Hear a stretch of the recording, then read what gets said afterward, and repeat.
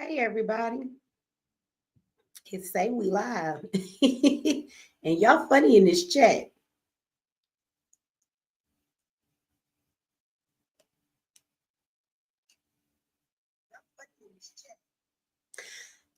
I'm a sellout and an agent because I'm speaking on facts about Martin Luther King, but he's not an agent when he sold the whole black community out. So while y'all cussing me out, I'm gonna need y'all to be real disrespectful to Dr. Claude Anderson too.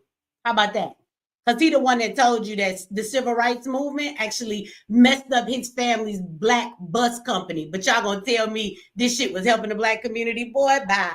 And then homie on here, first of all, let me get MX Network started before I get to getting going in on folks, because y'all too old to be this damn ignorant. You really are. You too old to be this ignorant.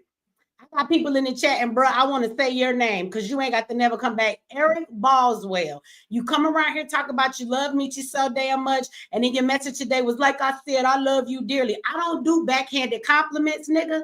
I love you dearly, but I will not be attending your show tonight. I think it's very disrespectful for you to me as an ADOS, but for you to be disrespecting Martin Luther King for many reasons. So why you ain't bring your ass up here, click the link, and then give your perspective? All of y'all and your emotions. Why don't you try clicking the link tonight and tell me where I'm wrong? I bet you can't do that because you got a bunch of colonized, damn conditioned minds that are going to speak the same shit to me that the white man put in your head about MLK, but you don't want to acknowledge the facts. What the fuck are you running for? I don't understand that shit. Nigga, keep your love. Please do. Like I said, I love you, but I'm not staying around for your life. Bye. Bye. If you was a grown-ass adult, what you would do is you would stay around for the live and you would click the damn link. Talking about this show I'm not sticking around for your show. This show is for you. That's what the show is for. Who you think the show is for? I think what I had to say about MLK. This show is for those of you that are in the chat that, man, that video, both my videos of Martin Luther King, I'm gonna go over here. We're gonna be real specific about it right now. Shout out to everybody on MX Network. Hey, Denise. Hey, Jordan. Hey, Brenda. Let's go look at something real quick. Don't get silent tonight. I'm gonna need y'all to not pull that punk stuff. Don't get quiet, because on the MLK video where I spoke my mind, how about the one where I didn't cuss at all and I just gave y'all facts and I played clips and I left y'all nice little links in the description for y'all to go and watch the full videos to educate yourself? What about that video? In that video, y'all left over 600, almost 700 comments. Y'all had a lot to say. Don't get quiet today. What you waiting for? I'm doing this live for y'all.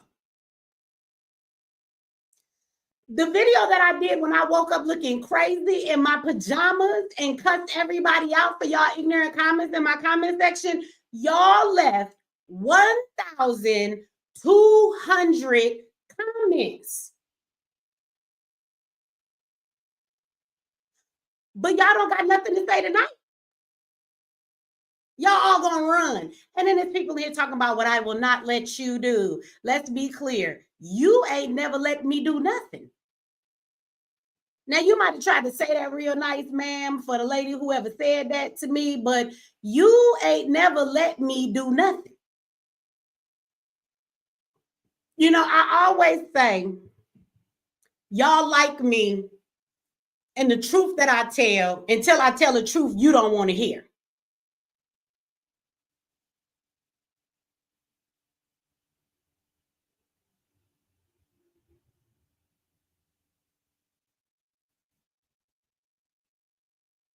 Why is it that y'all like Michi until I tell the truth you don't want to hear and it's hard for you to hear? Huh? You like all the truths that Michi speak until I tell you something that you don't want to hear. I didn't say nothing. I didn't lie and say nothing about Martin Luther King. I didn't lie at all. I noticed that none of y'all, except for one person, Diane, has been back here from the moment I came back into the show. She's been back here the whole time. She's been waiting so she could speak her piece. And I'm going to let her speak her piece. And I will tell you, for all of the people out there, you're not going to come up here and get cussed out by me.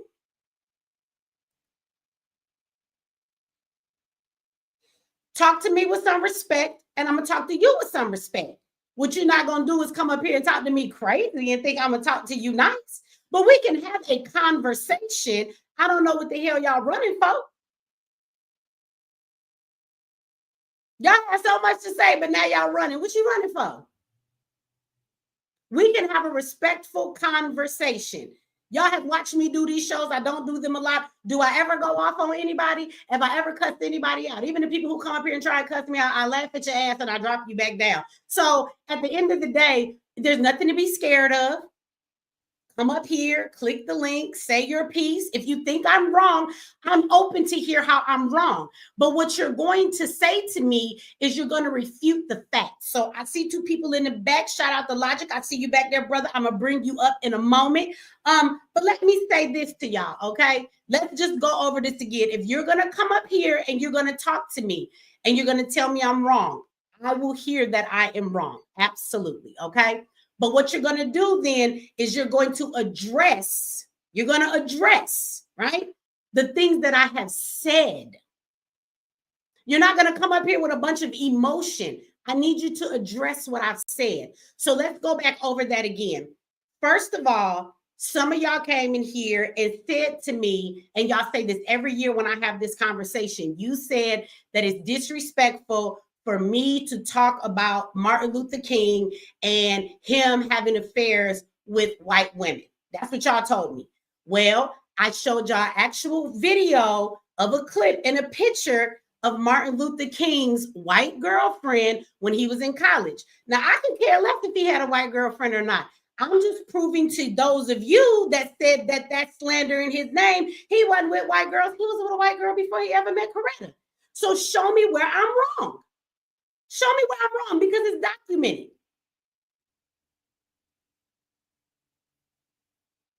It's documented, and I left y'all all of the links to watch. Y'all argue with me, and some of y'all came in the comment section and you said, you wasn't living back then. It was bad in the South. All these kids was in one room shacks going to school, and it was bad. So I had played a video the day before of a documentary who said that wasn't the case. Y'all said to me, well, that's Atlanta. That was Detroit. What about down south? So I left a link in the video and showed a small clip, and you could have watched the whole video of actual footage from back in the South in 1950, where Black people in the South actually had better schools, better education, their own municipalities, their own police, their own situations, and their children were more educated and actually had better schools than the white kids. Now, if you're going to say being in one room was a bad thing, that's how the fuck school was back then. We got kids, 30 kids in one room today in the classroom. So that doesn't really say it was bad. But I showed you proof where that was a lie. I even showed you a Black man in 1950 who said segregation did not really bother him. That Black folks was fine doing their own thing. So if you're going to come up here and tell that, then tell me where I'm wrong when I told you that Black folks had more before integration and we were better off segregated. You're going to have to show me where I'm wrong. Then I want you to come up here and refute to me. I left you an amazing clip of a man that is alive today, Dr. Claude Anderson, 5 years ago, not yesterday, 5 years ago. He did an interview on The Breakfast Club. The interview, the link was there for you to see it. And he said that when the civil rights movement came about, he said that his family from 1920, I believe it was, that they actually owned over 500 buses. His family. He said that there was no need for a bus boycott because they had buses all across the nation. He said that when Martin Luther King riled up the people, they said, we want to ride on white buses. Wasn't that what integration was about? Want to be accepted by white people? Because having your own shit wasn't good enough. Some of y'all still old enough. Y'all was in the civil rights movement. I know my mama was 5 when Martin Luther King got shot. So some of you niggas is in the chat and you probably still alive. So tell me that wasn't enough? Y'all needed the white man bus? Dr. Claude Anderson said out of his own mouth that it was the civil rights movement that killed his family's bus company. If you went and watched the whole clip that I left for you to watch, he also said at that time all across the nation that we had Black movie theaters, not just one, but many. They had the buses. They had a whole lot of Black stuff. They had their own mechanics. They did their own thing. They did not go to the other people's communities. We did everything for ourselves. And he literally said that integration messed that up. On that same interview, he also said Obama didn't do shit, and he didn't use the word shit because he don't talk like me, but he said Obama didn't do shit for the Black community. So y'all get offended when I say this stuff. Maybe you should go listen to Dr. Claude Anderson say this. So again, if you're going to come up here and you're going to tell me where I'm wrong, we can have a respectful conversation. Matter of fact, I've been in front of my computer all day. I just got finished teaching a class, and I've been doing stuff all day in front of this damn computer, answering emails, editing videos. I really don't care to argue with nobody right now. So if you come up here talking to me crazy, I'm probably just going to click your ass out of the studio because I'm not even in the mood right now. But we can have a conversation. So if you come up here and tell me I'm wrong, be prepared to have a real conversation about why I'm wrong. Address the things that I brought up, showed you proof of, and then we can talk. If you're going to come up here in your emotions, you might as well keep that shit and stay in the comment section. Go back over to one of the videos and leave some more emotional comments that's 5 paragraphs long that I'm never going to read. Y'all really think I went over there and read 1,200 comments? The way y'all was in that chat talking shit, y'all better be up in here. Y'all better be clicking this link left and right tonight, because y'all was in that comment section losing y'all damn mind. So come on up here and lose it in front of everybody for them to see. I never understand how y'all don't trust the white man or this government, but yet and still you think that the leader they put in front of you, you think that the one they gave a holiday to, you think the one that they tell you should honor, that talked about sitting with white boys and white girls, that's the one? You mean the one who had his speeches written by communists? It's a fact. You can Google, he didn't write his speeches. And who wrote them? It was a Black man, but he was a non-communist. Okay, so at the end of the day, again, let's argue some facts. But you really think that they're gonna sit somebody in front of you? Somebody said to me, "Well, if he was what you say he is, why did they assassinate him?" Are y'all really that slow? If I'm going to bring a man before the Black community and make them think that he's for them when he's really destroying them, I gotta play this thing out all the way to the end. So how do you get the community to actually believe he was for y'all? Kill him. Because we know you're going to make him a martyr. We know that you will be speaking what he said for forever. You will be arguing his name.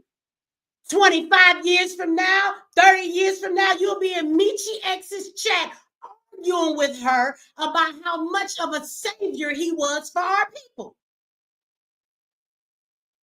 If we kill him, they'll really think that he was a threat to us. If we kill him, then they'll really think he's their savior.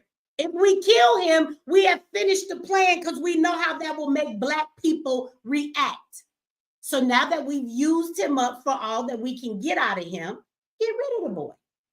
Because the files are getting ready to come out real soon. And some files have already been released. I put 2 of them at my last video. There were Black ministers, who said when they hung out with him, he had orgies, he had white prostitutes, he had all kind of stuff going on, doing drugs and having them do unnatural stuff. We'll just say it was a bit ditty going on back then, okay? This is what other Black people said about him. They've already released some of these files. They also said that he was really a man that wasn't that smart. That's why they wrote all his speeches. And when he tried to speak for himself, they would get upset with him because they felt like the shit he said didn't come across right. This has all been documented. Y'all should read more. But thanks to Martin Luther King, Niggas don't read no more. Thank you, Walter. I appreciate that donation. Walter always showing love. He over on MX Network. Let me say this after all I done said. If you don't want to watch this live, because we might be here for a while, we got some people in the back. That's what I'm talking about. We got Diane. We got Mike TV. I know who Mike TV is. He be going off on Anton Daniels and stuff. I ain't seen your videos in a while. They deleted your page. What they did to you, Mike TV? Because I ain't seen you in a minute. They is not pushing you through the algorithms. Okay, so we do got some folks here in the back. If you do not want to watch this live, because we might be here for a while. When we do these call-ins, so I think the last time I was here for 5 hours, and I'm here as long as y'all here. I told y'all we was gonna do this on the weekend so that people could stay up with us and you didn't have to go off to work the next day. So we're here, okay? So if you want to watch this very long live, that it may be, and you don't want to have the interruptions from commercials on YouTube, you can click the link in the description of the YouTube video and you can come over and watch it on MX Network. You can watch it with your free subscription, so you don't have to pay. Although ain't no wrong with getting a subscription. There's plenty you can watch with your paid subscription. Tomorrow we will actually be premiering the first episode of Unjust. Okay. Now that video will only be available to paid subscribers for the first week. Now, next Sunday, we will release the next episode for the paid subscribers, and those that have a free subscription, you will get to see it next week. I do not want to hold these people's story hostage behind the paywall, because that is never why I went out to go and get these people's stories.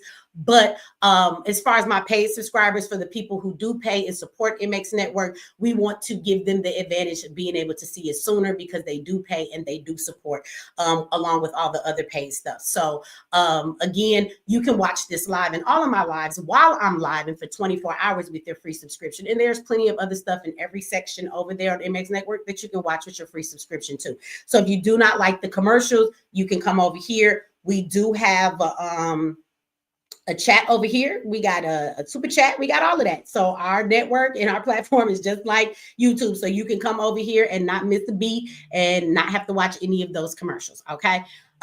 So with that said, y'all, I'm gonna go ahead and let some people up here, because that's what this show is about. It really is not about me. I said what I had to say. I said it twice in 2 videos. So I'm gonna let y'all say what y'all gotta say. Shout out to you. Thank you for that super chat. How do I say your name? I feel like I am gonna ruin that. Abali? Is that how you say it? Did I say it right? Did I say it wrong? I'm sorry if I murdered your name. Thank you very much for this, for the super sticker. I appreciate that. All right, let's go. So before I bring everybody up, now I'm gonna bring everybody up here, and don't be up here arguing and shit, okay, with each other. You ain't gonna argue with me. I would just go downstairs and make some coffee and let y'all asses argue. I'll leave. But if you're watching this in the background, before I let anybody up, did I say it right? I'm looking at them emojis. Did I say it right? I think that means I said it right. But y'all, if you are in the back, and I'm about to bring you up, if you are watching on another device like your computer, your TV, or your cell phone, I need you to mute that or cut that off, okay? When I bring you up in the studio, you will actually be able to hear the show in the studio. You will hear me, you will hear everybody else. You can also click the comments and you can see the comments in the studio. So you will be able to see that from YouTube. And you will also be able, there's a chat for us, a private chat. The private chat means for the people in the studio, they can talk to each other. But you will be able to see the comments and hear the show through the studio. But if you're watching it any other way other than through the studio you've logged into, I need you to cut those devices off or cut them down, because then we will echo in the back when everybody talks. Somebody else said, I sent a super chat too. You did? Did I miss it? I was cussing people out. I missed your super chat. Now, don't be lying to me and making me go look for it, and it ain't no super chat. Them colors be catching my eyes. I don't believe you. I don't see no super chat. Why you lying? Making me look for shit for nothing. If you did, thank you. I don't see no super chat. No, it didn't come up on my end. Maybe it did. We was frozen for a minute. Somebody said they sent the super chat too. Let me see.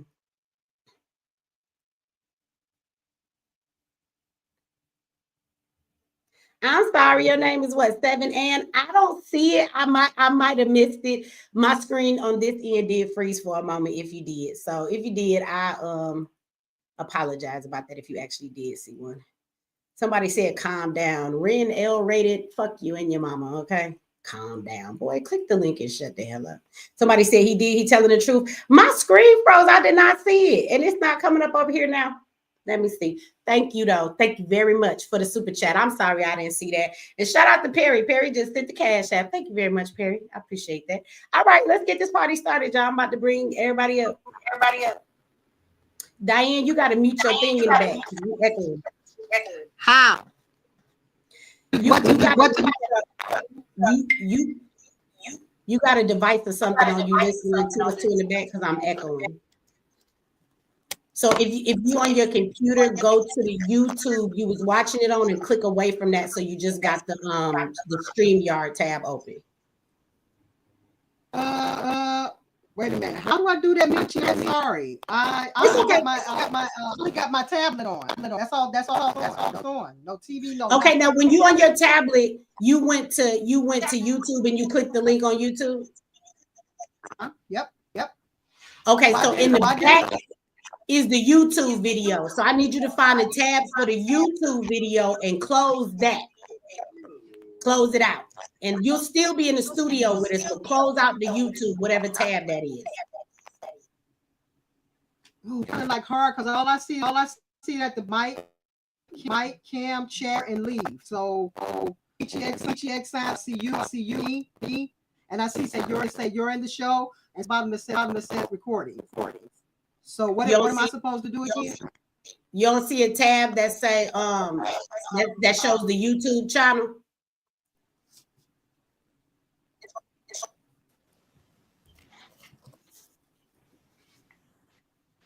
The unnamed, it won't let I see as far as you hit the three little dots at the right at the top, new tab, history, download. I'm talking about that, right? Let me ask you, are you in my email list? I'm not sure, Michi. Probably really sure. Okay. Because I put the link in there too, because that's what it is. You gotta click out of the YouTube. Maybe go out and come back in. Okay, I'll try that. I'll try to go out and come back. Okay.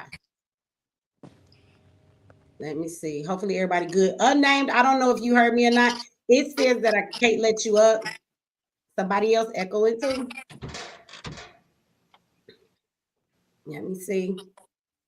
Because I hear somebody else. Logic, you got your microphone off. Mike TV, but I think Mike TV know how to do this. We got X, Frank Nitty, and Fonzie. That's who got their microphones on, so it might be one of y'all because I heard myself echo in the background. Maybe we good now? Okay, everybody is muted. Okay. If y'all got it on in the back, cut it off though so it won't be echoing when everybody's talking. But go ahead, y'all, speak your piece. I'm going to be quiet. What 7 got you crying? What'd he say? Hey, Michi. Hey, okay, you're not echoing. You good. How you doing? I'm good. First of all, I would like to say, you do good, honey. You do so good, because I would have quit a long time ago fooling with these. But I would like to first of all, I would like to thank you for having everybody on your show to be able to voice their opinions. I got a lot to say. I don't want to take up a lot of time, but I will say that segregation, when we were segregated, I felt like it was better for Black people because I don't know if you know the city Winston-Salem, and you were talking about it earlier. Winston-Salem was one of the places that they had the safe bus from 1926 to 1972.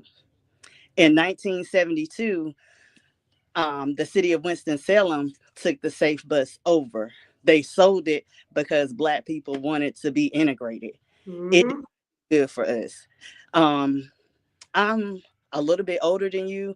I'm 47, but I do remember that my grandparents, when I was growing up, it was a lot of Black businesses. But a lot of them got phased out because didn't nobody want to patronize them. But there were a lot of good Black businesses in my city We had our own model. We had our own black pharmacy. It was called Model Pharmacy. We had our own mechanics, as you said. We had our own grocery store. It was a black grocery store on our side of town. We had our own um, Oh, we had our own mental health person. He was a lot of black people went to him, and he was a black psychiatrist. We had our own doctor that everybody went to. And over time, all of the businesses that we had on our side of town, that the people did good work and everything, they got phased out because didn't nobody want to patronize them, didn't nobody want to um use them. They thought everybody else was better, and our money went to different places. So now on the side of town that I grew up on, it's just being gentrified. A lot of stuff where I grew up, they've torn it down, and it's unaffordable for people to live over there. I've since then moved away, but I tell my kids that I'm proud of where I came from, because it was a lot of black people that I had to look up to. I took your business class, and I do the affiliate marketing now, and it helps me do stuff. And that was one of the things in my life that I saw other black people being entrepreneurs that made me become an entrepreneur. My mom was an entrepreneur. She owned many different businesses. She started off owning a plant shop, and then she ended up owning a daycare, and that afforded me not to pay for daycare. And she named the daycare after my daughter. I don't see a lot of people that want to go into business anymore, and everybody wants to do think, it's okay to have a job, but I feel like just segregation didn't I mean integration didn't do us any good. We're basically hustling backwards now, and none of our money stays in our community anymore. Do you think, let me say, I want to say thank you to the Don Samuel for the super chat. I don't want to forget these people, but then I want to ask you a question. And anybody on the panel, feel free to jump in. And shout out to Curly Girl. Thank you very much for the super sticker as well. Somebody said that this man gave his life for us, and we ain't even gave $1 for the movement. Ain't got time for that mess. Shout out to let me see. Okay, he gave a super chat again. I seen it this time. Shout out to Seven Anderson. So basically, ninjas got Stockholm syndrome. Absolutely, they do, because they upset, I guess. And thank you for the super chat. So let me ask you, then, when you saying all of that, do you feel like at that time, for a person to come in and say we are so destitute that we need to integrate with white people, that don't seem suspicious to you, knowing that we were doing good? I mean, the civil rights movement has always been portrayed like we was being whipped every day, we was being hung every day, we wasn't allowed to have our own stuff, we was poor and living in one room shacks, and black folks didn't have nothing, our kids was uneducated because they couldn't get no schooling, because they wouldn't let them go to school, because we couldn't drink from white water fountains, we was thirsty all the time, because we couldn't eat at white restaurants, we was hungry all the time. Like, that's the way they portrayed it. So for somebody that lived in that time and he knew that that was the case, you don't think that that's kind of weird that he came and was like, we so destitute, and made a problem where it wasn't a problem, and his solution was for us to integrate, knowing we would leave all of our stuff behind? Hey, yo, Michi. Go ahead. Mm-hmm. Oh, this Fonzie. Can y'all hear me? Yeah, I can hear you. Go ahead. Anybody can answer Oh, that. okay. I always wondered why you never said one thing and just stood on it. Like I said what I said. Like, I think I heard never you. stood on what I said. What I said. Wait a minute. Like, you always have the need to clarify yourself when you said what you said the first time. Like, I've been rocking with you for many, many moons. I'm March 3rd, 1976. And Yes. You always said, I mean, I already heard it. I didn't even need to hear about what you had to say about the Martin Luther King thing. I already knew what it was gonna be. I've already heard it already. You can already stand on it. And if people don't just accept it for what it is, then I'm not supposed to keep explaining myself. I don't do that. I'm gonna stand on it. No, I'm not explaining myself. And standing on it just simply means is that I'm not going to change what I said. I meant what I said. Now you have to understand, for me, my plight is a little different. I don't necessarily come on YouTube just to hear myself talk. I'm actually very much an introvert. And if it was up to me, I would just stay in my house and not talk to anybody. And matter of fact, when I'm not online, that's kind of how my household works. I don't go nowhere for days and weeks on end and don't watch TV and talk to the people in my house. So I am trying to educate our people, and there are people who get upset. But when I said what I said the first time, I felt there was so many other receipts that I could have brought. And when my comment section showed me, there was a lot of people who agreed, but there were a lot of people who disagreed, and their reason just seemed to be very ignorant, meaning they just didn't know. So I said, well, let me bring another video and let me bring some receipts to prove what I'm saying. So for me, my whole goal is to enlighten our people and to make them aware. Some people are not going to receive what you give them no matter what. You can lead the water to the horse, but you can't make them drink. But at the same time, I do believe that even out of all the people talking junk, there are some people that did not know the information that I gave, because there were some people in the chat also like, well, dang, I mean, I ain't mad like the other folks, but I didn't know all of this about Martin Luther King. So for me, it's about bringing truths, whether that's about MLK, the government, or anything else. So when I say I'm standing on something, it's not that I won't repeat myself, it's that I'm not going to change what I said. So that's my Yes, ma'am.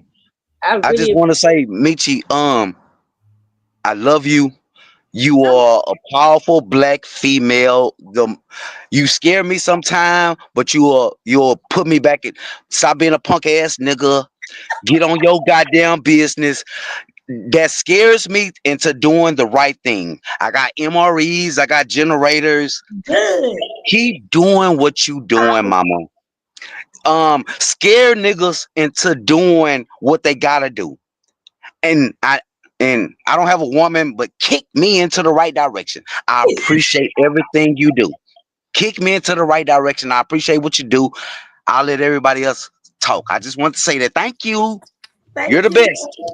Thank you so much, brother. I want to say I'm proud of you for being prepared, getting all that stuff. It always made me happy. That's why I keep talking about stuff, because in the long run, people don't always listen to me the first time or the second time or the third time. But I'm happy when I hear y'all tell me y'all prepared and y'all got all of these things in y'all life. And that makes me happy, because that means that when I'm talking, it's making a difference. So I'm proud of you, brother, and I love you back. I thank you for loving me. I really appreciate Man, the love that y'all have for me. It give me life. please keep on doing it. Please keep on doing it. Thank you. Thank you. Thank you. Well, Miss Michi, let me tell you, first of all, I want to say thank you so much, because you give me the courage to be a hard ass on some of these people around me, because people kind of get complacent and then they start to go back into the old ways. But we're not going to let you forget what they did this last 4 or 5 years. We're not going to let you forget what they did back then. We're not going to let you forget the people that they purposely and intentionally brought to us to keep these things going on. And Martin Luther King was a part of us coming into this contract era and bringing all of our information with these newly found social security numbers and birth certificates that created these bonds and contracts and things that they've been actually benefiting off of this whole time, robbing everybody blind, and then having everybody think that it's somebody else, and look over here, look over there. And he was a Mason, so of course we know that whole concept comes with this whole boule and all the rest of the whole society that thought that they were separate, but obviously they're a part of this problem, but they're not realizing it because they're not seeing it from the perspective of the people at the so-called bottom, which they're more spiritually connected than they are. Absolutely. I guess the reason why I'm so offended, let me say this too, about the concept of the Martin Luther King thing, is because when people say he got assassinated for what he was trying to do, I want you to understand the ramifications of how many Black people have died, live in poverty, are strung out on drugs.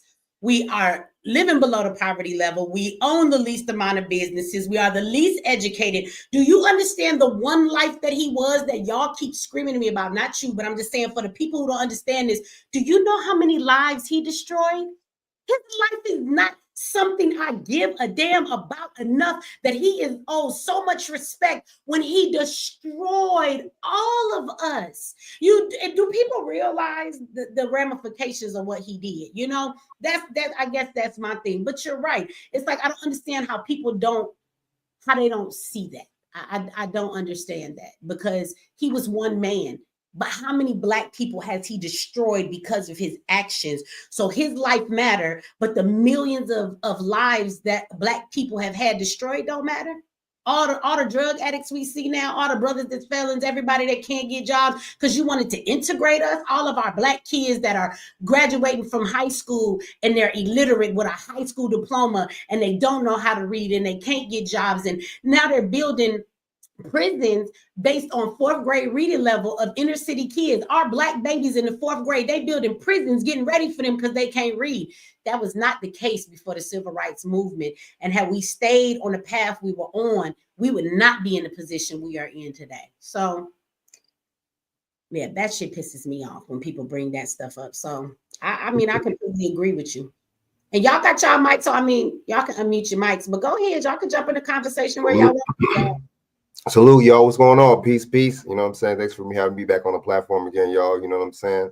Feel very, very appreciated. You know what I mean? So, you know, the girl she was just cooking, man. That she's absolutely right. You was absolutely right, man. What is the last speech he was talking about? He integrated himself into a burning us into a burning building. He was also talking about a little bit before he died. He was talking about the land grants and a lot of this stuff that these immigrants got. You see what I'm saying? That we wasn't getting. You see what I'm saying? You see, there's a lot of stuff that King and see they put certain stuff in the school and they put certain stuff, quote unquote, about his legacy, quote unquote, for us, you know what I'm saying, to see on the forefront. But the real speeches and the real messages when he was talking about empowering us, they don't put that in there at all. And that's all by design. It's all for a reason. It's like they branded whatever they want to the information that they wanted us to know. You see what I'm saying? And be put out there by them. They wanted that. They put that out there. It's all marketing, man. It's all marketing. It's brainwashing tactics. Like I said before, Edward Bernays, engineering consent. You see what I'm saying? But like she was saying, the sister was saying he was a Mason. Yep. When he was saying that speech, I've been to the mountaintops. That was a Masonic term right there. So the man that wrote it for him was a communist, and all of his speeches was written. They thought he was stupid. Now I want everybody when all of his files are released, right? In the next 45 days, we're gonna do another show. If y'all tired of hearing about MLK, oh well, because it's another show coming. When the FBI release all his files, we're gonna read them. Can I say something? I wanted to say the reason why he was like he said, it was a market, and why he's very accepted by the people is because he had that Baptist thing where people are so driven by emotion, made them feel emotional. But one of his speeches I was listening to, and I was like, at the end, that part, Black kids and white kids and all those people can come together and say free at last. White kids is already free. They're gonna be saying free at last, thank God Almighty. You already free. We the ones that's not free. And you know, he didn't write that speech. So those were not even his words, and that was not even his dream. You had a Creed person or a small hat that wrote it named Stanley Levitz. He's down with the Communist Party, all right? You see what I'm saying? So that's another thing. Mm-hmm. And this, how many of y'all knew this? Because I left this in the links of the videos. I wish that more people would have went over and watched them. Diane, your microphone is still echoing. Mute your mic. They got two tabs. Yeah, mute your mic until you get ready to say something. Because while we talking, we get pushback from yours. So just mute it till you're ready to talk, and then we'll be quiet. Can everybody state their zodiac sign so we can start, so we can see where the energy coming from this meeting? I'm a Virgo. Got a Pisces moon. Hold on, wait a minute. I'm sorry, I couldn't hear. Y'all give me 1 second. I would like to give a shout out to Faith is All We Need. Thank you for that super chat. It says, and if and unnamed, you still cannot get into the show because it says your microphone and stuff is not connected. You got to make sure all that's connected before you come in. It will tell you to make sure everything is connected before you come up. And let me see. Somebody, that's you, Logic. Logic, your microphone giving feedback. You listening to us on something else? Nah. You sure? Is it mine? Should I put in some headphones or something? Let me see. The reason why I know because I muted everybody else. Yeah, that's you. It's me. All right, Are you on the computer or the phone? I'm on my phone. Oh, you know why? Can you open up your tabs and look at it? Close the YouTube. So when you click on the studio to come in, it'll open up a new tab. It'll bring you into the StreamYard studio, but the YouTube video you was on, that page is still open. Close that and you'll still be in the studio. All but right. That's in the background. That's what it is. It's the YouTube video. Don't worry, I used to do this stuff all the time. That's how I know that's what it is. Okay, y'all, let me give a shout out to this. Faith is All We Need said Black folks went on the other side and gave away all our culture. Now they're using it against us. Absolutely. Thank you for the super chat. And I was just waiting to say that because everybody was talking. But thank you for that. But you're absolutely right. I mean, when people say he died and he was thinking about what he was doing towards the end. And he was like, oh, I integrated my people into a burning house. Y'all keep forgetting about the people. Like, he took us in there with him. What about our damn lives? Oh, shout out. I'm checking if I got some more super chats. Y'all give me a second.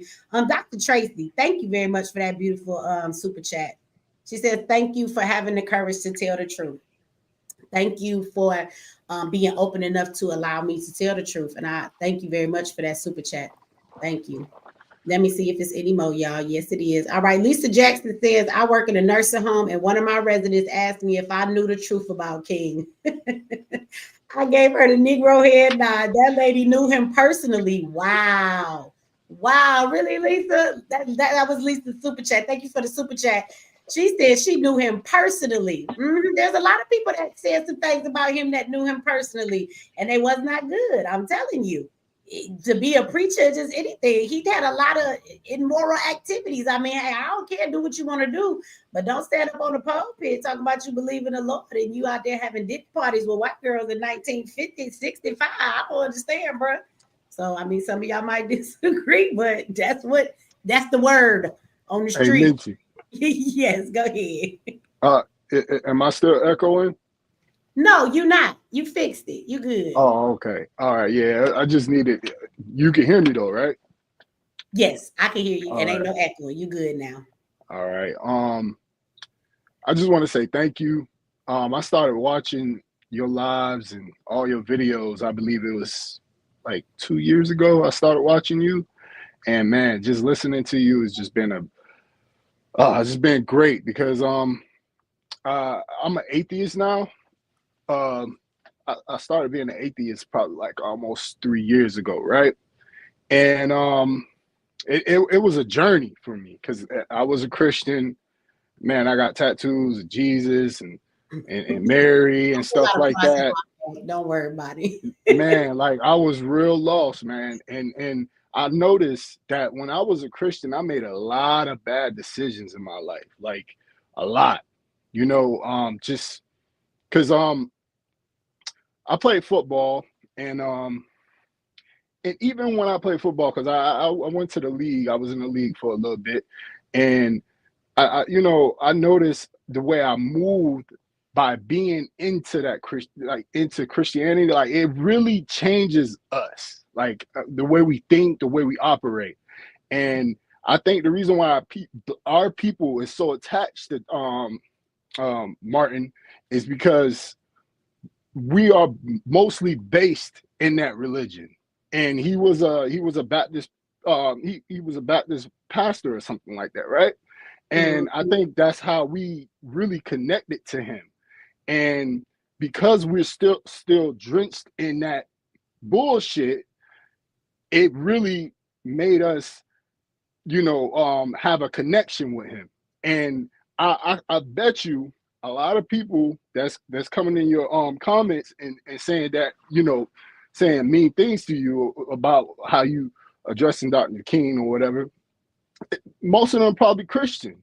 And it's hard because when you're a Christian, think about it, your grandparents or your older folks, you normally see Jesus on the wall or you see Martin Luther King. Let's be real. Like it's like in our community, it's either Obama, and then a lot of older folks, they got Obama, they got Jesus, they got Martin. It's you might be on to something, right? Listen, it's all connected. It's really all connected. And that's why I'm saying after I left that shit, I started like, because I have a spectator's view now where I could step back and just be like, damn, like this shit it ain't a coincidence that all of our leaders, all of the stuff that we're so drenched in, it all stems from that religion. I'm telling you. And you say this all the time. Like during slavery, what did they give us? We couldn't read nothing else but the Bible. They gave you Jesus and told you he died for your sins. This shit ain't rocket science. Then they gave you MLK and told you he died for your freedom. Exactly. And just like you just said, what did you just say? You said a lot of people saying, oh, he's our savior. Think about it. Savior. Who are the saviors in our community? Like I said, Martin, Jesus, and that pussy-eyed nigga Obama. Listen, I'm telling you, Black people, if y'all want to be free, get out of that damn religion. Get out of it, because it's going to fuck up the way you make your decisions. Because like you say, Michi, that's the most important thing in your life. So if you can control the God, you can control the individual. So that's why we were so programmed to be like, yo, let's do this integration bullshit. That's why. Now I'm gonna take you to the Bible, because the Bible is a book of slavery. It's like it's like 30 verses in the Bible where God and all these different important people in the Bible that's talking about enslaving people, enslaving women, raping women. Like, come on, man. Like, let's be real. The reason why our community is so fucked up is because of that book. All of the immoral shit that's in that book, we suffer from today. Like, you selling up. Not astrology. They just have been lying to us and making us see it like it's a historical book, but it's really telling us about the connections of the planets and the alignment. But that's a whole nother story. But I know. Well, look. This is the way I look at it, sister. If I can read you. Well, I could come off the top. First of all, Jesus himself said, "Slaves, obey thy masters. Fear your masters as you will fear me." Bruh, that's all I needed to hear to know that our people went through what we went through in this country, and they handed us that book, and I'm reading that verse. That was good enough for me to like, yo, this shit is trash. So let me do y'all okay, we agree on that. I do too. Again, I was joking, but they gave us Jesus and told us that he died for our sins and you will be free from sin if you follow him. They gave us Martin and they told us that he died for our freedom. And it doesn't matter what he did or what the real truth of it is. I mean, y'all don't think that it's some correlation that I got a question. Why we trust anything that the oppressor gave us? And can we agree that they gave us MLK? Did the oppressor not give you MLK? Who funded him? Malcolm X said publicly in many interviews that he was funded by those white people. Was he not? Now, that's a fact. You can't argue that. He was funded by the white people. So the white people gave us MLK. They definitely did. He didn't get them suits, them podiums, them speaking engagements, or them speeches wrote for him if it wasn't for the white people. Like the NAACP. Everything they give us, like it's good. And for the stuff that only 10% of the Black people read the Bible. for one thing, that it's hard to read. Even for me, being a person that's educated, the King James Version, it's a hard to read version. A lot of people don't even read the Bible. They just listen to what the The pastor pastor say, say. Hmm. and they go off of that, because especially a lot of older people, they can barely read and write. How they gonna read the King James Version and understand it? Well, the next time you read the Bible, or if you decide to pick it up again, consider the men in the Bible as being your thoughts, and the women in the Bible as being your feelings.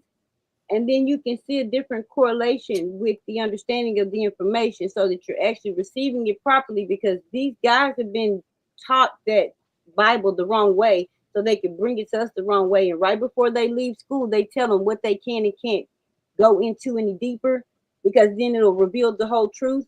So this whole concept of the astrology is really, really important, and it's key to us understanding how to map out our mind, because that's what we create the body from.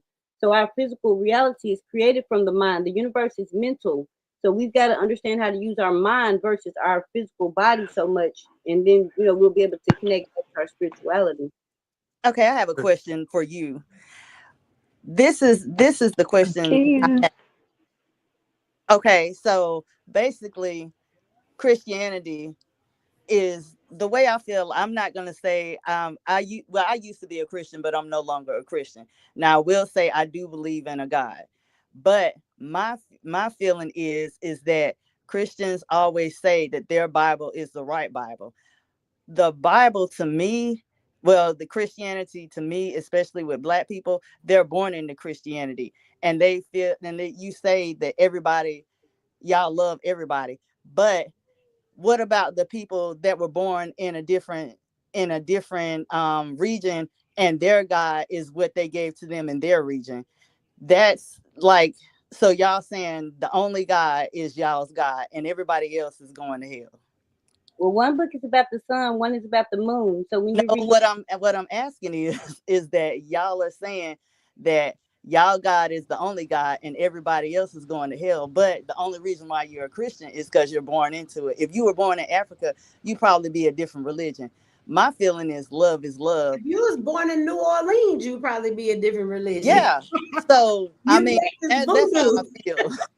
I feel like But y'all, and God let's is not inside of you, though.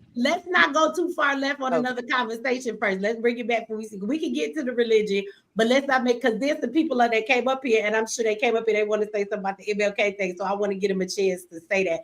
I want to say shout out to even Steven, Sydney. Yes, I did get your message, but I have been teaching class and in front of this computer all day, and you see where I'm at right now. But I am going to call you tomorrow. I did get your message, and thank you for taking care of that for me. And I will give you a call tomorrow, probably about 2 o'clock, because depending on how long I'll be here, who knows when I'm gonna get up. And shout out to the Don. Thank you for that super chat. He said all facts. So we can definitely get into the conversation of the religion, but I don't want to necessarily get too far from the conversation about MLK. Let's finish that conversation first, you guys. Because I'm sure there's some people that want to say that. There was somebody in the chat. I don't know if y'all saw him. I highlighted his comment, and he seemed to be upset. He said, "So I'm going to help these people crucify him." So can we talk about that a little bit, y'all? Like, why is it that if we say anything bad about a Black person, somehow we are helping, the so-called white people, even if that Black person did something wrong to us? To me, you know what that is? That's like free Ray Ray, but Ray Ray done shot up the whole neighborhood and killed somebody, grandma and two little kids. But you want us to free Ray Ray just because he Black? Hey, peace, Michi. It's all right if I chime in? Yeah, go ahead, please do. Yeah, I've been watching you for a while, and I ain't got nothing but love for you. So I'm gonna start off right there. I spoke to you some months, or matter of fact, a few years ago.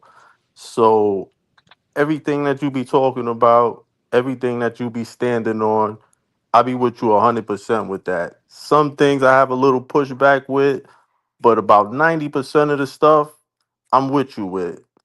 Now, the whole thing with the Martin Luther King, I ain't know some of the stuff until you started putting it, like the short clip you played the other day with the how to sell to Negroes. Like, I Mm-hmm. never knew he was doing that good. before he stepped in, before the whole civil rights movement. You So to need to hear, watch the whole and not to cut you off, but I just want to say that you need to watch the whole video of Dr. Claude Anderson's interview on the Breakfast Club. He actually expounds on that a whole nah, lot. I seen that video. I seen that. I seen that video. I like Dr. Claude Anderson. Matter of fact, I got like a couple of his books I need to get into. But the fact that people be getting mad when as clear as day you done found this information, so the information's out there.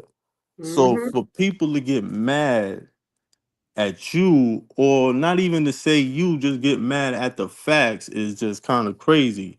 Now, it kind of hurt my heart a little bit to hear a lot of this stuff that's going on with him and what he did and all of that other stuff. But Yeah, what I did realize is that they put him up on a pedestal and they never put Malcolm X on a pedestal. that was They for a reason. Exactly. And the reason why is because, Malcolm X was revolutionary. He ain't want to be bothered with none of them. He wanted us to have our own, all of that there. Martin Luther King, the opposite. Now, if we doing as good as we was doing back then, where it said, what it said, 1954, if we was doing good without integrating, I just want to know what, like who got in his head.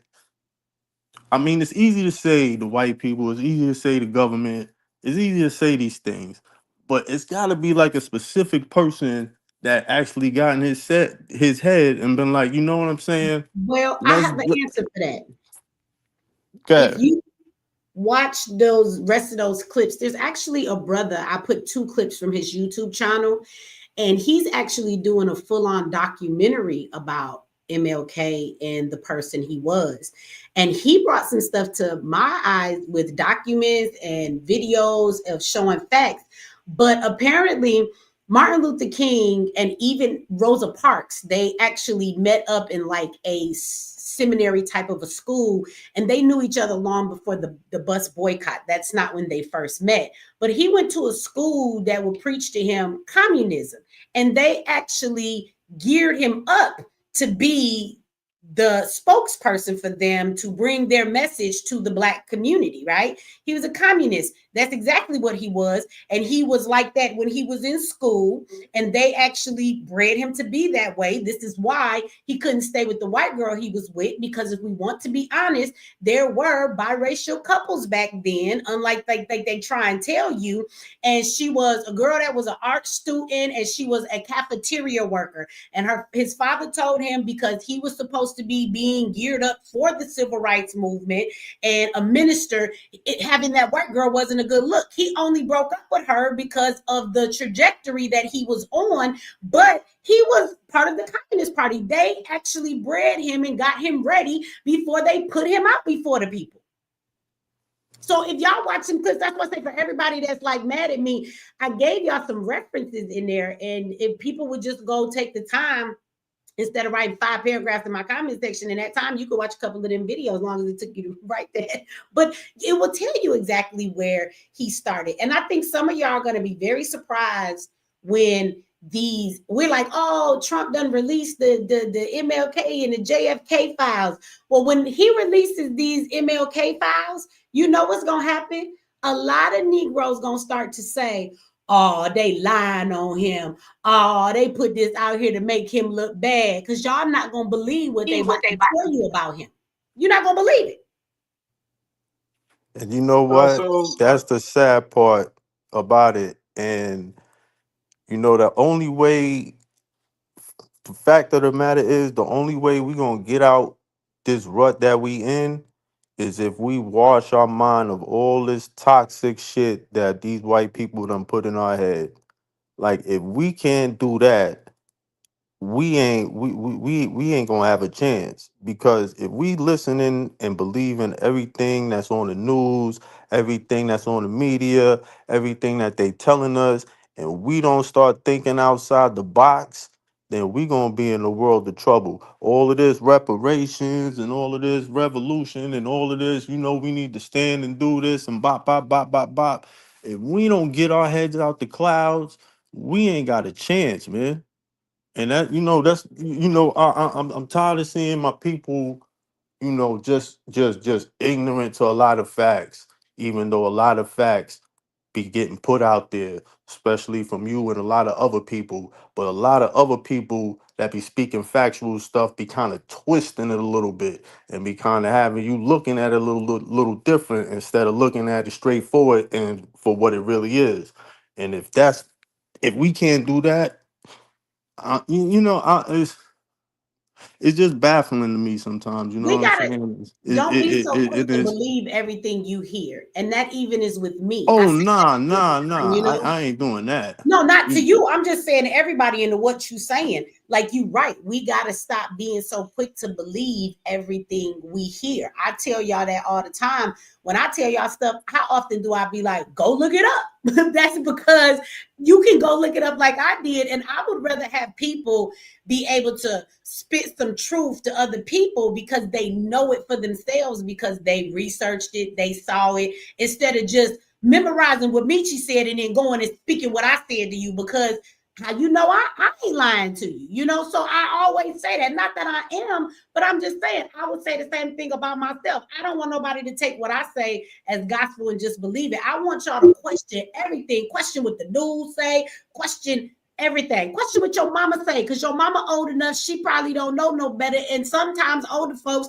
is just as conditioned and their mind is wrong. Your parents have you doing traditions and things they brought you up doing and don't even know why the fuck they do it. Most of us was born into Christianity, like the conversation we was having earlier. Again, you have to learn to use your own mind and come to your own conclusions. And not that you shouldn't trust nobody or nothing, but we shouldn't be so easy to just believe every damn thing that we hear.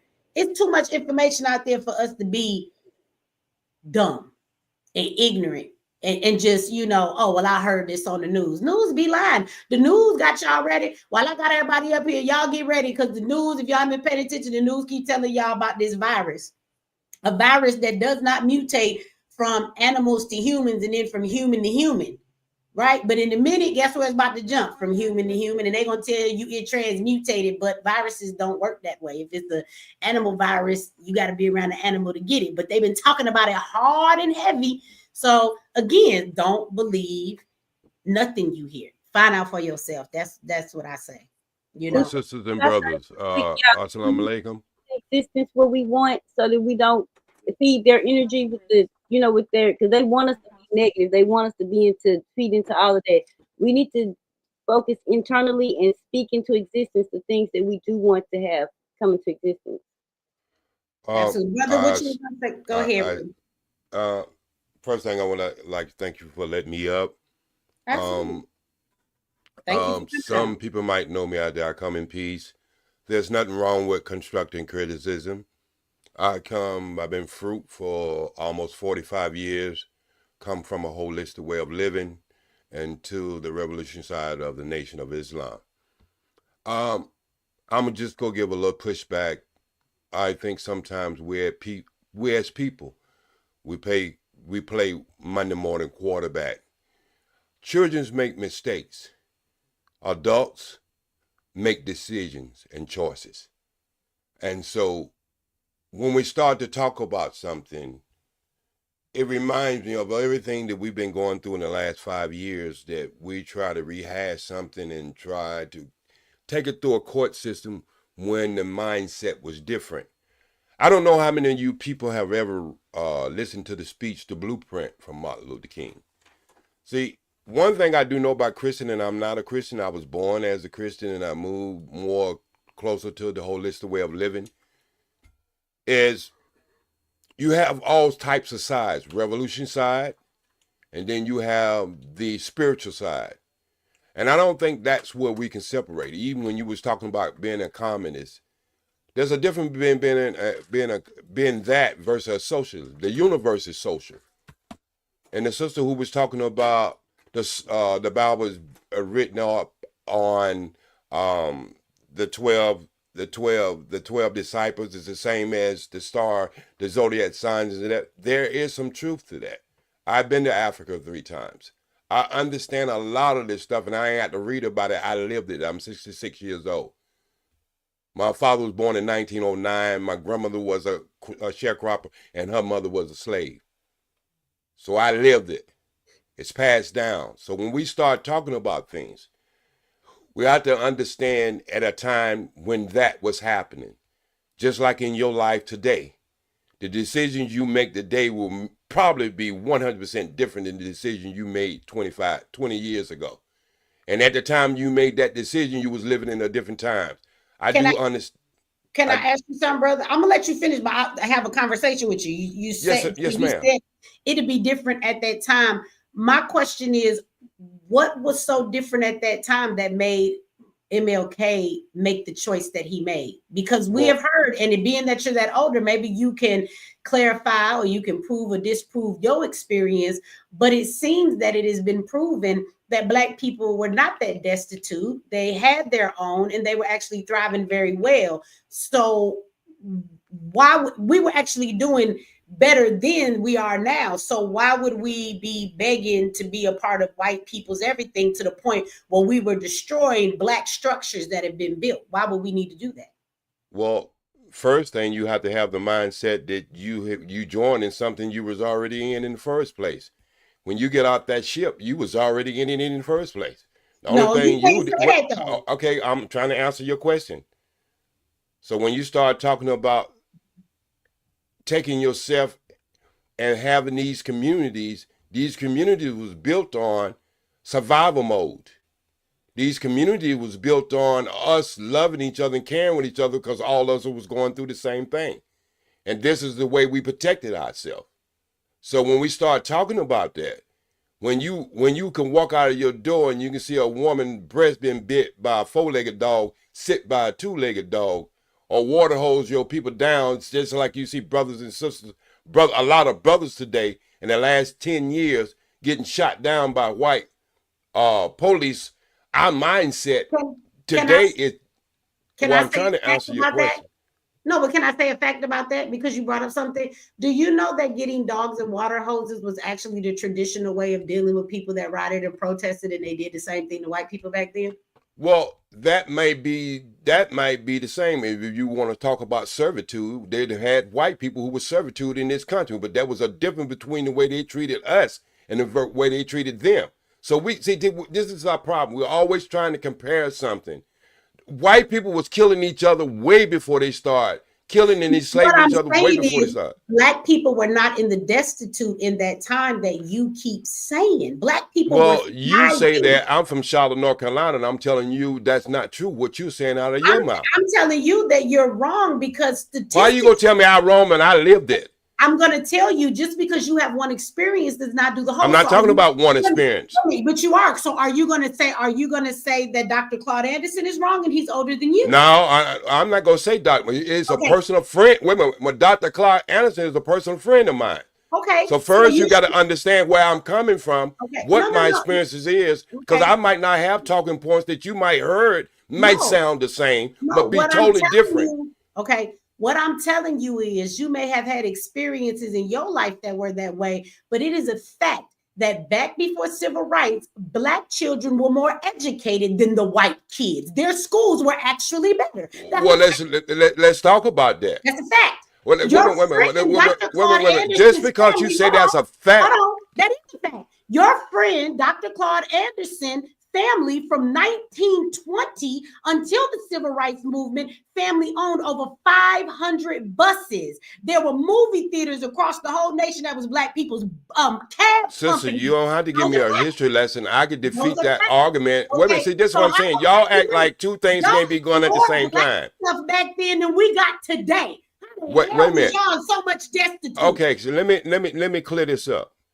See, this is what's wrong with Black people today. Y'all act like two different things can't be going on at the same time. No, we have balling hills right here in California right now with some of the richest Black people in the United States. But in the same place, we got downtown 90-something thousand homeless people, and most of them look like me and you.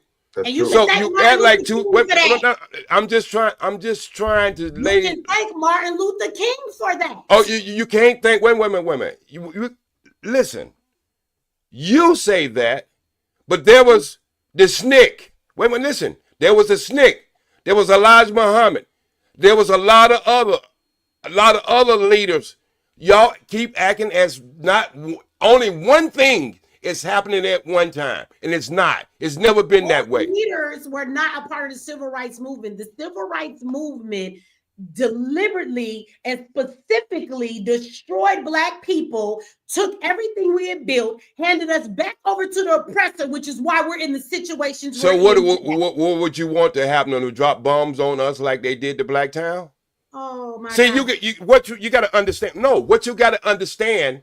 Black people has never had an army. Black people has never had an army since we've been here. And let me ask you a question. Black people has never, women, for the first thing you got to have in a nation, you got to have a way to protect your nation. And just all this word salad is not, women, word salad is not a military force. Women, word salad is not a military force. That's number one. One of the greatest things in any nation is the ability to protect that nation. And we was under the Nation of Islam does that. Brother. We protect women. Number one, we have protect women. Y'all actually protect predators more than you ever protect women. Okay, well you can say whatever. You can say whatever. That's why y'all embrace but you sit up here. But you sit up there. Women. You sit up there and make fights between two people who have made their transition, trying to make one better than the other. Because before I came up here, you was talking about how great Malcolm was different from Martin. You got to understand, and any male would tell you who know military would tell you you don't put all one thing in one basket. You got different levels. You can't run your car, ma'am, just because you put gas in it. You got to have spark plugs. You got to have a lot of other things to make that car run great. Talk to me about one aspect. Let's just. I'm talking about the aspect. I'm trying to show you how everything is connected. But you don't want. You already made up your mind. You already made up your mind. Regardless of what I say, you're not even gonna let it soak in. Brother, you have not refuted with any logic, any fact that I have just presented to you. With your white education, I probably haven't. But with my black mind, I have dismantled everything that you have said. You have not. So let's go. Listen to what I just said. Listen to what I just said. Y'all talking about how Martin Luther King, but y'all supposed to walk around with y'all hair straight. Y'all walk around with this blonde hair. Y'all walk around here with this insecurity about y'allself. But y'all want to talk about another man who did die. If he didn't die from bleeding us, regardless of where he led us, at least he was able to get up and stand for something. Was he perfect? You show me one human being is perfect, including yourself. Stood for Trump. You said my thing is I voted for Trump. Can we talk about that check he said we was going to pick up? Let me say shout out because I know. Hold on, brother. Wait a minute. Let me get some love to my chat. Shout out to Lisa for the $5. She said, "Don't forget King's father changed their name from Michael to Martin." Yes, he did. Who was a Lutheran preacher? Maybe that was on purpose. Faith, and shout out to you. Thank you for that super chat. And Faith, thank you for the super chat. Says Martin, the Lutheran King. So I wanted to thank them for that. And I want to say, brother, let's back up because this is actually the conversation I've been waiting for the whole entire time. Now, I would like to go back over this debate and I would like to actually debate. I don't feel that you answered any point that I actually brought up. And you brought up. You're dealing with your feelings. It seemed like to me, you said that we're insecure today. Stop dealing with your feelings. Start dealing with logic. Don't cut me off. I'm going to speak and then I'm going to let you speak. We're going to have a conversation, okay? Let's do that. Let's go backwards and let's not yell. Let's back it up and let's start over again. But you are asking me to do something you was doing to me the total time I was talking. Okay, but I just said let's back it up. I'm gonna because let's bump our brakes and let's move forward then. In a conversation, when you say so much, you get so far gone that a person doesn't have a chance to respond to what you're actually saying. So let's back it up once again. So again, you said that we're insecure and we care about all of this stuff. Who do you think was insecure more? Black people today or Martin Luther King, who got up when Black people owned all kind of stuff and told you that we needed to integrate with them? Now, let me say this and I'm going to let you respond, but respond just to this and then we'll keep going, okay? This is how you have a debate. So tell me, Why, if Dr. Claude Anderson, your personal friend, family from 1920 owned over 500 buses across the United States, mostly in the South, when y'all said y'all didn't have anything, why was it necessary for Martin Luther King and Rosa Parks to lie and say she got arrested on the front of a bus when that was actually the story of a little Black girl who was pregnant, but she wasn't a good look, so they didn't want to tell her story? But why did MLK feel the need? Was he insecure? Is that what it was? Because he wanted people to ride on the front of white buses? Why? When y'all had Black buses? Are you making a statement or are you asking a I'm question? asking you a question. Why? Wait. You ask usually destroy the Black bus system. Usually a question come in one sentence. You gave this No, whole thing, so you're already trying to defeat whatever I'm saying. This is what I say. I muted your mic for a moment. I said, I'm going to give you a chance to talk, but instead of answering me, you going off into a tangent. No, the fuck, a question doesn't come in one sentence. Who told you a question is one sentence? I was giving you my perspective, rounding up my thought, and then projecting it to you in a question.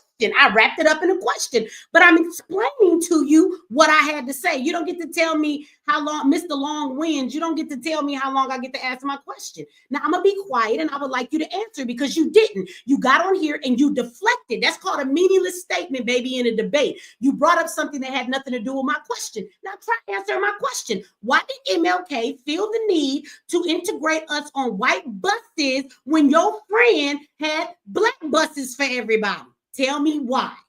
Why you got to gaslight me before I answer your question? Are you going to answer the question? No, I am going to answer the question, but why you? Do you know what gaslighting means, sir? Nobody gaslighting. I've been in, sweetie. I've been in this space for almost 15 years. Maybe you have never heard of me. I don't give a damn how. Okay, I've been in this space with the young people. I've been in this space with the young people.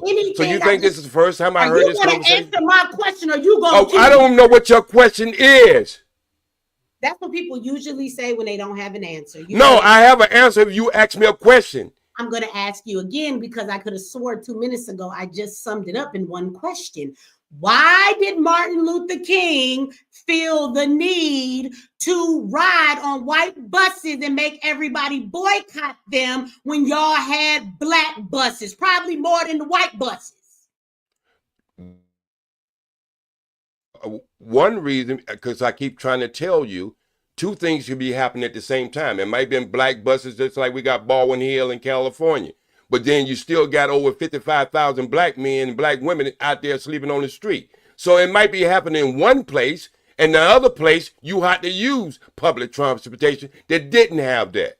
So if you really talk to Dr. Claude Anderson and stop taking his snippets and really talk to him and let him give you the whole perspective, maybe you can understand how this stuff categorically goes from one end from A to Z, versus us taking one little thing and hammering people across the head like that was the only thing going at the same time. Maybe there were places that you did have what you was talking about, but maybe there was places that only had public transportation. Are you done? That's your answer? I would like. That's my answer, ma'am. Okay, now I would like to rebut that answer. I actually did not watch a snippet. I've watched the whole interview, but YouTube will only let you play 30 seconds of anything from the Breakfast Club, or you will get a copyright strike. So that's what that's why I put the clip to the whole video for y'all to watch it. And what Dr. Claude Anderson actually said is that Black people started coming to them saying, we want to ride on white buses. Do you have white buses? They said, no, we don't have any white buses. They said, well, get some. These are his words. He said, and when they couldn't produce white buses because they was a Black bus company, it killed their business. But before that, they actually had buses. He didn't say they was destitute in certain areas and they couldn't get to them. They had buses all over this nation. That is what came out of his mouth. And he literally said that they came to them talking about, we want to ride on the front of white buses, when you could have got on a Black bus and rode in any seat you wanted to. And he said that the civil rights movement, he named Martin Luther King and Rosa Parks, and he said that destroyed his family's bus company that they had since 1920. Those were his words. Okay, so sister, let me ask you a question. Can I please? And I'm gonna end this conversation. I'm gonna leave y'all to do what y'all do. All right. Let me. No. I'm gonna leave to the fact of I'm gonna ask you something. Would you like to have Dr. Claude Anderson on your show? absolutely. I actually Okay. I Okay. We'll leave that at that. Wait a minute. Email. I don't need your help to do that. You act like you're the only person got connected. No, I'm actually was gonna see. Wait a minute.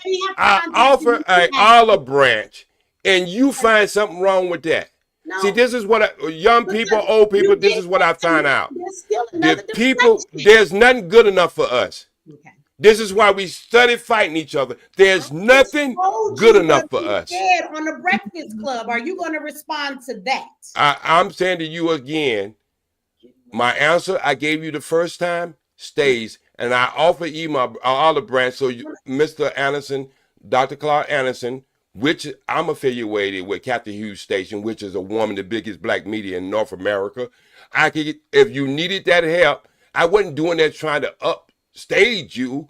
I did it because I thought you need to have an understanding. Dr. Claude Anderson wrote the first civil rights bill out of Florida. So if he was totally against it, why would he write a bill, a civil rights bill? Sister Mitchell, can you please ask somebody, ask him to tell us why Dr. Claude Anderson said that he didn't want to mess up the Biden campaign when Boyce Watkins asked him if he wanted to run and he would get all the black people on his side, and he said he didn't want to mess up the Biden campaign. Can we get an understanding on that? Sister, I don't know anything about that. I only speak on things I know about it, but I offer a branch, olive branch. I'm sorry, can I ask one question? To get the brother on this station. Because I live in North Carolina and I live near Charlotte. You're deflecting, though, brother. You deflecting. I'm talking about. I'm not deflecting anything. I'm just saying throughout my life, I know there's nothing good enough for us. And you will be able to prove that just from this conversation tonight. You'll be able to prove that just for this conversation. There's nothing good enough for us. You don't know. You don't even understand the Brown versus Board of Education. You don't even understand that bill. Black buses. So you don't understand because you don't know about the plastic. You like to talk a lot while I let you talk, and you don't never listen when nobody is talking to you. Now, because you always trying to talk down. It's not. I'm not talking down on nothing. I'm giving my opinion, and you ought to. No, your opinion can be part of you talking down to me. You speak, and you won't let me say nothing back. I have let you speak, and you will not even let me give what I have to say back to that. You asked me a question. Sister, I'm saying I asked you a question. You said no. Because you said no. Sister, you got to understand. Now, if y'all was no. If we were to build something that is black today, and then black folks came about, and some black folks said, "Well, we want to do this with white people. We don't want to do it with y'all." What would we say about them? What I'm saying right now is we do things, they steal it from us and sell it and repackage it and sell it back to us. My question. I'm asking your question. If if you listen, if you understand logic, if you understand logic, I'll answer your question. If they said, we like that y'all serve bean pies, but we want to buy bean pies from white people, and so then a black man came up and started to start this big movement that said we need to buy these bean pies from white people, and then they stopped buying them from y'all and started buying them for the white people, and then put y'all bean pie sales out of business. How would you? No, what we do, we see. This is what I'm saying is you're making two different things, apples and oranges. Wait a minute. You think? Wait a minute. Let me ask you a question. You think we turned down some? You talking about doing things with white people? You think that white people that didn't try to finance the Nation of Islam? You're missing the point. You're missing the point. You're missing the point. We live in a universe, sister. I'm asking about Get it? Look, and you probably do your DNA test. You probably find out you got more white than you want to ever admit to. So what I'm saying is, we live in a universe. Them tests is live. I have a question. I'm sorry. I live in Winston-Salem, and the things that she's saying is correct. And the reason why they started the bus company was because we weren't able to ride the buses. So that's why they started the company in the beginning, because that's one of the reasons why they started the company. Okay, and we had our own cab company as well. The reason why the company went out of business was because black people wanted to ride on white buses when our buses were fine. I'm from North Carolina. So my thing is if you need if you need something, look, if you fall out in the middle of the street and you need somebody to come and do some compression on your chest, do you give a fuck if it's a white person, black person, or whatever kind of person? It has a lot to do with this conversation. What I'm trying to say is, y'all think we live in a community, or we live in a community in our head, and that's our culture that's really have fucked us up in this country. So let you realize. Yes, it has. It has. Look at our culture. Look at our culture. Look at it. Look at it. Look at it. At least at one time, even you had some Bibles. There's no spirituality and nothing. We just want to blame everybody. We want to blame everybody. The only thing you control in life is how you react to it. And you're going to learn that, my sister. The only thing you control in life is the way you react to it. That's the only thing you control in life. All this other stuff, you haven't mentioned SNCC not one time. It was happening at the same time when Martin Luther King was there. It's funny that you have ignored everybody that I haven't ignored anything. I'm just trying. You haven't acknowledged any of that. Everything that somebody says. You can say whatever you want to say. Ignored it and I used to be just like you. I used to be a baby. I hated Christians. I hated Christians. That's what you've been doing. I hated Christians. But you know what I found out? If it wasn't for some Christianity in our community, we wouldn't have had people like Harriet Tubman. We wouldn't have had people like Marcus Garvey. We wouldn't have had a lot of people in our life we have walked and stepped on that. Now we have made it to the mountaintop, and you think you know everything. You think you know everything. And this is why the white man keep winning, because we keep killing. Because it was not a finished product. Do you not understand it was not a finished product? That means that you're supposed to pick it up, shape it the way you wanted to shape it, and move forward. We keep act as if it's a finished.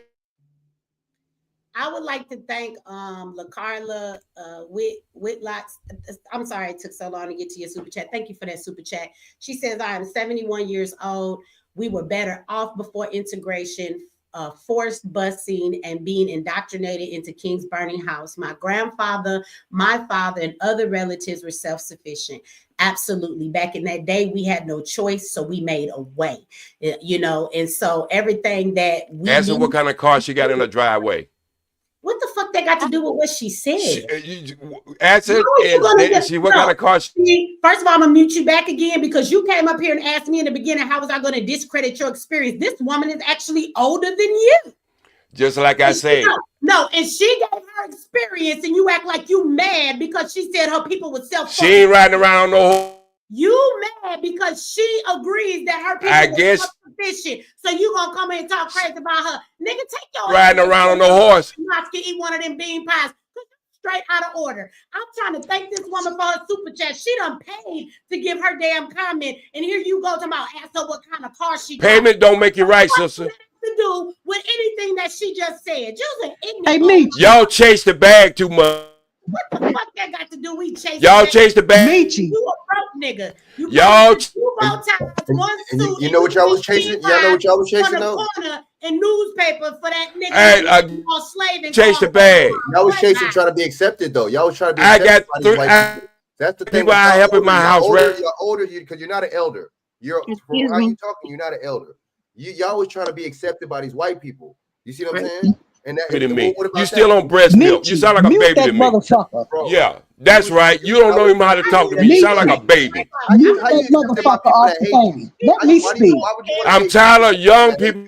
Can you ask me this question, brother? Why would you want to be blaming over people for your problem? We just had a 71-year-old woman say you just disrespected her and she older than you, nigga.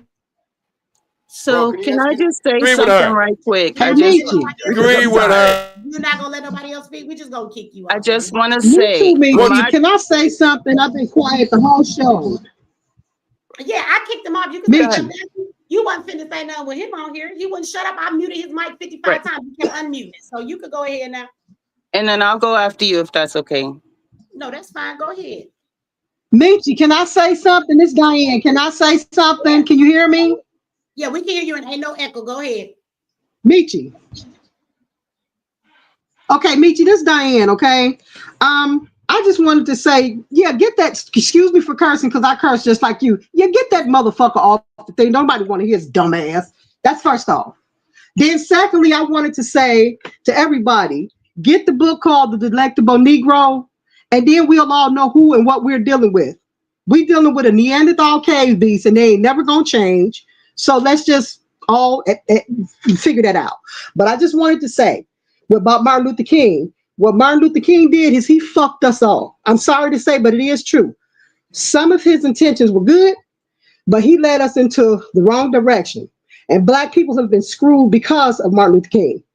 We fought, and by the time he fully realized what he was doing, and he was being used by these white Neanderthal cave beasts, it was too late.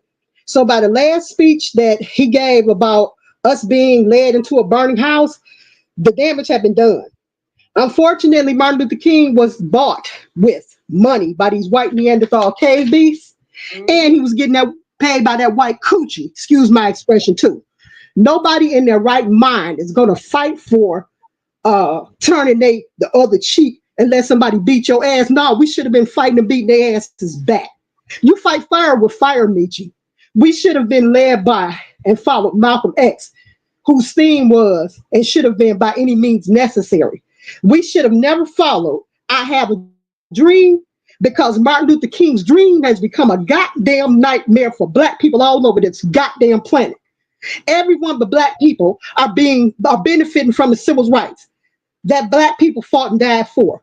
And for the number one group benefiting from civil rights is that minority called a white woman. Now tell me I'm lying. Now I'm 65 years old and I lived up the street from the 6th Street Baptist Church. I remember that day clearly. I think I was like 4 years old. I remember the fire trucks, police cars, the news cameras. That was the first time I ever seen a man cry. And I started crying as a kid because, you know, men aren't supposed to cry. I didn't know what was going on. Black women being carried because they fainted. People just, it was chaos. So we still dealing with the same animal that we've been dealing with since they came on the face of this planet, what, 6,000 years ago? They the new kids on the block, not us. They the ones was feeding our babies the alligators and doing all kind of horrible, ungodly things to our people, and they still doing it. Now they letting their white police kill us all up. It's time for us Black people to stand together, be together, and stop with this bullshit. Our enemy is these fucking white people. Excuse my language, because I don't want to disrespect your show, but I'm sick of this shit. And I don't mean to get emotional. And that guy that was on here running his mouth like you say, Mr. Bean Pie, shut the fuck up, because what has the Muslims done for anybody but Muslims? Let's get it together. Let's be real. Let's fight whatever we got. Even if it means we all die, at least we'll all die. We be at peace. We won't be up under this bullshit no more. Let's fight. Sorry, Michi and everybody. Greetings, family. Thank you, sis. No problem. Go ahead. Oh, yeah. I would just want to say, I just had this conversation with my granny. My granny is 85 years old. She says she marched with Martin Luther King Jr., and that's one of her most proud accomplishments. So I asked her, what were they marching for? And she said they wanted to prove to white people that they can be accepted. She said Martin Luther King Jr. and that whole team, they helped build the Resurrection Center in Brooklyn, New York, or what have you. He helped her get a job. And the job that she was in, she said she worked with the Black people and the white people were the majority. They called her buckwheat every day to the point where they didn't know her name. They paid her less than the white counterparts, which was absolutely true. She left her family and community in order to integrate because they wanted to prove a point. She said she had no benefits of what she actually did. And at the age of 85, she's now living in the hood in the projects, which she came from a great community from what she explained to me. However, what she also said was there were two types of Black people then. It was Black people and Black trash. So when the older gentleman was saying that one thing was going on at the same time of the other, absolutely. There were Black people thriving and there were Black trash. The trash integrated with the regular Black people along with the integration of the whole Martin Luther King Jr. movement, and there was no separation anywhere. I mean, I'm saying that to say that at the age of 85, she has nothing to accomplish besides the picture in her house that of Obama, MLK, Black Jesus, Oprah Winfrey. And that picture is bigger than even the kids on her walls and all of her grandkids. In her mind, she said their only purpose was to prove a point that they can absolutely get along with the white folks, even if that meant she had to tolerate ignorance and disrespect in the workplace and calling them out, people calling her out her name and degrading her. And I asked her, well, what was why? If you were fine, right? You're telling me you didn't come from the black trash side. You weren't a slave when she was born in the 30s. What was the benefit? What did you get out of it? Because when that tore her down and her traumas, which I'm learning that a lot of the older generation, they're trauma bonding. My mom became a crack whore because of the decisions that my granny made. Instead of her putting her in the trash, where some black people need to be black trash, she absolutely tolerated it in the name of the Lord and all the other things that they fought for, the inclusions of it. To hear an 85-year-old that I'm supposed to look up to tell me that they did everything wrong for no reason, for no purpose, for no building. They forgot to fight. They forgot that they still had a fight to have. And now she's fighting now in her community because she has now turned from the black person to the black trash that she hated so much.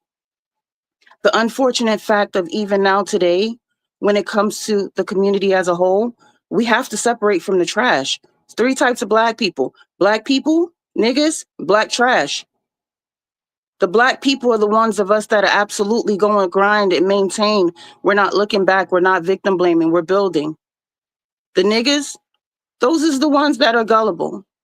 And then the trash needs to be in the trash. Every other race of people have trash, except for black people. And I'm saying that because until we start separating and throwing our trash out, they look at all of us as if we're the same. Some of us are not the same as the others. The trash sold out. The rest of it didn't. I didn't get anything to learn from my granny. I had to build on my own. 5 generations of us, and nobody had a start in life. Nobody knew where to start because they were torn away. And the separation is real. What the elder gentleman was absolutely saying was real. But what he didn't realize is that the trash was fighting separately than the black people that were building. And going forward, like I throw out my trash. I don't care who it is. Family, friends, kids, whoever. I think that's the problem our community is having now. Like, Right. I would say MLK was trash in that sense.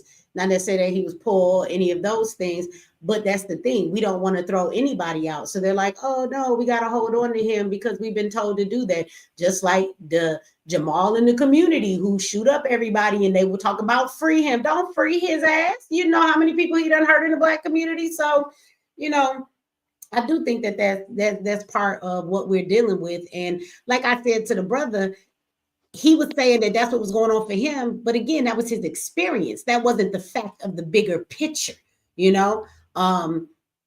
So, I mean, exactly. We got this brother in here in the super chat. Shout out to you, all gas no brace. He says, don't forget about Millionaires Row in Detroit. We were not destitute before civil rights. And I keep saying that because my family is from Detroit. Okay. All of my family in Detroit owned their homes. They were not in a bad situation. My mother was 5 years old when MLK got shot and people started rioting. Okay. All of my family owned their homes. My grandmother is the oldest of all of her brothers and sisters, her siblings. There is 10 of them, okay? And they all had their own stuff. My grandfather owned his own business. During the riots, he had to put black owned on the window so they knew not to tear his stuff up. But blacks was not destitute in Detroit back in the 1950s? Absolutely not. They had flowers in their front yard. They was thriving. They had cars. Then they grew up and it became Motown and all of that. Like, it became trash when we integrated and gave the oppressor the opportunity to tell us how to live and control everything that we had. That's when it became a problem, right? So again, like I said, the brother never wanted to answer my question, but if we had black buses, see, this is a simple question. If we had black buses, we had a lot of them. They were all over the place, even in the South. Why would you be fucking fighting to be on white people's buses? And you just said it, because they wanted to prove that they could be a part of what white people was doing. I've always said that. Why are you fighting to go drink from the white man's water fountain? Why do you want to sit down at their restaurant and make them serve you? Do you really think you just got a burger with some lettuce and tomato? Why would you want to make these people serve you? That's crazy. I don't never want to force nobody to feed me. Right. And if I can say one more thing, like, I don't think people realize that the KKK, remember you had a show and you said, you know, those little kids and those pictures of black people hanging and stuff like that, they're grown now. Mm-hmm. They're in the offices now. They're in positions to make laws against us now.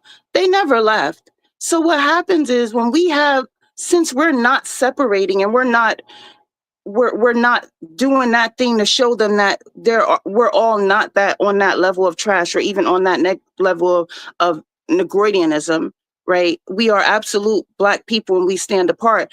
They are absolutely laughing at us. As an example, I'm in the DMV and I'm watching white people and Hispanic people. They're going through their Instagram, they're going through their TikTok, they laughing at all of the black people videos of, you know, black trash doing stupid stuff. Do you know every video they came across with white people and Hispanic people, they deleted the video. They flagged the video. Like, it was just, they weren't allowing that on their timelines. So there's so many different things that hasn't been done, and the quiet part is not said out loud. And they're all laughing at us because they're in those positions where they can destroy us still, right? While simultaneously laughing at us because we can't get it together. And then I'll say one last thing because I'm really sleepy, and just to say I appreciate you and everything that you do. And keep going, because there's us fighting silent wars to protect our black men in ways that people never understand, because our black men are absolute endangered species right now. But I'll say one more thing. I was in the post office and this illegal immigrant, he says to me, because of the color of my skin, we have equality. But he also said, if it wasn't for the black people getting their ass whipped, we wouldn't be able to come over here and benefit from the laws that y'all have. So I hope the Democrat stays in office so I can bring the rest of my family here. Yeah. And my reply to him was, I'm turning you in. I want your mother gone. If you brought a squirrel over here, I want the squirrel gone too. Because in those countries, just like you said, they're teaching them to hate us when they get here. They're teaching them to stay away from us. We don't have the allies, except for if we separate from the rest that look like us, but are not like us. So I wish everybody well. Black men, you are an endangered species. And to the black women that may be listening, we outnumber our black men 10-1. Put your arms around him and start protecting him. Stop screaming that you're the least protected. You are not. My son is. Your son is. Because we, as the women, we do have a little bit more leverage. They listen to us. They don't listen to our black men. Protect that black man so he can thrive and protect us in the future. Thank you so much. Appreciate you. Have a good night. Thank you for coming out. Peace, sis. Damn, she was spitting. You know, I just let me shout out to these people that have given super chats, because I'm kind of behind on that. And then we can continue this conversation, hear from some of the people who ain't got to speak yet. There's some brothers up here. Y'all just been sitting and listening. We want to hear from y'all. I want to say shout out to Tish and Rose. Shout out to you, Rose and Tish. Thank you for them cash apps. Rose, that's my middle name. Shout out to Rose, y'all. Peace. Peace, Michi, can you hear me? Yeah, I can hear you. Hold on 1 second, brother. Give me 1 second. Let me No, shout no, out. no. Hold up. I ain't mean to cut the sister off. You got something you want to say? Okay. All right. Yeah, give me 1 second. No, wait a minute. Give me 1 second, brother. Hold on 1 second. My higher self, I want to thank you for the super chat. She says, thanks for all you do, Michi. We did our thing back then and will again. Keep going. We right here with you. Thank you very much. I want to thank you for that super chat. And it makes me sad all that we had accomplished back then. Let me just make sure I don't got no more super chats. I want to shout these people out in case they get up out of here because we might be here for a while. That's the point of the super chat, for their message to be seen. So I want to make sure that I give them that opportunity, y'all. Let's see.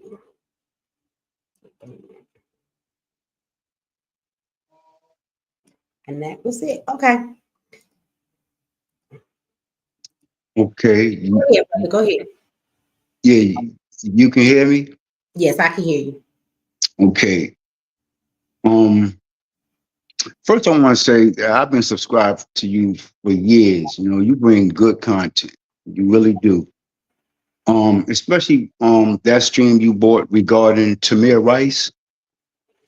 You the only content creator on YouTube that mirrored my same feelings with that situation. If I'm not mistaken, you cried, and I cried as well. Yeah. Now before I speak on the great Martin Luther King, would you mind we have a 10-second moment of silence? Is that all right? Sure.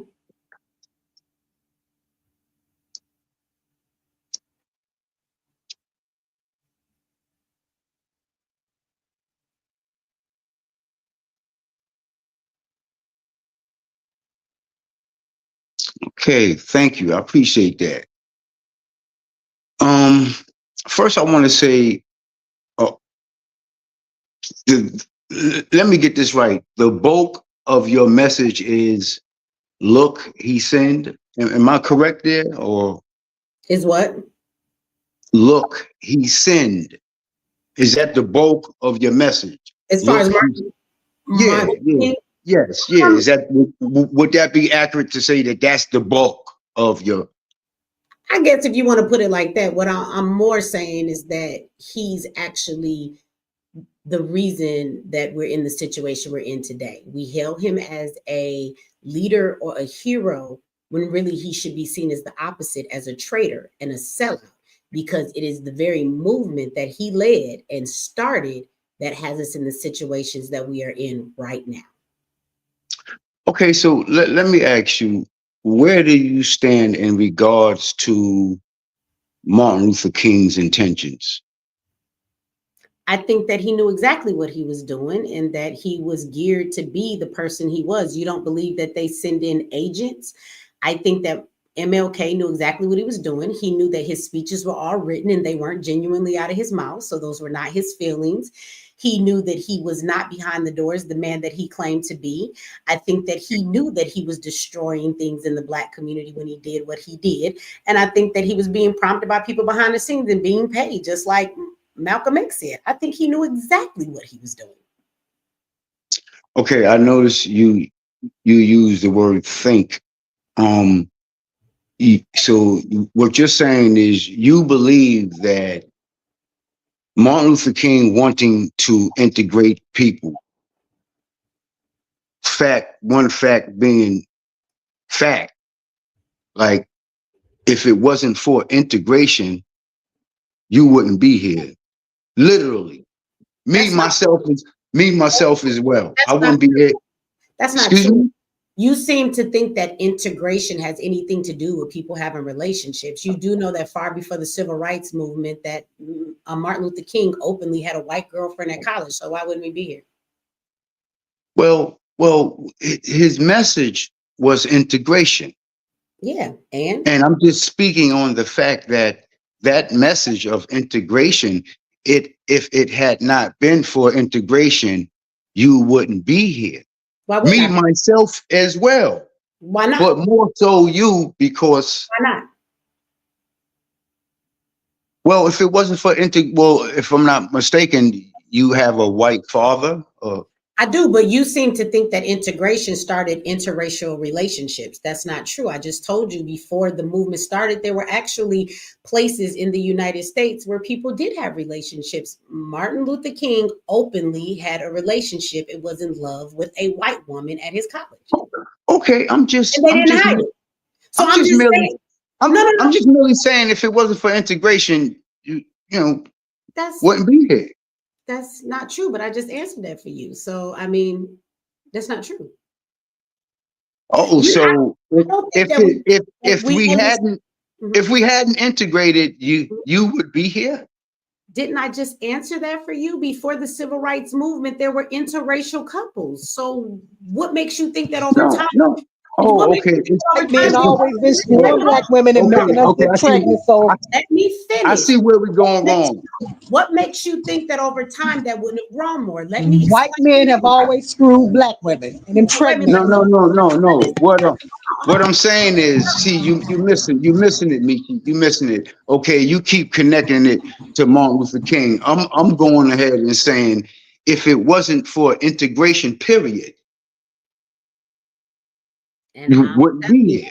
I'm saying it on that level. That's actually not true. I just answered. Wow. Now I'm gonna really listen more. No, because what you're implying is that the civil rights movement and integration is what allowed people of different races to date. I'm telling you. No. So then what are you saying? No, I'm just saying, I'm saying integration, period, is why you are able to sit up there on your panel. That's not integration, true. period. Not because of the civil rights movement. But you just because integration came into reality is why you're here. I think that you have a false understanding of segregation and integration. Will you allow me to explain it to you? Sure. Okay. So when we talk about segregation, you actually see segregation very much today. The Jewish are segregated, the Asians are segregated, the Hispanics are segregated, but they are segregated by choice, which means that they build their communities, they spend their dollars with each other, they have their own hospitals, they have their own way of dealing and getting their politicians in the house. Do you know Jewish people have their own police force, but they only police Jewish people. They don't protect or deal with anybody else. So at the end of the day, everybody is very much segregated today. And then they come out, they do intermingle. They do have interracial relationships. They go to work with people. They deal with other folks. So segregation does not mean that you never intermingle with other people. What it means is the core of what you do, you build within your own community all of the necessities and the things that you need. So there's still segregation today. Black people are the only group and race of people today that are segregated not by our own choice and our own situations and our own choosing and our own building. We are segregated by the hand of the oppressor because Martin Luther King handed us back over to them. Now, if you go back to before the civil rights movement, we were segregated. We were segregated just like everybody that's segregated today. We had our own communities. We had our own schools. We had our own municipalities, our own stores, our own businesses. We had our own mechanics. We paid our people. They had jobs with us. You see that they had the bus system. They had better schooling even. Not only were we segregated, but our educational system was better than even the white people. We had more buses than the white people. So my question would be, today, if we never had the civil rights movement, doesn't mean we wouldn't intermingle with other people or even have other relationships with other people. What it would mean is that we would have our own community, we would have our own shit, and we would actually have power instead of being inferior, because the one thing that gives you power is the building and economical wealth, which Black people had way more than they have today that MLK destroyed. Now, does that answer your question of the difference of the two? It has nothing to do with my mom being with a white person or anybody Black being with an opposite race of a different person. That's actually not integration, nor them staying apart being segregation. That actually has nothing to do with what true segregation nor integration is. We're the only group of people integrated today in 2025, the only people. Yeah, all right. I'm gonna just get and leave that aspect of it alone. But what I will go back to is, So no, let's not go back, brother. Why don't you want to address what I said? You don't have a response for well, now my response is still the same. That's why I'm gonna leave it alone. My response will still be, if it had not been for integration, you wouldn't be sitting up there now. So I'm I wouldn't stuck be on that. So instead of just going back and forth, I'd rather just I move just forward. said that. How is it that I wouldn't be here? So you explain to me in detail what you just meant. Why would I not be here if it wasn't for integration? Break that down like I'm a fifth grader. Explain Well, to me. well, well, if it wasn't for the blacks mixing with the whites, that right there. So you're suggesting that integration is what made biracial relationships come about? But they existed before the civil rights. So how is that effective? No, forget about mentioning the civil rights. If But it that's when not had, if integration it, came about. well, let me say this. Are you aware that there was a time of no integration? Are you aware of that? Yeah, it was before the civil rights movement. Okay. And I just Okay. No, explained to you what no, that's like. no integration, no integration was taking place.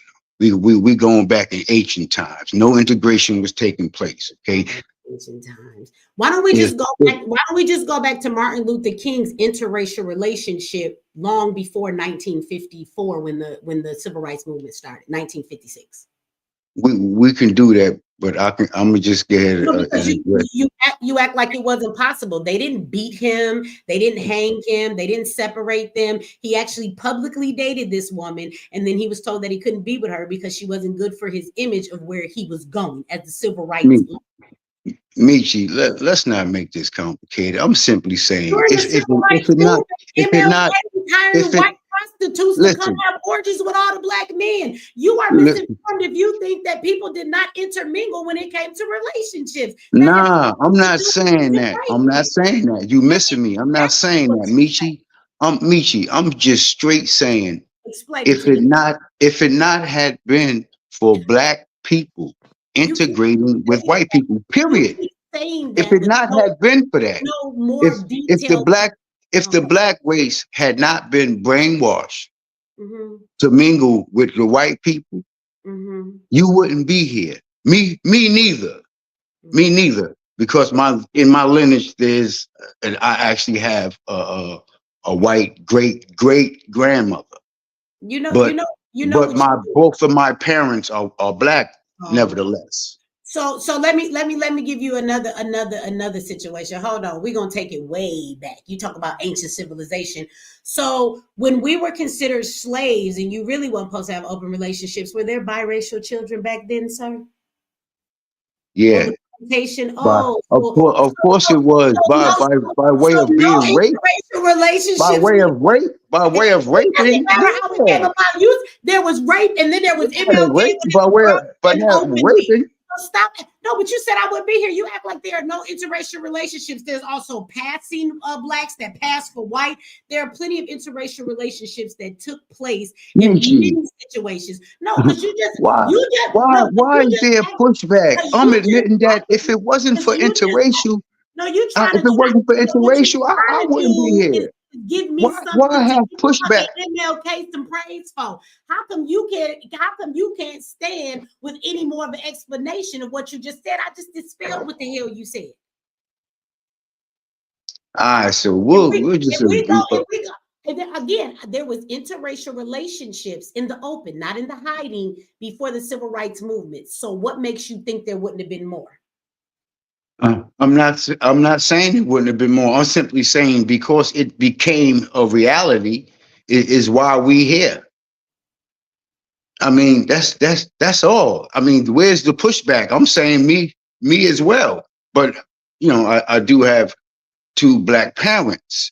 So when it comes to a person that has a white parent and a black parent, you would think that in regards to Martin Luther King's message, that there would be some level of respect because of that. You I sound crazy. So now I believe that Martin Luther I'm King, supposed to give his Martin Luther intentions King was noble. respect I for believe my birth. You his sound intentions was hell noble. older than you. How old are One, you? the bus. How old are Can I you finish? with Can I this please point finish? you making? Can I please finish? You The can finish bus. if you're gonna say something other than the same shit you've been repeating for 20 minutes that don't The, go no further with a fucking explanation.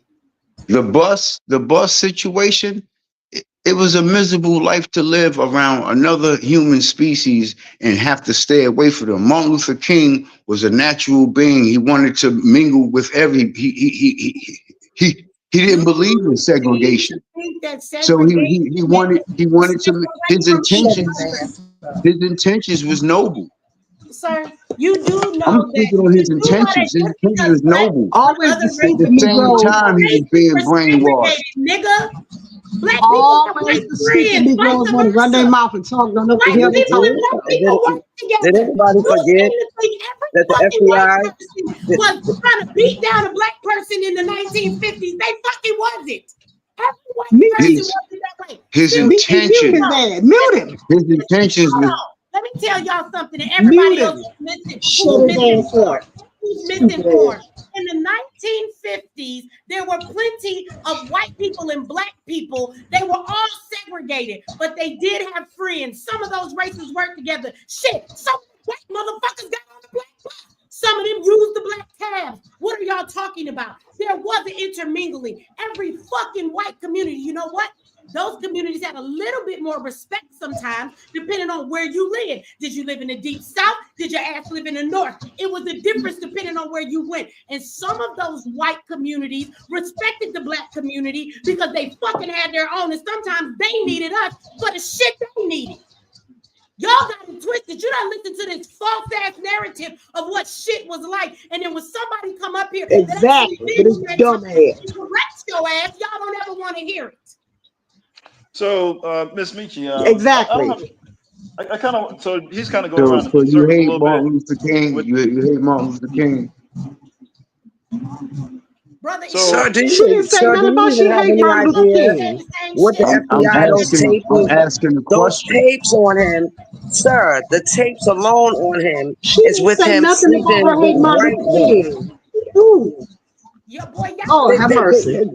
So so, his being integrated was not about integrating us into anything better. He wanted to be integrated into being able to continue his affairs with white women. That's really what that was.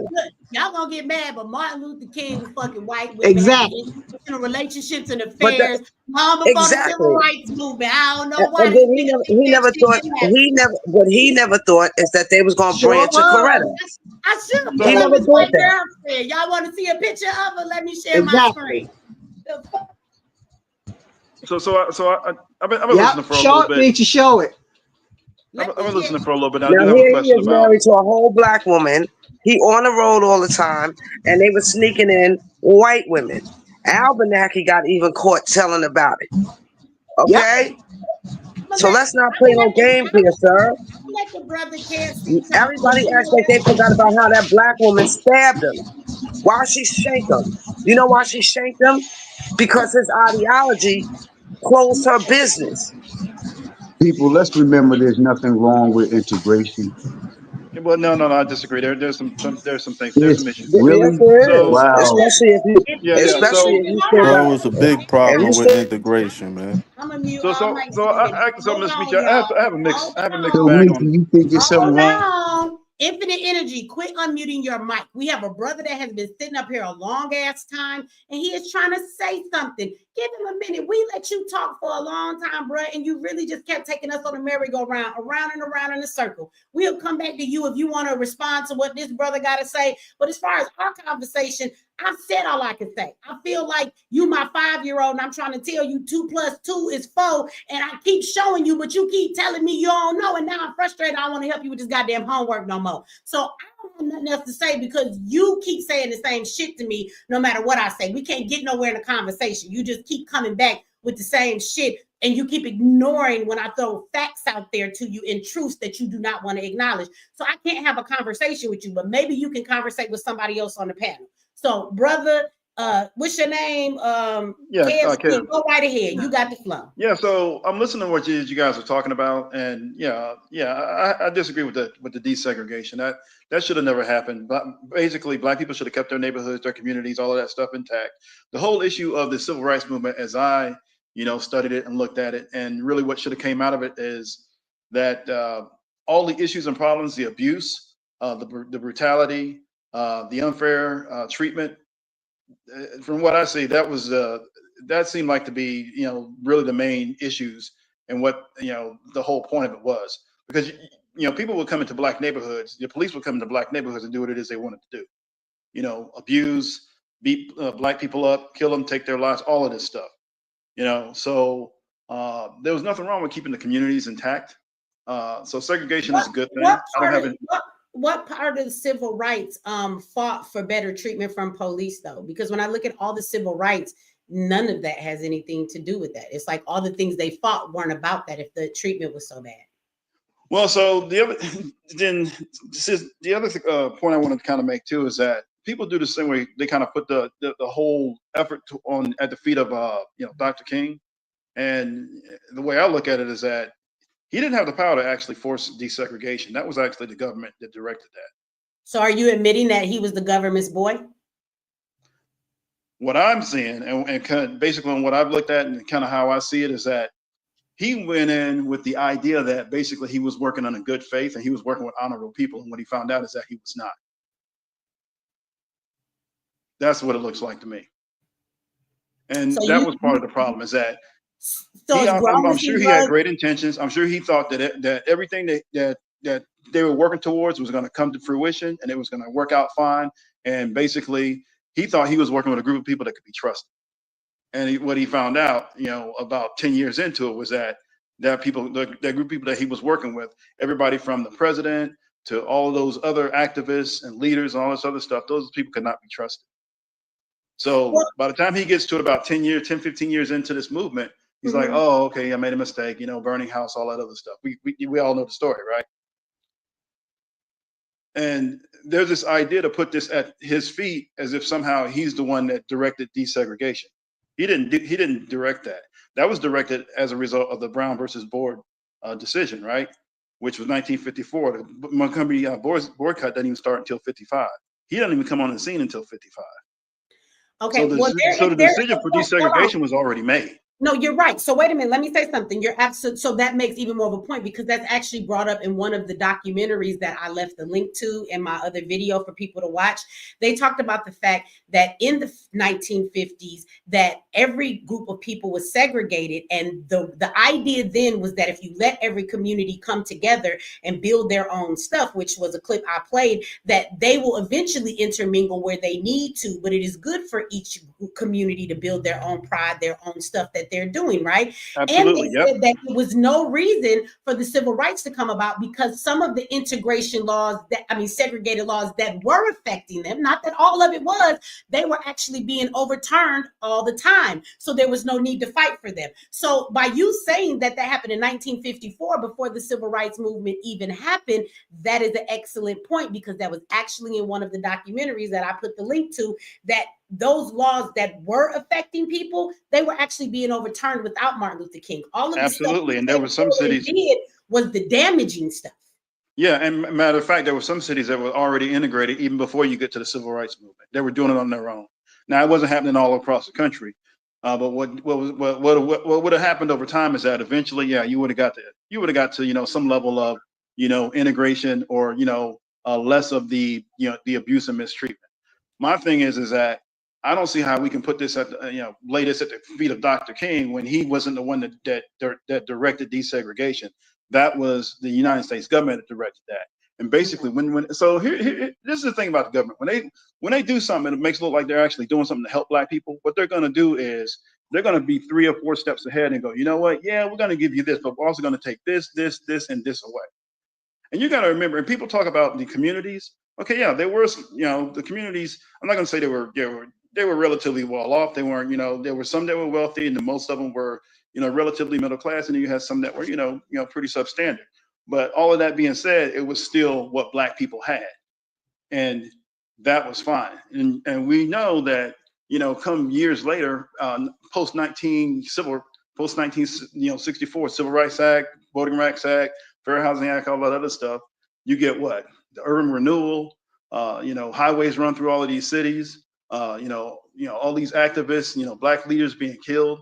Like the whole point was to actually get rid of and break up the black community, which is why we have a lot of the situations that we have today. Now, I'm not saying that that's the only, issues and problems, and that black people don't have to shoulder some of the blame for that. But what I can't get past is all the intentional effort by the United States government to actually finish off what black people were doing and progressing on their own.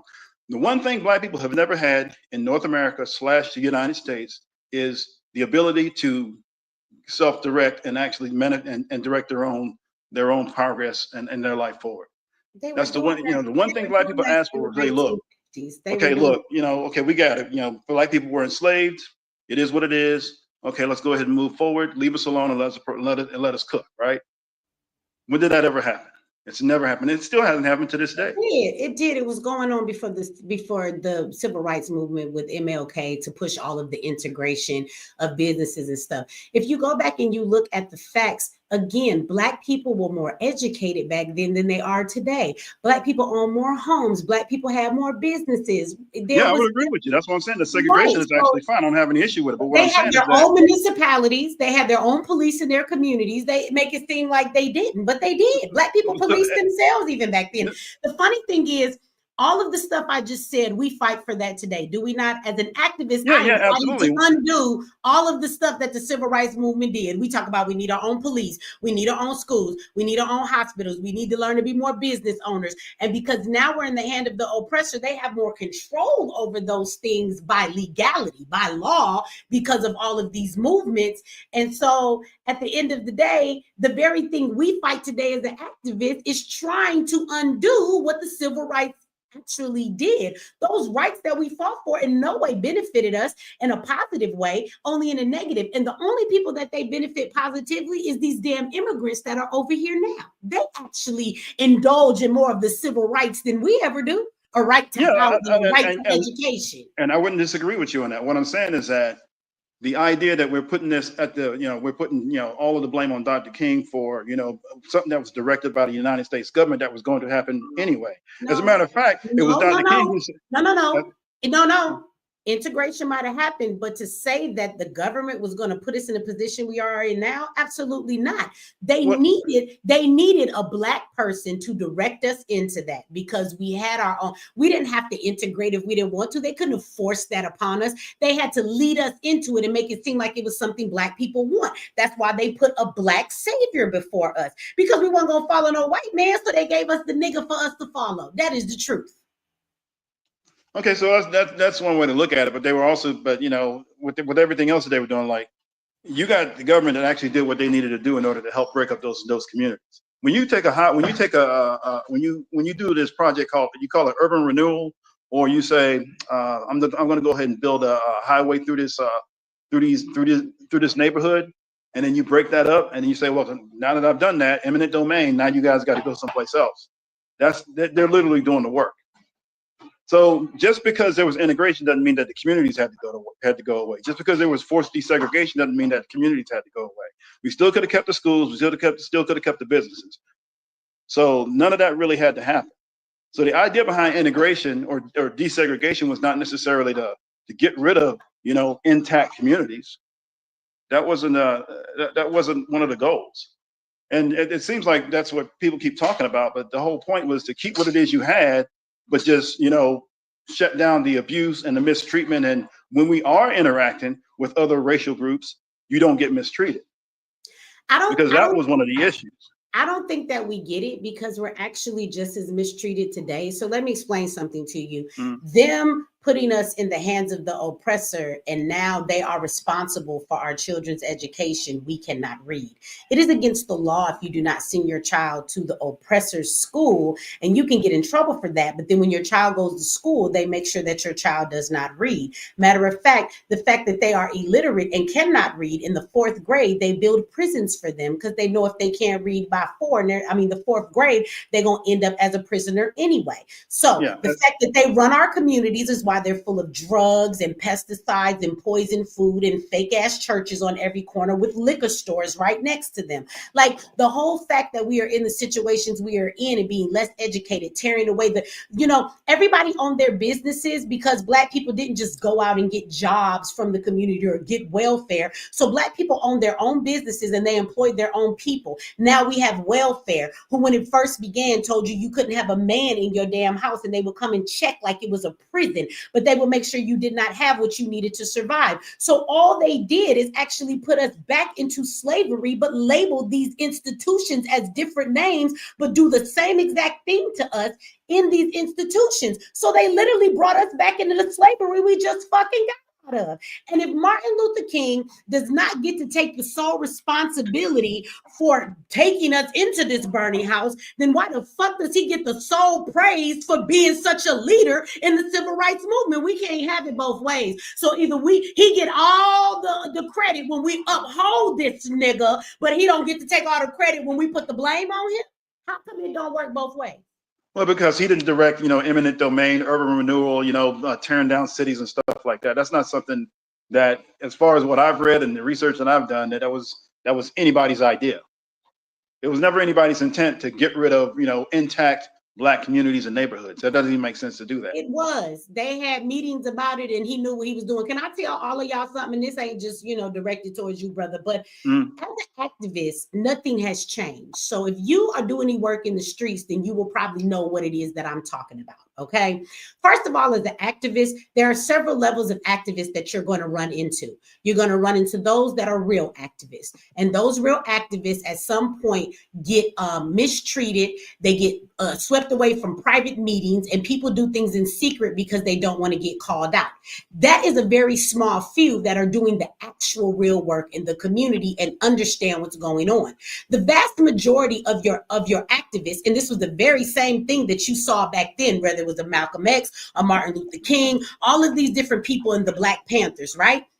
So at the end of the day, what happens is you have a vast majority of activists who actually are sellouts. And what they do is they take money, they take support behind the scenes from people who can put them in front of the camera, who will put them on the front of the newspaper, who will make sure that the news talks to them. They will make sure they get the seat at the goddamn podium. They will put them in front of you. And most of these activists have been bred, like Tamika Mallory, who was motherfucking bred to do what she did. And then why is it that she's a nobody? And then all of a sudden there's a Black issue that happens and the world is watching and they place her in front of a podium and give her just the right speech to speak because she was trained for that. All of those activists are not on our side. They know exactly what the fuck they're doing. They know that they are a damn sellout. They were bred to do what they're doing, and they know that they play these games. And all of them are Democrats, and all of them are usually motherfuckers who will play this kumbaya. We gotta love everybody, and that's how they allow all of them into the movement. You remember Tamika Mallory was standing up there talking about women's rights. Then they kicked her Black ass out after she gave them all of that love because what they do is they co-opt your movement and they take it from you. A lot of these people are sellouts. The NAACP don't work for us. Black Lives Matter has never worked for us, and neither has Tamika Mallory. You can start naming a whole lot of them. So what I'm telling you is that in the activist community today, I'm going to tell you that there are plenty of activists who take a check to sell us out. They know exactly what the hell they're doing. They know what they're expected to do because the people that are pulling their strings and paying them money are the same people putting them in front of folks, writing their damn speeches and everything else. And I want you to know that nothing has changed. The same thing was happening back in 1950. So Martin Luther King knew exactly what he was doing. This is why the fuck Malcolm X called him a sellout time and time again on TV. And he said he was being bought by the white man. And that was true. That still happens today. And let me tell you something. Yeah, you're absolutely right. That is true. And so you're right. I did come across that.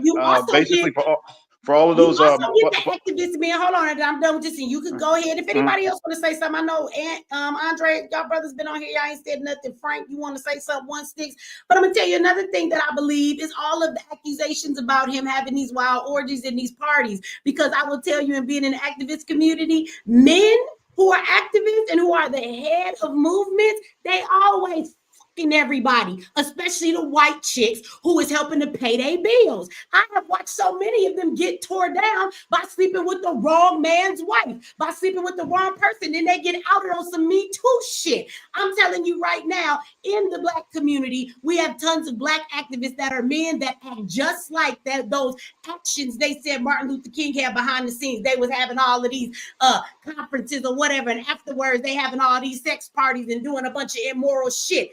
That still happens today. So I want Amen. Okay, yeah. So I agree with you as you were talking about. You had organizations or basically handlers. I'll just call them handlers, paying off these organizations to kind of do stuff and to kind of go in the direction they wanted them to go. That being said, I actually do remember Dr. King making this statement in 1959 about public accommodations as far as desegregation wasn't so much of an issue, but he actually did say he did not want, he did not want to desegregate the schools because of what was going on at the time and how whites felt about Black people at that time.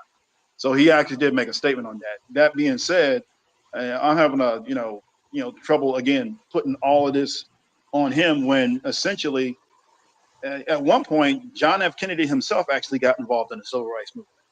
How often? There's only 2 times that I can think of in the entire history of the United States or North America where a president actually intervened and got involved in a Black social movement. One was during the Civil War, President Lincoln, and the other one was during the 1950s, 1960s civil rights movement, and that was John F. Kennedy, and that was it. Any other time they stay out of it. Now, if a president gets involved, that means something is going on behind the scenes. And you're right, he was doing some manipulation and there was some money being funded to those organizations to get them to go in the direction they wanted them to go. Matter of fact, the March on Washington in 1963 doesn't happen unless it goes the way JFK wanted it to go, which is that's pretty much that whole civil disobedience. We're going to hold hands. We're going to walk down the street. We're going to give speeches, and that was it. Before that was happening, and maybe, and you might be aware of this, there was going to be a major protest that had nothing to do with JFK, Dr. King, any of those organizations, any of the quote unquote civil rights organizations. It was essentially the Black Grassroots that was going to go to Washington, D.C. and actually hold their own march. And it really wasn't going to be a march, it was going to be a protest. And because of that, that's why JFK got involved, and that's where all of that money gets funneled into those organizations to make it go in the direction they wanted it to go.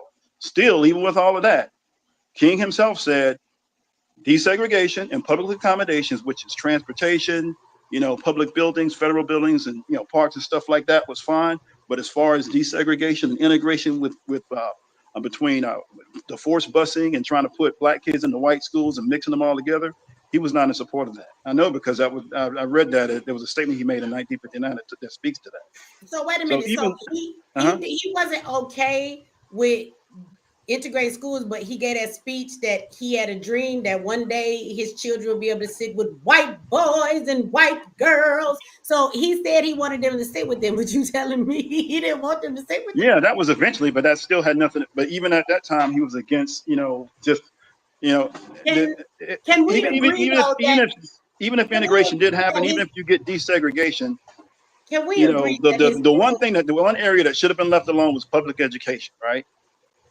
That would have been the one area that should have been left alone and actually keeping those neighborhoods and communities intact. And what I'm saying is that I can't sit here and dismiss the fact that you had government, literally at the state, local and federal level, at the city level saying, look, we're going to take over these communities, and what we're going to do is we're going to run highways through them. We're going to call it urban renewal so that way we can actually not only destroy these communities and break them up. What was happening during Martin Luther King time, though? They took us over before they did all of that. Well, urban renewal wasn't actually a thing, though, right? Did that happen or not? I'm not understanding what any of that has to do with the civil rights movement, though, and at the time, what was going on with MLK. Well, if you destroy what's left of the communities, integrate and you make all of these laws, then it's a lot easier for you to then come in and start regulating to those integrated people who said, we will come underneath your reign. We want to be governed by you. We want to vote in your goddamn elections. We want to have all of these rights. Now they get to govern over you. So what happened first? The governing. And that that's what I'm saying. That came through the means of the civil rights movement. So are you going to give MLK, as much as we give him praise, are you going to give him any credit for putting us in the situation we're in, or are we just going to keep giving him here's what I got Ms. Beach, here's what I got to criticize. And a lot of people don't like to do this, but But I've had this conversation before with other people, and I said, look, my criticism would be, to me, it looks like he went in operating on good faith, and that basically the people that he was working What with makes you on the think other that? Because he was the Bullshit. Well, I'm just saying, hold on. What makes you think that he went in on good faith? How can you state that? well, because I don't know anything otherwise. I mean, there's nothing to indicate otherwise. I mean, because here's the other thing you guys are saying. You're saying you guys are talking about parties and women and all this other stuff. The mere And fact that the only thing I would say to that is the this. Here's changing what of I would his say. name, Here's what I would the say about all the changing of parties his and the, name. I get all that, but here's what I would say about the parties and the women and all this other stuff. I would like to see videos, audio, and documents and everything else that supports all of that stuff, because you know you can just say So let me anything and ask you just this make up a whole question. bunch of stuff. Did you click Anybody can on do that. any of the 5 links that I left in my last video? Because you talk about you want to see videos and documentation. There are tons of people that are stating the things that I said. Like, I didn't imagine this stuff or make any of these things I'm up. not really trying to hear what people are saying. I want to see like the unaltered, unedited videos of Dr. King doing all of this. No, that's your easy way to give it Because, out. So now, because so from 1950, there's supposed to be videos like niggas had cell phones walking around catching. You know, you're never going to get videos of any of that kind of stuff. So that's why your way wouldn't we? Because he was getting spied on all the time. He was getting spied on all the time. He had wiretaps, video. He was followed everywhere. Well, come back and have this conversation in 45 days, because when the records and all of the files are released on Martin Luther King, we'll look at it again. But what none of y'all better not come up here and tell me is, oh, that's a lie. They just saying that to make him look bad. Because even if the papers come out and prove he was bought by the government, he was their boy, he knew what he was doing, y'all still gonna say it's a lie. No. Y'all gonna say that's the white man. We ain't gonna believe them documents. So like, no. I like to believe if there's primary source documents, videos, and audio that actually points to all that tells me is that everybody was crooked. Okay, so all it tells me that he was crooked, and so was everybody else that was involved in it, and to include the United States government. That's all that means. We're going to let some of the other brothers on here talk after this, but I want to say this. There's already some documents that have been released from the government about Martin Luther King, and those documents, I put 2 of them up on the screen. So let me tell you what those documents said. Those documents said that MLK was a stupid nigga and he did not know how to talk like he was supposed to. So all of his speeches were written for him. And whenever he would speak on his own, they would get upset because it didn't come out like they wanted it to come out. Now that sounds like somebody who's being bought and being told what to do. The next thing that came out is that there were wiretaps and everything on him, and that there was also ministers who came out that were Black people. And his conduct was that when he would have conferences or he would do certain things, that after hours behind the scenes, that he would get in a room with a bunch of other dirty Negroes and some white people, and they would hire white prostitutes, and then they would have sex and have them do what they call unnatural things. There was actually one white prostitute who said she didn't want to do those things, and he said, well, we're going to have to teach her so she know what she's supposed to be doing. Sound like some Diddy shit if you ask me. They said he used a lot of drugs and everything else. So that's what's come out so far, and that's been out for a very long time, but everybody dismiss that. So are we going to dismiss the rest of the paperwork when it comes out? So all I'm saying is that when all of that stuff comes out, audio, video, records and everything else, all that means is that somebody put up rainbows. They said it was gay activity going on too. I just want to throw that out. All that means is that he was crooked, and so was everybody else, and that includes the United States government. So that doesn't really change my mind on that. The government been crooked. So if he in with the government, he damn sure crooked, because they've always been that way. They got Martin Luther King because they're crooked, and they needed to put a nigga in front of us. So they got him and dressed him up real nice. They told him what to say. They told him how to act. They put this persona on him. They changed his name. They said, you can't have that white girlfriend now because it don't look good for where we're trying to send you, bro. You got to look like you Black empowerment for this Black community, so they'll see you're a good Black man. You got to host some Black families, sir. We're not going to talk about the baby you had outside your marriage, right? We want them to think you wholesome, nigga. And so they sat him in front of us so that we would follow him. You think in 1956 we was gonna follow a white man? No, they needed a nigga. No, I agree with you on that. Yeah, definitely wasn't gonna do it. So they asses went and got Martin. Okay, so when all this stuff comes out, then all I'm saying is just everybody's crooked all the way around, and that just goes back to my original point, is that they knew what they were doing when they started it to make sure that, you know, by the time you get to the end of this quote unquote desegregation period, that you have a disrupted, a broken, separated, you know, community that doesn't have what it had when it started off. So that was the plan from the beginning. That's all I'm saying. We can thank Martin Luther King for that. All right, brother. I thank you. Andre, you just been sitting up there with your camera on every now and then. We get a little smirk out of you. I see you down there. Why you ain't saying nothing? What you want to say, brother? Yeah, no, I wanted to say first that it's a pleasure and an honor to even, you know, speak to you. Well, thank you. Thank you for coming up here to share your opinion with us. I appreciate that. Yeah, I definitely I disagree as far as the Dr. King. He's not my favorite black leader, nothing like that, but he's definitely I studied him more than I studied anybody else. It's only because there's so many, it's just so many more books about him, and I read so many books on him, did so much research on him, and I got a lot of respect for King. And you know, as far as you know, the whole integration thing, you know, one thing I wanna let you know, and everybody else that's listening and watching, is that, you know, I would put it on the NAACP, because what people need to understand is that the whole you know, formation, the whole reason why that organization was established was for integration. That was the initial movement, integration movement. It was started from the liberal, you know, the white liberals and and different black liberals as well. That when they started the NAACP, they did that with the intentions to integrate. So as somebody, the last dude who was talking, like he said, they started the integration process a little bit. I mean, even before the school desegregation, they integrated the United States military, and what was that? That was in 1948, and even before that, a lot of people don't understand that football actually was the first institution in America to integrate. Football officially integrated in 1946. And so then you got baseball right after that. Then right after that, you got the United States military. Then right after that, you got the school, the public school. And after that, you got the whole 60s and everything that happened with that. But let me ask you, brother, can you agree though, when you talk about those things becoming integrated?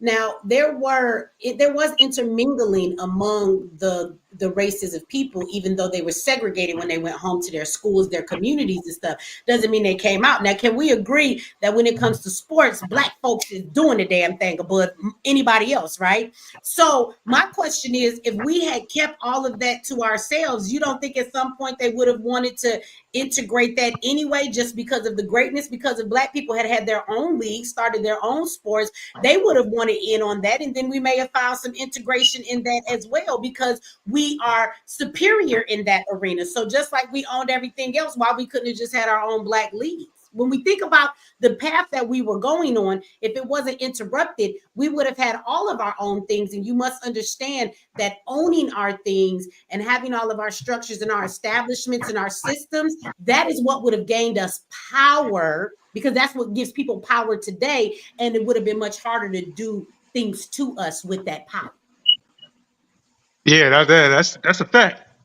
What I have to go back to is the fact that it was the black middle class that's really responsible for integration. It wasn't, you know, it wasn't, you know, the majority of black people really didn't care about integration. That was something about the black middle class. That was their thing. But getting back to what I was saying about King, he's not the, when they killed King, when the federal government killed King, they killed him over the Poor People's Campaign that he didn't get a chance to finish. That was about redistribution of the wealth. And they also killed him after he had decided to collaborate with Malcolm X. They had, when King was killed, when Malcolm X was killed, he was killed because he was going to sue the federal government. He was going to go to the United Nations to hold the federal government accountable. So they killed him for that, but they killed King for the Poor People's Campaign. You don't think that Elijah Muhammad had Malcolm X killed? Yeah, Actually, no. I want to say there was. I can't say. We ain't talking to you right now. You wait a minute. No, because So as it relates to Malcolm X, actually, so you guys know about the lawsuit, that implicates the NYPD, the CIA, not the CIA, the FBI, We and coming back some to other you, Andre. I'm government glad. agencies, right? So really, the Nation of Islam wasn't. There was some speculation they might have been involved because of there was some they had disagreements, but No, they were not to the, definitely involved. So let's be clear. One thing I want to bring up to everybody that's on here and the men, like I love y'all, black men. I love y'all. Okay. All right. But I want to say to y'all, stop dismissing stuff where it's at. When you talk to me about the government killing Malcolm, right? And then we talk about Martin being in front of people and the government did all of this. So when they do these things, stop discounting the fact that they go and get niggas to do it for them, because definitely a black man shot. Yep. So at the end of the day, we do know the government will go get niggas who are willing to sell us out to do their dirty deeds. So let's stop acting like that does not happen, okay? Because if we acknowledge that, then maybe we can acknowledge that Martin Luther King was actually bought, because you don't get to blame it on the government. Even if the government did kill Malcolm X, you do not get to dismiss the fact that they got Negroes to do it. Yep. Yeah, that's a fact. But still, that's a fact. Well, yeah, that's all. There's always going to be, like somebody black involved. But so what are they? What are they? There's only two reasons you would do something like that. Either you're selling out, or somebody has leverage over you to coerce you to do it, right? So if you can admit that the government got black people to kill Malcolm X because that was the government, yeah, absolutely. Why is it so hard for you to believe that the government went and got Martin Luther King to destroy the black community? Hello. Exactly. Just say touche. Exactly. King was responsible. No. Look, if the documents just got declassified in 15 days, in a couple, a few weeks, we're all gonna know, right?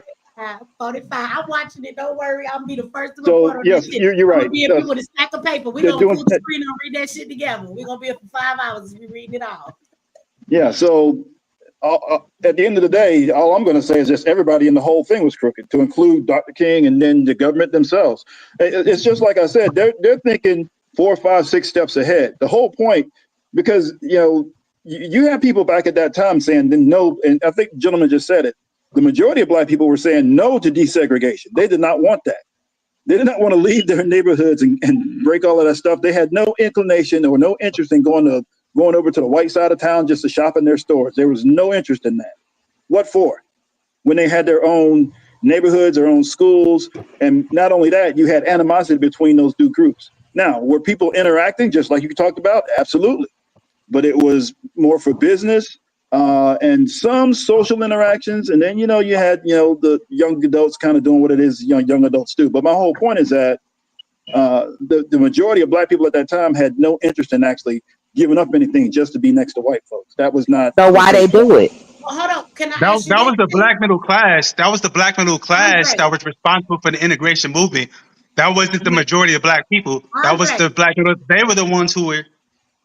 Well, let me ask you a question, Andre, because you studied him. So in studying him, did you find out that the civil rights movement and MLK actually was targeting the young people and the youth and the college students the most, and it actually kind of pissed off some of the other black people because they felt like, why are you taking our youth to go out to the streets and be water hosed and bit up by dogs? So a lot of black people were actually offended that was his target, was actually the young black community.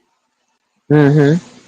Yeah, I know about that. He was using the college. It was the college students. It was mostly the HBCU. It was some college kids from the white school. Oh, you mean the historically all black for real college back then? Now we integrated and you go there and it's white students and white professors? Yes. You mean that college? I just want to check and be sure that's the one you're talking about. I'm talking about the college students. I'm talking about the college students in general on both sides. Black schools and the white schools. I'm being funny. I just want to bring up the point that those colleges were actually black for real back then, and they not today. Yeah, well, they're not today, but back then they were. And I'm just trying to say that he was using the college students as a mentor type of thing. That's the only reason why he was using the college students. And another thing why did they follow Martin Luther King? Mentoring? Was it fraternities or mentoring? Which one now? Was he in it for I'm saying fraternity? mentor. It was mentors. He was mentoring them Masonic to aspect? Or do the two. And as far as integration, I want to make that part. The point of integration, it was just about giving people that what King didn't like was the unfairness of the segregate of the whole idea of segregation. It wasn't about sitting next to white kids or being next to white people. King didn't care about that. No. That just he said that because it sounded good. But that wasn't what his whole thing when he integrated the schools, when he was part of that, that was just to give black people access to, because their schools is better financed. Their schools, that was it. They had better equipment. They had more. That's what he was trying to give. It was now. It was. No. We were better Well. educated in our own schools back then. So why did they follow King? We were. That was because we had black teachers, and that was the part that they messed up on. Yeah, we That was the part that they messed up. Now look, Andre, you got to remember this. After slavery happened, who do you think created all of the inventions? Who do you think did all of the housework? Like black folks didn't just pick cotton. So at the end of the day, when we talk about black schooling now, you're talking about people who are really what we would call today engineers, scientists, people who have made inventions. So they actually had all the knowledge. How many of you know that the first affirmative action about giving a motherfucker a job was for white people because they couldn't get any job because they had no skills? Black people had all the skills. So of course their knowledge and education was much better. And they were actually highly educated more than even the white counterparts at that time. So I just want us to keep a real perspective of this. I know that we have been conditioned to think a certain thing, you know, like I had somebody in my comment section tell me, well, in the South, we had a bunch of kids packed in one raggedy room. No, facts say that black kids were more educated than white kids back then. And it makes sense because we were the ones that built everything. So if you put a term to it, they were scientists, they were engineers, they were technicians. They built everything. They were the gunsmiths. They built the shit that tilled the things. They did the lights. They did every damn thing. They created cookware to make these foods in and make shit better. Like they did all of this stuff. The white people, when they were going to plantation, made them do everything from iron clothes to sew the clothes, to take care of the kids, to cook the food, to create inventions. Who would be creating inventions? The people that do all of the work. They created inventions because it made work easier and they could get more done in a short amount of time. Slaves created those things. So I want you to think about the people that were educating our children. They were much more educated than white people because up until that point, all they had ever done was tell people what to do. They had never done anything to get the knowledge that the slaves had to obtain to do the work.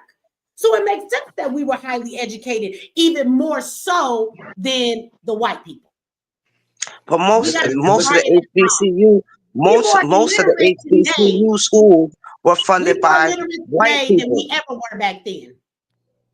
Most of the HBCU schools, to get started, they took money from white people to get started.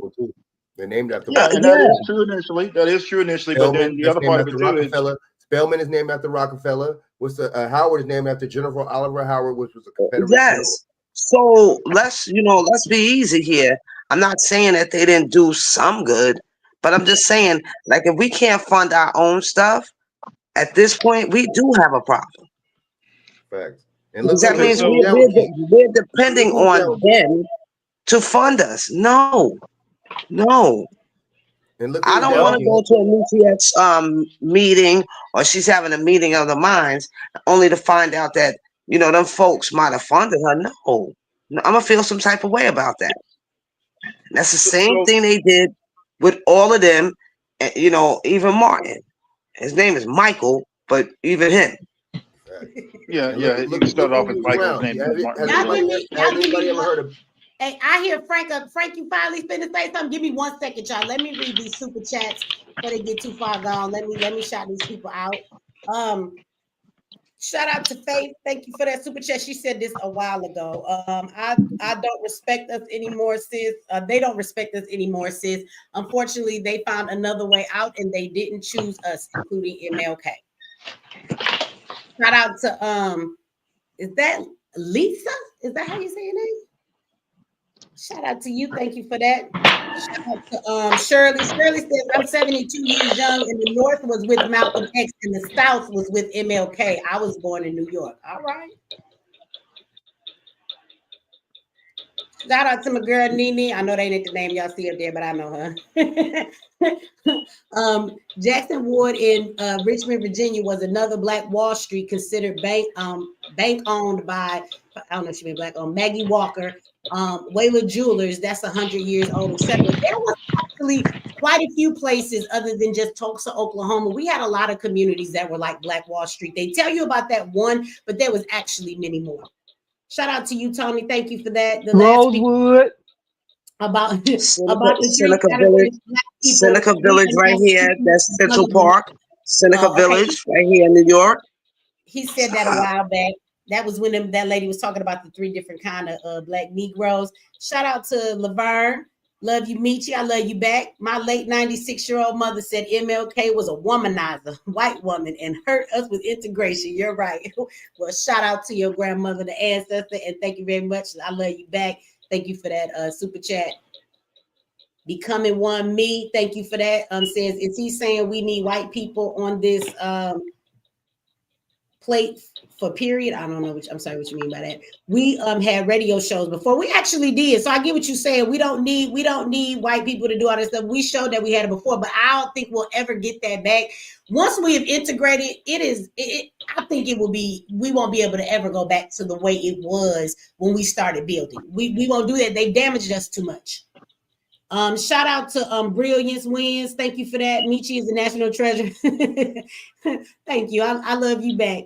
I love how you deliver facts, but also add in some dark humor. Yeah, they say I got dark humor. I guess I do. I wish you was my auntie. Stay safe and dangerous. I could be your auntie. I'm your internet auntie. Just come in here and say, hey, what's up, Auntie Michi? Shout out to Martin. He keeps saying the whole government is crooked, like the exonerates the bootlicks that were willing participants that misled our people. Absolutely. Like I said, we already got past that. These is old, but let me tell you something. Again, the government is crooked, but when it comes to Black people, I think we should already know by now, they will go and grab other Black people. That's how they reach us. They don't sit a white person in front of you.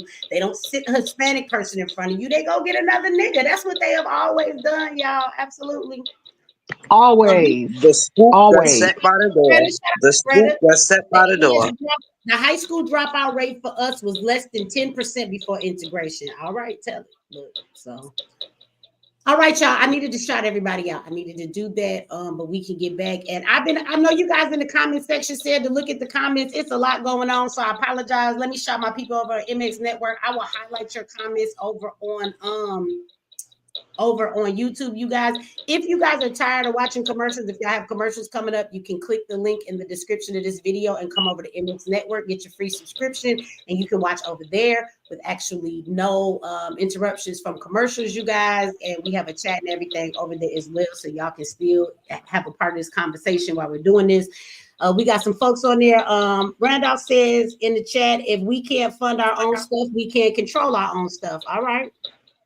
Not all of them. Some of them were built by the students. They talking about the schools. These are more recent comments. Everybody used their talents to build the schools back then. That's what Tawana telling us to do.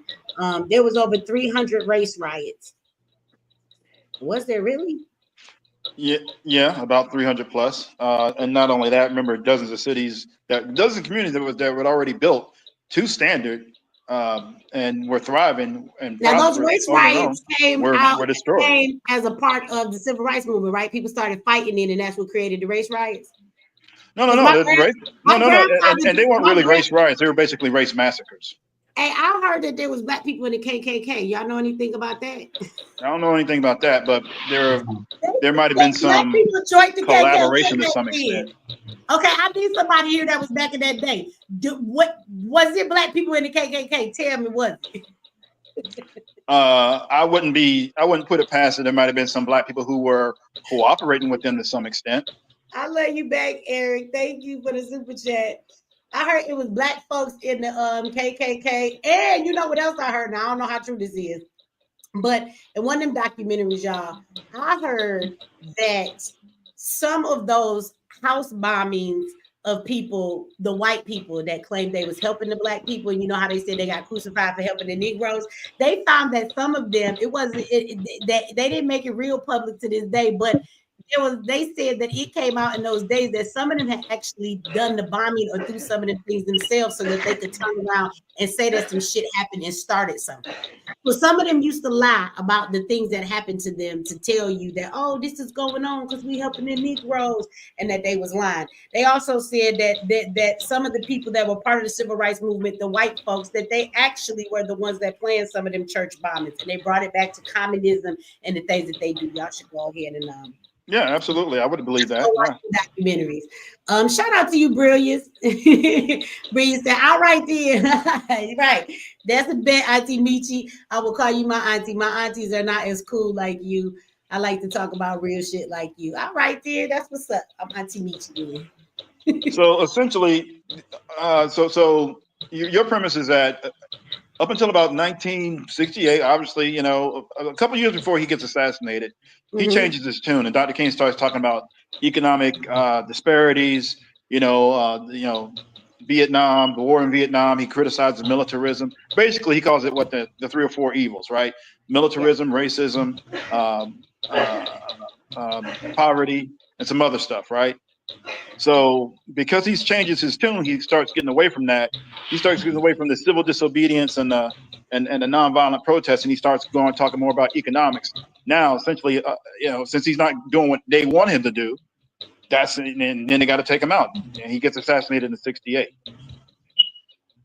That was really So why he was killed. once he was no longer useful, now he's gone. Now they got to take him out, and he starts doing things on his own and starts going away from it. Okay, for example, because you got to remember, he wasn't Dr. King in his day he was also getting criticism from black people too. Okay, look at the people. Not just Malcolm X. There were other black people who were criticizing him, specifically younger black people, and that's how you get to the Black Power movement, right?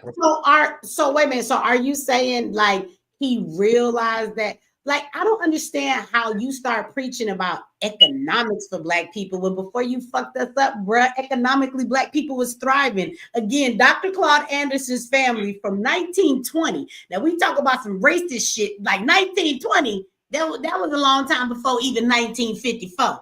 They had all of these buses and had a bus system from 1954. He said in 1967 it was over, and all of that it crashed because business went down because of the civil rights movement and integration, and them all begging to want to get on those white buses. So how do you, in your movement, purposely crash all of these systems of black economics and then cry about we need some economics? Seemed like a setup. You took our own economics we had built for ourselves so you could fucking cry about how they owe us something now? We didn't need that. So I don't know. Do anybody want to talk to me about the oxymoronicness in that? You took away our economics where we were thriving and growing just to fucking come back later and complain about it and say they owe us something? You took this shit from us, nigga. But now you want to beg the government for reparations? Well, until we get those documents, and until we get all it, and we don't even know how many documents we're going to get in the next 50 days or so, right? We don't need no documents to know for a fact that the civil rights movement tore down. Again, like I tried to ask the other brother, y'all got to quit avoiding this question. If it was a known fact that there was a bus company that was thriving all over this nation, and they were in the South where everybody says it's the most racist, they had over 500 buses and they had black cab companies. Why would Martin Luther King, you're going to tell me he was so ignorant he didn't know that was going on back then? And then he comes and says, let's boycott, let's walk, let's fight to get on white buses. You didn't know, nigga, that was going to take away the finances of people riding the black buses. And when they don't ride the black bus, if that takes away their money, doesn't that mean that it would hurt their business? So, like, I don't understand without documents being exposed or none of that. To me, that's just common sense. If you knew this was already there, why would you participate in trying to move all of the black customers to white buses? Why? Right. So See, but here's the deal to me. So there was a big fight between Malcolm and Martin, and Martin came to Detroit to test out his "I Have a Dream" speech before he did it in DC, and I was there. And I was at the one in DC too. And I was in Detroit when the riot started. Malcolm was on Black economics. Martin was on civil rights. I don't know when this move for him that you guys are talking about, that he came about and he wanted to talk about now economics. That came way after, or that was like before. 66, 67. No, it wasn't 66. I can guarantee It was 65. He was, it was 65. It was 65 because it was in 65 is when he first took a tour through the North. Before that, he was strictly in the South, and that's why he was focused on desegregation. He didn't focus. He didn't think about poverty. This guy was there. He's got first person. Let's go ahead. The reason he came to Detroit is because in Detroit, my mother went to high school, grew up in the same neighborhood as Betty Shabazz. All right. I know a little bit about what was going on there. I was there for the riots, right? We didn't have integration there. She went to Northern High School on Woodward. And Michi, I hear you're from Detroit, so you should know Northern High School, baby. All right. So Martin came because we had stuff going on. My grandfather controlled the North End for the numbers. And that bank gave out a lot of money to other Black business people. We tend to hold on to somebody and want a Black savior instead of going out there and doing it ourselves, right? And so now we're looking for another Black savior to come along. I heard you, Michi, on Martin Luther King Day. You were on fire about what was going on there. I don't know that he destroyed it, but we sure prop him up as the savior, and he doesn't need to be the savior because we didn't need that stuff, especially in a town like Detroit. We had a whole lot going on, and I can tell you that my grandfather gave money to some people that I am not going to name because their names are too big and people would know it. But I know a whole lot about what was going on, and Martin was not on an economic tip. It was Malcolm that was on the economic tip. And yes, you can ask Malcolm's daughters who they think was behind his assassination. And it was Elijah Muhammad. You can ask Betty Shabazz when she was alive, and she would have told you that. That's all I have to say. You guys got me riled up about you want to question about. That's all right, brother. That's that Detroit, and you let it out. Shit, I was there. The troops were right down the alley from my grandmother when the riots were there. I saw the shit go up in flames. Mm-hmm. My grandma told me about that. My mother was 5, and she just remembers being scared because they was rioting everywhere. And they told me how my grandfather had to put a Black owned sign inside of his window, and he'd even stood out there with his gun because we scream about having right to bear arms, like Black people. My grandfather had a gun, and he stood out there and make sure you wasn't finna come and tear up his business. He had an upholstery and furniture business that he had for many, many, many years that probably just closed down. Oh God, maybe 15 years ago.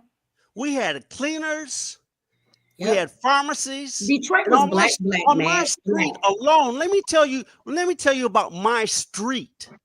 There was a Black psychologist, a whole lot of factory workers, a Black principal. The Four Tops was around the corner. I grew up 2 or 3 blocks from Marvin Gaye. The Temptations were there. My mama met just about everybody in Motown. I hear all them stories. My granddaddy used to date one of the chicks in the Supreme. So anyway, I'm not going to go any further, but it was Malcolm that Martin then tried to emulate because he saw he was going in the wrong direction, and he saw that Malcolm was going in the right direction.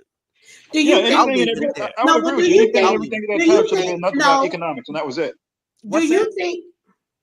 Do you think that he tried to steal that style a little bit because they realized that people weren't any longer going for his I have a dream bullshit and people were paying more attention to Malcolm?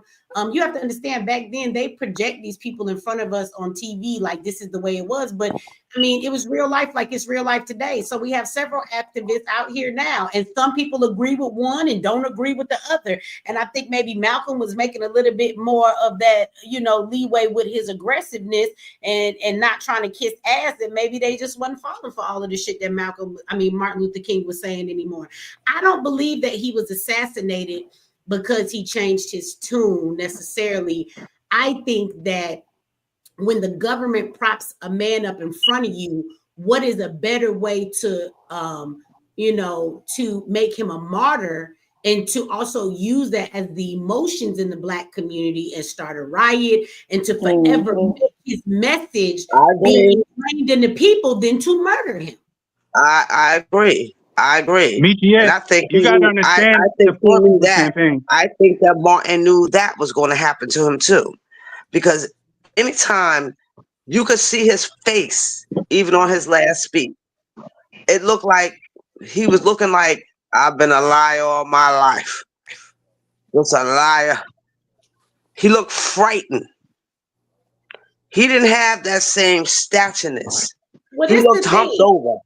He didn't write none of his speeches, sis. So what I'm saying is, it didn't even matter. But the man looked frightened. No. So feel me this. He didn't write any of those speeches. So if his change in speech wasn't part of the plan, who the fuck wrote his last speeches?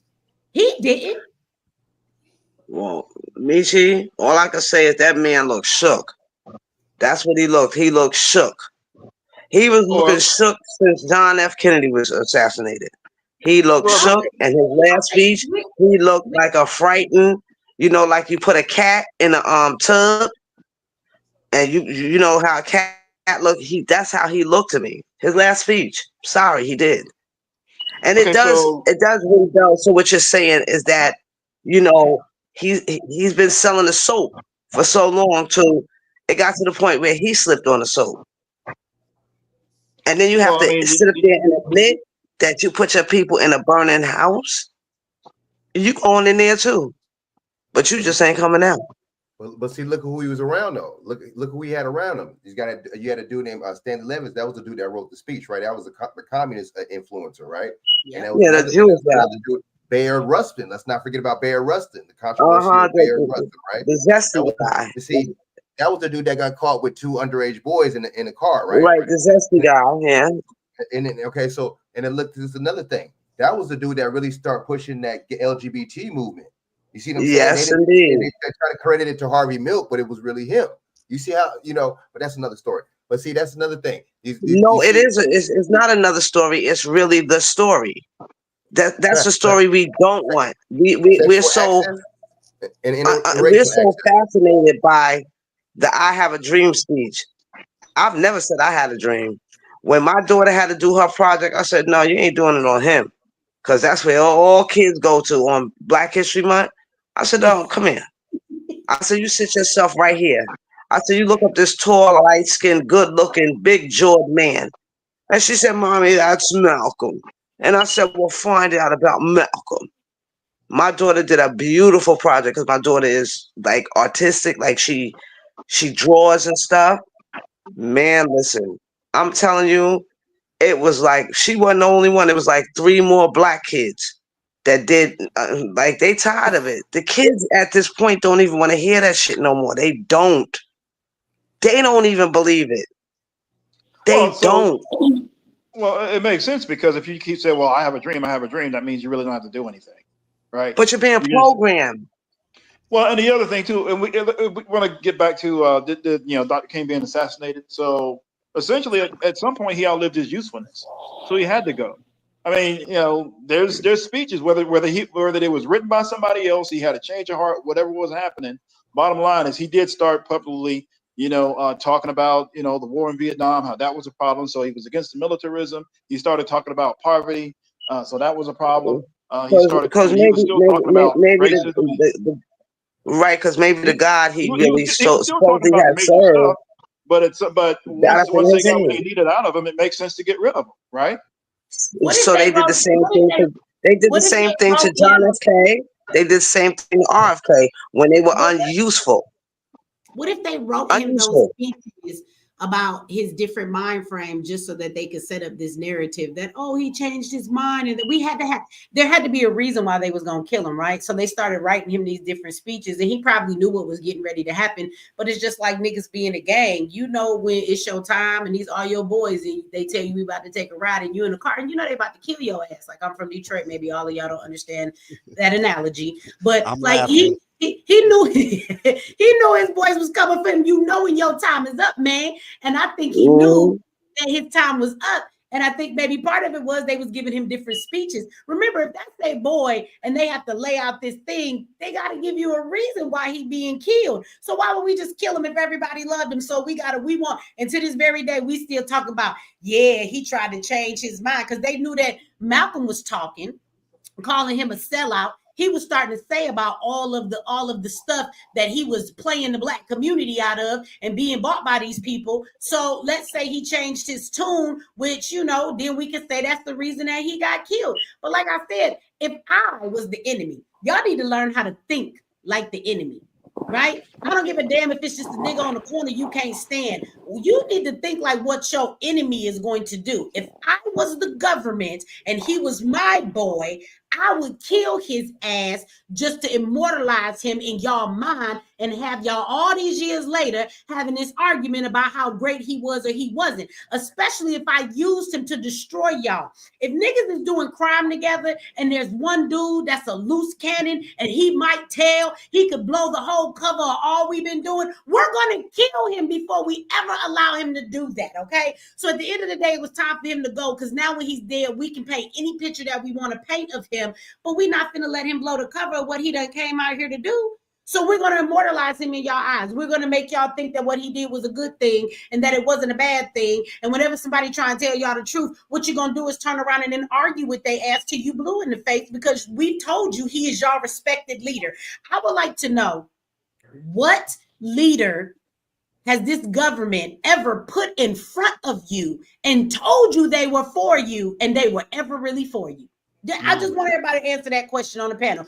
Well, I'm Name thinking, me, I'm name, 59 name years me one. old, and none, Name me Not one. none. one. Not one. Okay. So why is Martin Luther King any different? Because you do know they put him in front of us. They gave him a holiday. Why they ain't gave Malcolm X one? Because clearly in the black community, we call him our leader all day long. Why are they not respecting our Well, you wishes? gotta give your token nigga a holiday.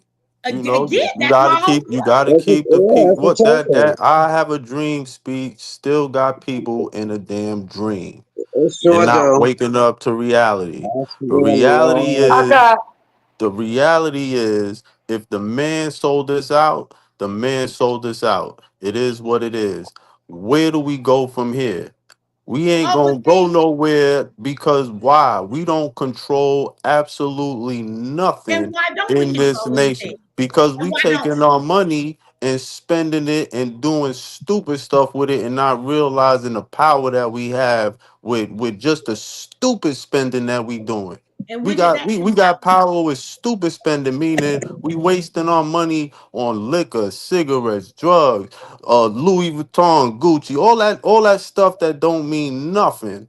And when did that come about? Because you keep saying, oh, well, but when did all of that happen? As far as what? When did them liquor stores get in our community? When did we not have any spending or power or any money or haven't built anything for ourselves and came under Nah, the we always did that. But what I'm no, we saying didn't. is, no, I'm saying we always had the power to. We always built some. We always did that. We created this country that we. All right, I'm gonna say this.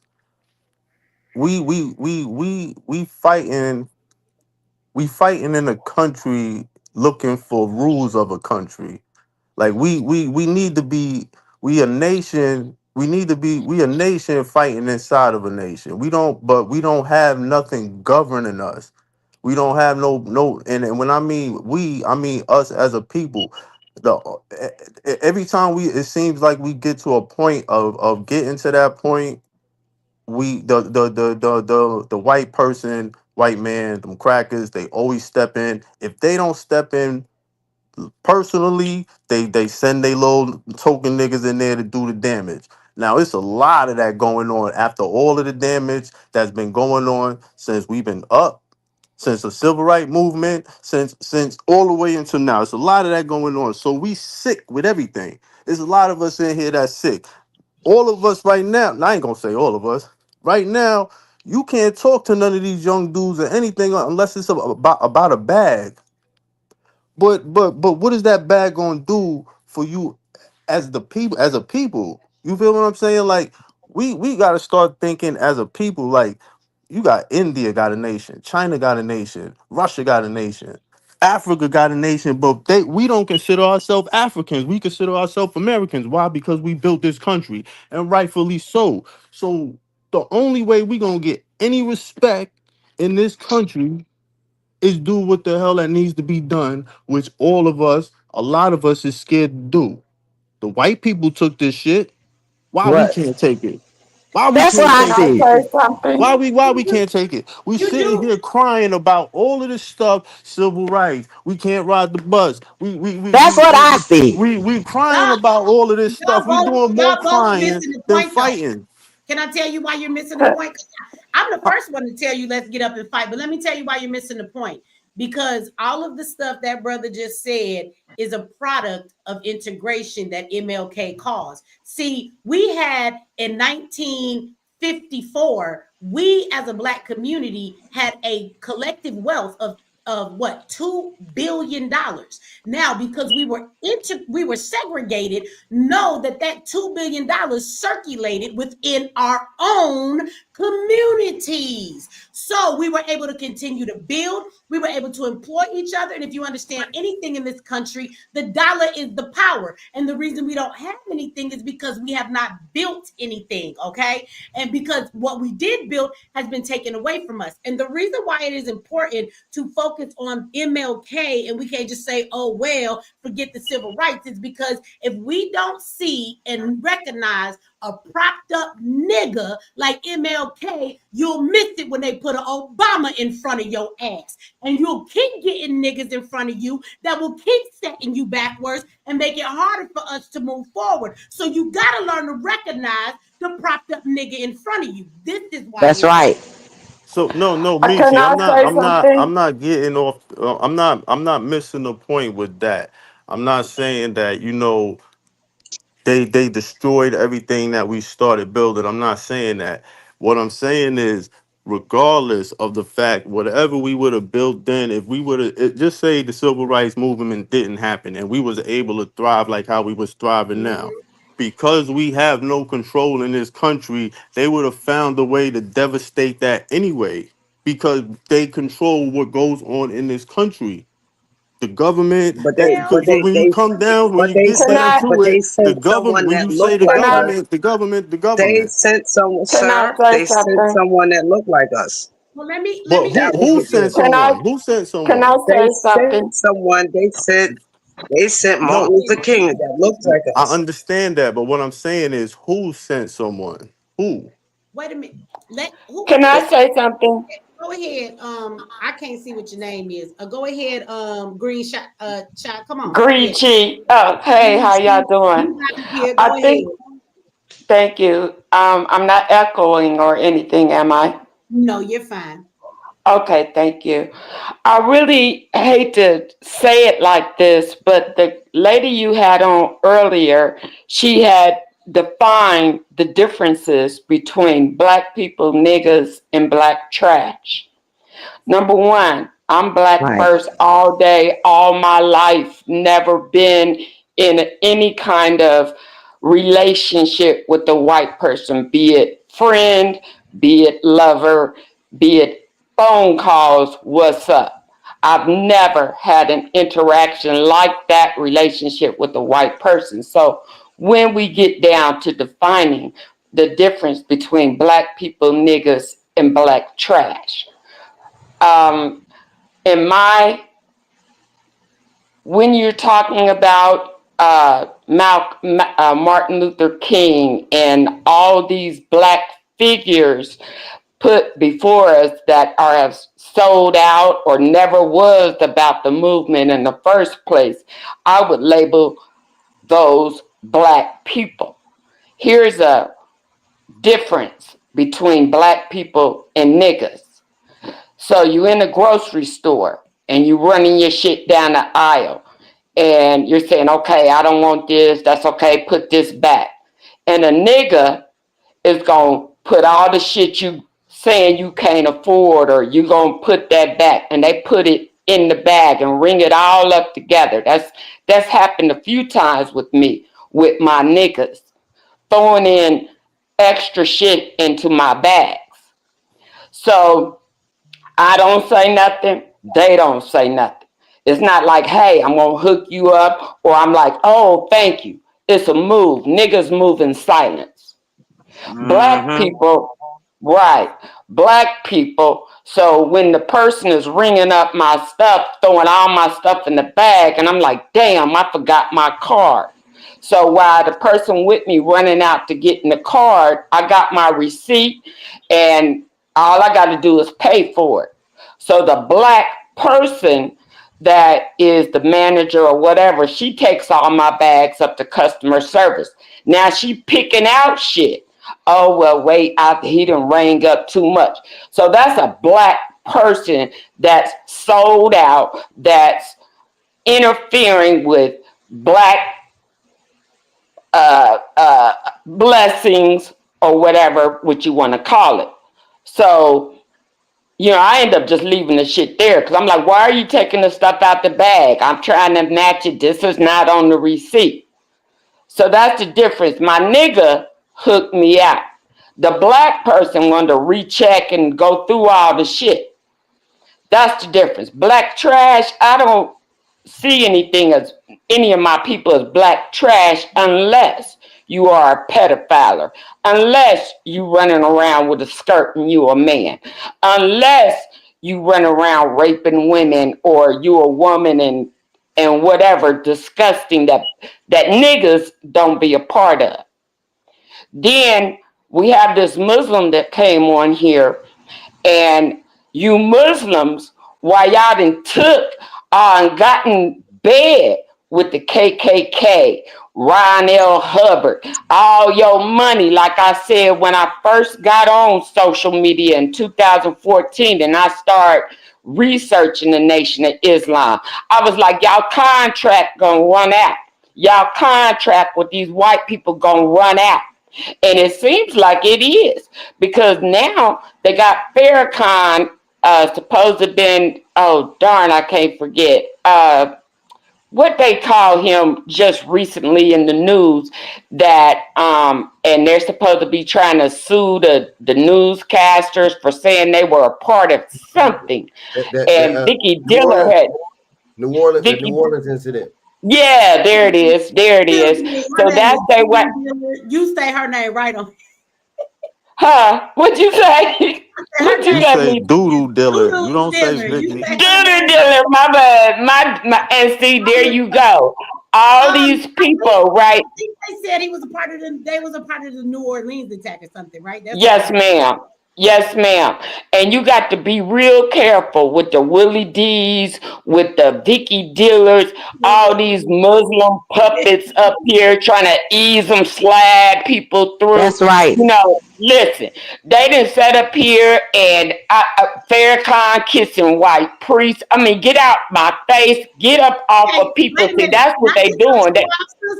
But let me tell you something. I love not to cut you off, but while you say that, let me say something about what you said, and you can continue. But I did have a brother hit me up a long time ago, a couple years back, and we ended up losing touch, and it did not happen. But he called me, and he said that he was the videographer and kept footage and videos of everything within the nation, but that he had a lot of stuff about Farrakhan. He said he was under Elijah Muhammad.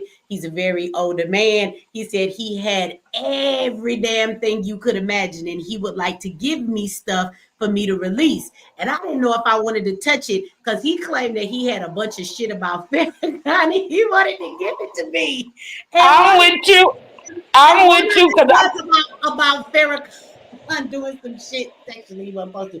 I'm just saying what the man told me. The brother was a part of the nation, but it seems like, I don't know. People can correct me if I'm wrong. I don't deal with the nation, but it it seems like to me there is two groups of the nation. There are those that follow Elijah Muhammad, and they don't always agree or get along with the Louis Farrakhan ones. They have this discrepancy in there somewhere from what I have experienced, not just from him, from talking to others. But he was like, yeah, you know, he said he didn't really care too much for Farrakhan, but he gave me his name, and other Muslims that I knew at the time did verify that he was one of the main people in the nation who took pictures and videos and kept everything documented for a very long time. He was a much older gentleman. And Can I say something? he did say he had some shit to show me, but I was like, I don't want to be the one to expose Farrakhan. Y'all niggas will never forgive me. Hey, bring it, tell him drop it right here, because I got a whole... Okay. Under the community section on my page, I got a whole thing I did on Farrakhan. You have to go to the community part, I think, with the video I did on the NOI, and that was light work.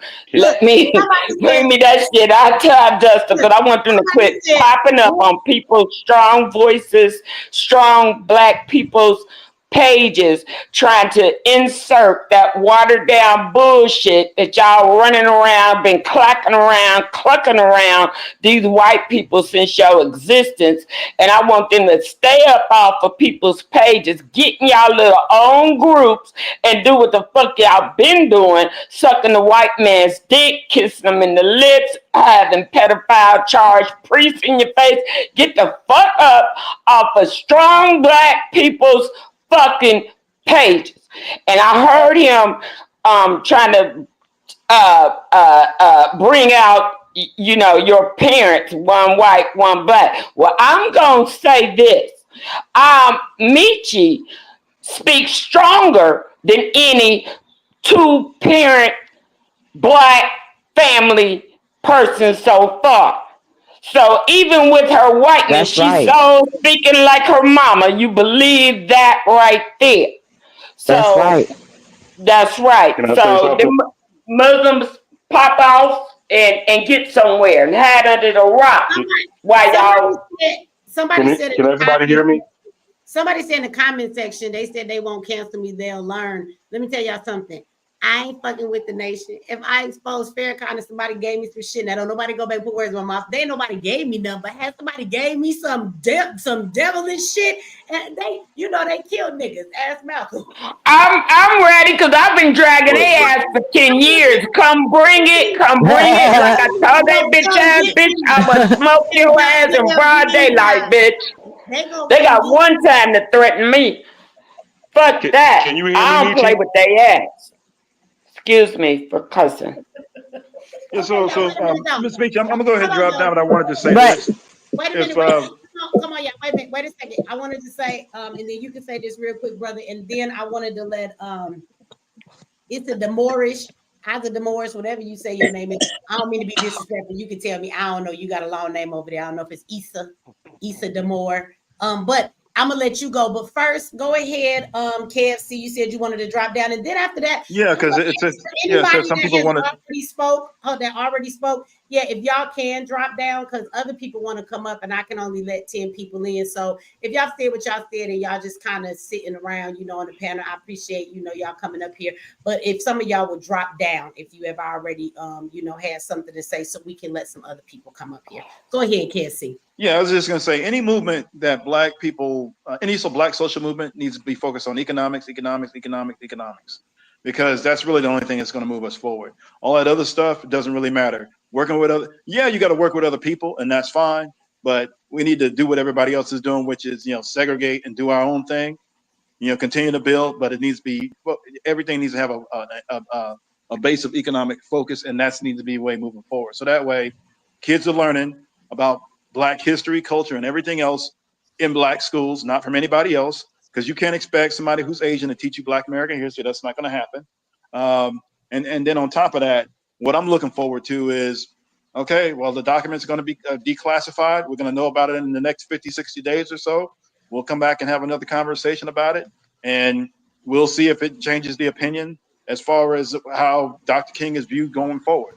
Because right now there is mixed, he's got a mixed bag on how people feel about him. There's no question about Malcolm X and what he was about. Then maybe some people have some questions about the Nation of Islam and how they're doing and how they're going about things, but they're kind of separated from everybody else, so they're not really a part of it. So basically, it's essentially, I would tell you, most people are probably more with Malcolm X and what he was talking about or what it is he was doing versus what Dr. King was doing, because integration, desegregation, even if it was forced, even if it was put on us, the thing is that it didn't really help in the long run, and everything needs to be focused about building and economics going forward. That's it. That's literally all we need to be doing. But and building strong families and communities. And I'll go ahead and stop right there. But Well, thanks for letting me know. Thank you for coming up here, KFC, and giving your opinion. You didn't agree with everything I said, but that's all right. I'm glad we can have a conversation. Maybe you'll come back the next panel we have.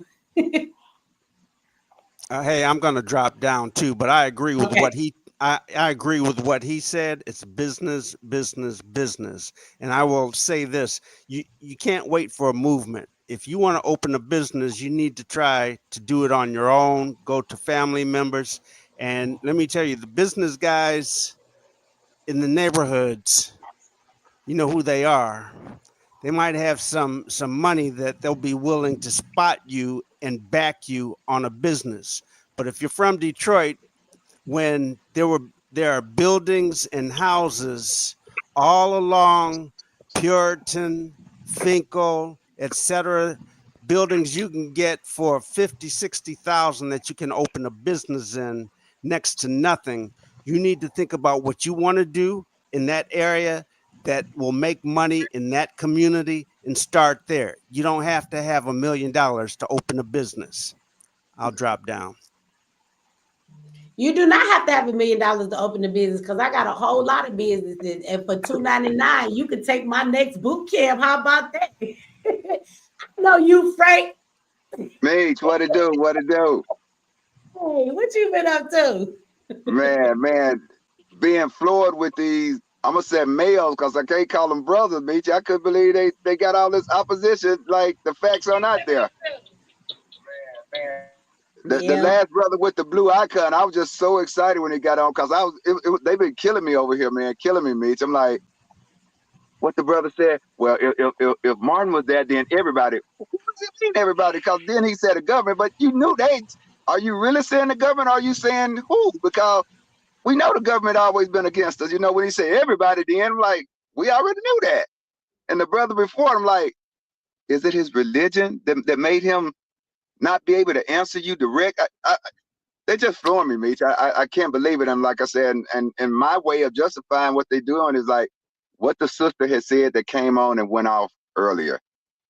We gonna have to separate. Everybody that looks black isn't black. You know, we move differently. And until we separate, we're not gonna get enough traction to show them that, hey, we're not all the same. So now you have those over there, you deal with the way you want to deal with, but us, you're gonna have to deal with our way. And it's just been blowing me that the brothers are. I meet and speak with people all the time. They tell me I'm different, but I don't see it when I'm talking to men. I guess because I surround myself with men like myself. But listening here tonight, I've been shocked at the males, excuse me, because I'm calling them males. To be a man, a black man, you have to know more than what you know, and you ask them things. Some of them was talking like a woman when they couldn't answer you correct. I mean, or just straight. It baffles Why me. they kept that gaslighting me going around in a circle? I had to explain it like 5 different times. They still wasn't getting it. I swear I felt like that homework scenario. You know how you tell your kids, look, if you got 1 apple plus 1 apple, how many do you have? And you try to say this. I'm like, wow. I'm like, are they really hating her? I'm wondering now. Means like I said, do they have a page that they just want to push what? He did not have an answer to refute what I said, and he did not have enough. He did not have enough courage to just admit there you go. There you go. And that's why I said male, because if you're a man, you got me there. You got me there. You're right, sister. So that I can't even give him a title of a man. That's a male. A man will own up to, you got me. Come on, give me some more. But the sisters are holding it down. I hope more men come on, like myself and the brother, like I said, with the blue icon just right before me, a few speakers before me. He gave me hope, man. But we got to support you more, meet you, and get on here with you, because these males that just getting on here talking just to be talking. No, we ain't going like that. Look, I got somebody brought up, and I want to say shout out to Randolph over on the MX Network. He said, "Damn, now I want to know Michi," because I said, "Frank, I know you." Let me tell you, I know Frank because Frank has come to several of my events. I met you at San Antonio, Texas. Yeah. Yeah, I had an event there. Brother Sidney, he's not in here no more. Even Steven, he brought me out there to speak at an event, and he drove down there at the event, and he stayed. We hung out for a whole day. All the crew was there and stuff. Well, I was there, but he stayed. A couple other people. We hung out for a whole day until it was time for me to leave. And then I caught you again. What? You came out to Memphis. Another brother brought me out to Memphis. You was there at the brother's birthday party. He had me come for his birthday party. Correct. And you was there too. Yes, I saw you again in Memphis.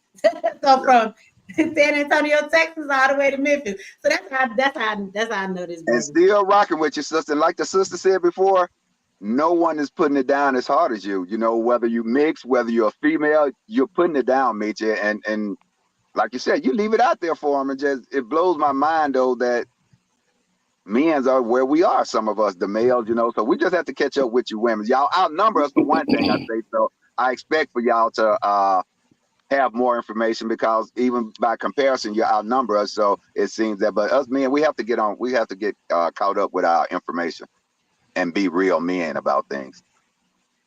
Yeah. And can I say something else? Mm-hmm. So here we go.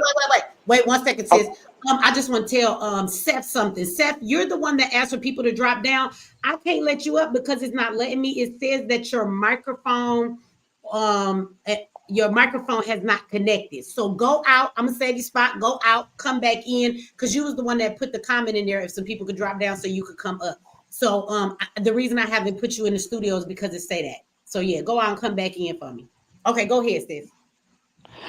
So I think, or I'm asking, does it come down to now we separate between black people and niggas? I ain't talking about white people. That should have been already innate as a black person to be separate from them. But now black people has become something else that we as original black people innately are: strong, resistant, not cowering down to, not begging for. We on our own 2 feet. That's niggas. That's never ignorant of getting your goals accomplished. So with niggas, the difference between niggas also and black people, or black trash, I should say. Niggas will, in Malcolm X's words, by any means necessary. If they need a bank or they need a roll, they need a bag, they're going to hit the bank. The white man's bank. They going in. I know. I have a son that did it on the 10-speed and got away.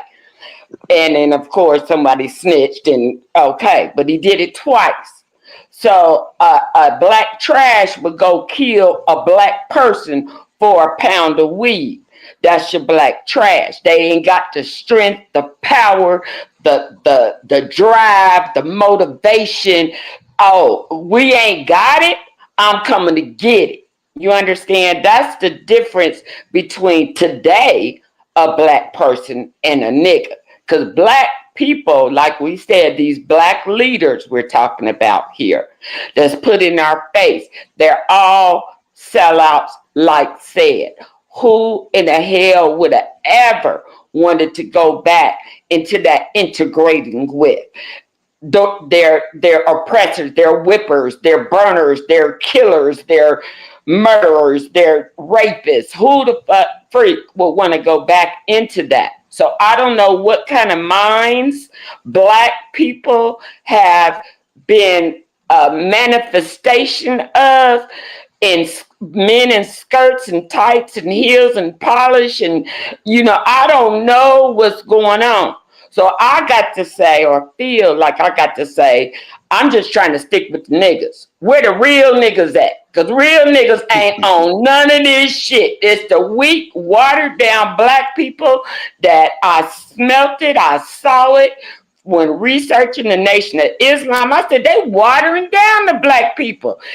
You know, just what? Trying to take away your armor, try to take away your protection, try to strip you down to nothing. The same way as the government or these high elites or whatever has tried to strip black men down to soft spoken. Do you know how many times I get tired of hitting a YouTube channel and the man sounds soft as butter? You know what I'm saying? So that's what black people have become. So where my real niggas at? Because we ain't scared of shit. We ain't never ignorant or scared of getting our goals accomplished. And it's gonna take a straight nigga with that heart, with that fearlessness to if we group together and put our money together and do this on our own. We don't need them motherfuckers. Hell yeah, they gonna come and try to take some shit down. You scared to fight? Because I ain't no willing slave. So it seems like an option. Either fight for your freedom, your right, you're going to have to fight, or you just go alone and go put on a dress or go, whatever they doing to the black minds out here. And it seems like a lot of scary individuals because nobody wants to go to the option of fight. And that means That's what I'm saying. Right. So go build our shit. Let somebody come try to tear it down, and we fight. I'd rather go down in history like that, because the way they That's put what I'm saying. out, man, they making us look like clowns, like a mug, and I'm no part of the circus at all. So if it's some strong niggas that really want to get our goals accomplished, holla. You understand? Anything else is shit. Irrelevant. So that okay, Nietzsche. Nietzsche. Somebody got Miss Nietzsche. Anything else is irrelevant. Exactly. I need somebody else to drop down. Oh, Diane, I think that's you echoing. I'll I go. need somebody that's been up here to drop down because I know somebody else is waiting to come up, but it's already 10 people in here. So if somebody else can drop down, it's been up here. All right, thank you. And hold on, I gotta talk to your name is Brilliance Wins. I can't tell if that's male or female. So I don't know if this is my niece or my nephew, but hold on, they said thank you for the super chat.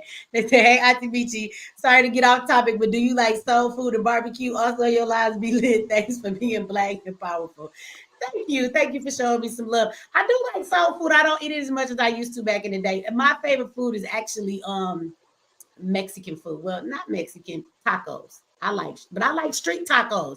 I mean, I eat the regular tacos, but I like street tacos with the corn tortilla. They got the cilantro, and the steak in it, or the chicken and the onions on it, and some avocados on top of it. But yeah, I like tacos is my favorite. But I do eat soul food, but not as much as I used to. Like I don't celebrate holidays, so you won't catch me making like a whole bunch of mac and cheese and all of that stuff because that was like holiday food and stuff. But yeah, I eating some fried chicken in a minute. Hold on now. Can I say something, Michi? Okay, mashed potatoes, that's my thing with some gravy. But thank you for the super chat. And let me know, is it niece or is it nephew? Let me know. Go ahead. Somebody said they want to say something. Go ahead. Yeah. My best friend was Little Malcolm, the grandson. We met in 06. And me and him kicked it every day. We was in the Islamic seminary together all the way up until his murder in Mexico. Mm-hmm. The thing is, I just want to say that we have to be careful when we say Muslims. You know what I mean? Because the nation is about 30,000 strong, maybe if there's 2 billion Muslims in the world. You're right about that. You are right. And most of us don't regard them as true Muslims. That is true. I have a friend. He actually gave me the nickname Meech many years ago, and he was a Muslim. Like he read the Quran. He's a black man, but he used to tell me we're not the Nation of Islam. It's not the same. I'm Muslim, and that's not the same. So you're right. Yeah. You're right in that And correction. then the thing about Malcolm's death, like a lot of people think it was the nation, you know what I'm saying? And some individuals in the nation did play a part in his death, but it wasn't the nation that was behind it. That was purely the government. Even if you look at Malcolm's own words, once he went to Paris and he was like, "Yo, the nation don't got reach over here." You know what I'm saying? When they poisoned him in Paris, you know, that was totally the government. The reason why they killed Malcolm was because Malcolm was doing things on a grander stage than anybody. He was going around to other countries, meeting with world leaders, and his next plan was to bring the United States up on charges in front of the United Nations for everything that they had done. And the United States Right, just couldn't have that. right. So That is they took him absolutely out. right. And they automatically knew that because of the rift between him and Elijah Muhammad, all the blame was going to go on Elijah Muhammad. And there's another reason why the family, the daughters, are suing the government. You know, because two of the three guys that were convicted of that murder were exonerated. And I just wanted to say that we just got to be careful of naming people, especially Muslims. You know what I mean? Because we don't regard them as Muslims. For one, they're not allowed to carry weapons. That's un-Islamic in itself.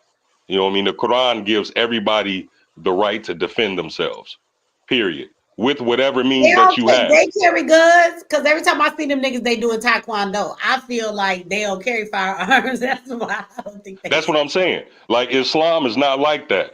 Even Okay. the Prophet Muhammad, peace and blessings be upon him, told all the youth, learn archery, which, you know, back in the day, the bow and arrow was the gun. You know what I'm saying? So he told everybody to teach your youth archery, teach your youth swordsmanship. You know what I mean? So that is totally against Islam in itself, so-called being nonviolent. Islam is not the kind of religion that tells you to turn the other cheek. And Islam tells you to defend yourself, defend your family, defend your loved ones, your children. You know what I mean? And Martin, for me, Martin was like, dude, I couldn't stand dude. You know what I'm saying? I'm from the south side of Chicago. You know, I grew up idolizing people like Larry Hoover, David Barksdale, Jeff Fort. You know what I'm saying? I can remember when Jeff told the police on TV, "Hey, nigga, ain't gonna be no killing without no killing. You kill one of us, we gonna kill one of yours." You know what I'm saying? He told this to the police chief on national TV. You know what I'm saying? So like, it's gotten too soft, man. It's way too many snitches. It's way too many turncoats nowadays. They have literally turned being an informant into a job. An informant makes anywhere between $60,000 to $125,000 a year. And that's what destroyed all our movements. In Chicago, a lot of people be like, you know, the gang problem in Chicago and all of this. In the past, the Disciples, the Stones, we ran the city to the point where we had the police in check. And dumb niggas let them lock everybody up, turn turncoat, you know what I'm saying? Kill each other, let drug money and dope money become bigger than the actual goal. You know what I'm saying? The disciples back in the 60s and the 70s, we were strong and no one could do anything with us. Didn't nothing move in the city. You know what I'm saying? Back in the day when we were at our heyday. But everybody let everybody come in and destroy everything. That's the reason why Larry Hoover to this day is the reason why he's locked up. You know what I'm saying? Like, I just think that it's just too many turncoats now. And like the sister was saying earlier, it's too many soft motherfuckers. You know what I'm saying? Like pure D soft. You know what I mean? Like I look at nowadays and I look at a lot of the youth and I'm like, you know, I try not to be hard on the youth, But it's like, dude, like, excuse my language, dude, what the fuck is you doing? Like cats is being Kia boys and stealing cars and joyriding and shit.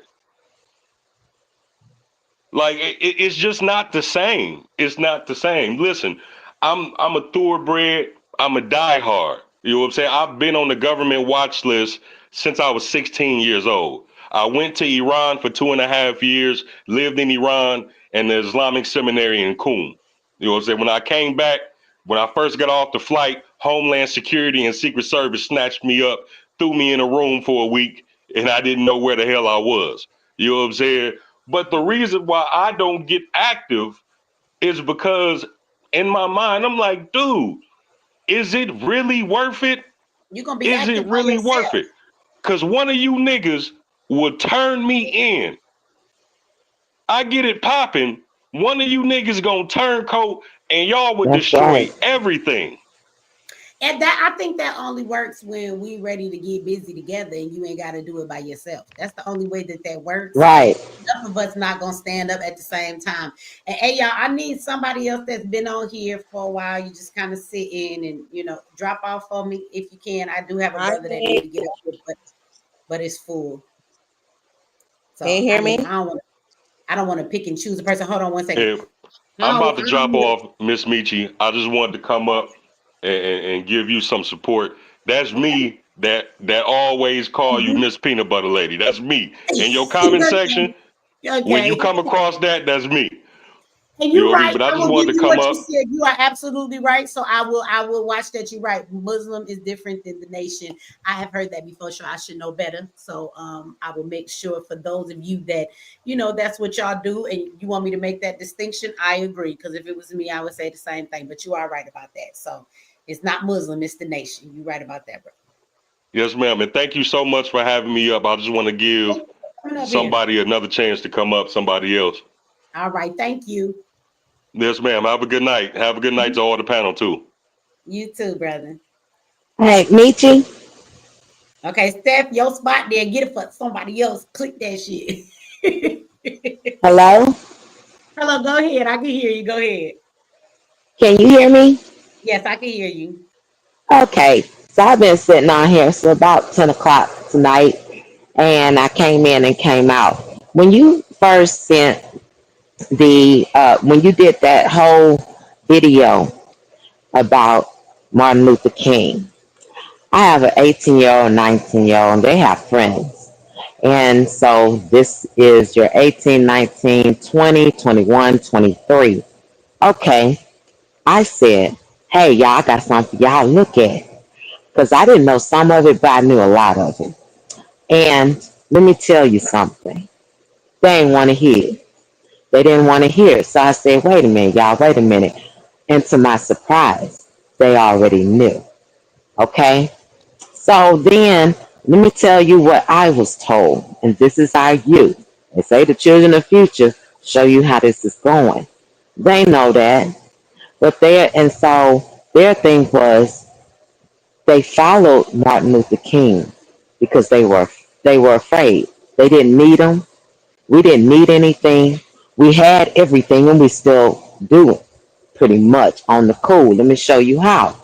All we have to do basically, and this is where everything falls apart. Y'all out and already said it, that how weak we are now as a black people, even divided black niggas and trash. Okay. Well, change does not come without bloodshed. Okay. The one thing is they gave us Martin Luther King because every time when we had Greenwood, Black Wall Street, all of that, we're doing fine. But everything we built, they destroyed. They're the enemy. They only want us dead. Period. Everything they have done to us is to kill us. That's all they want. How do you negotiate with the enemy? You don't. And so every time we turn around, whatever we build, that's why we can't even meet. Everybody can meet but us. If we meet, they got to come in and see what we're doing. They want everybody to meet except us. Why? It's because of who we are. And that's the start of everything, who we really are. We're the best specimens on the planet. However, we were made slaves. What the hell? But we don't meet their energy. The only ones came close to meeting their energy were the Indians. And they put their ass on a reservation because they killed so many of them. I guess they got tired. Because they said, we will fight to the fucking death. Now that we have all, the truth is out here. It's all the way out here. And before we can fight any white man, you're right, it has to start with us. And y'all all know, we all know who's who in the zoo. Shit, look at Obama, another fucking MLK.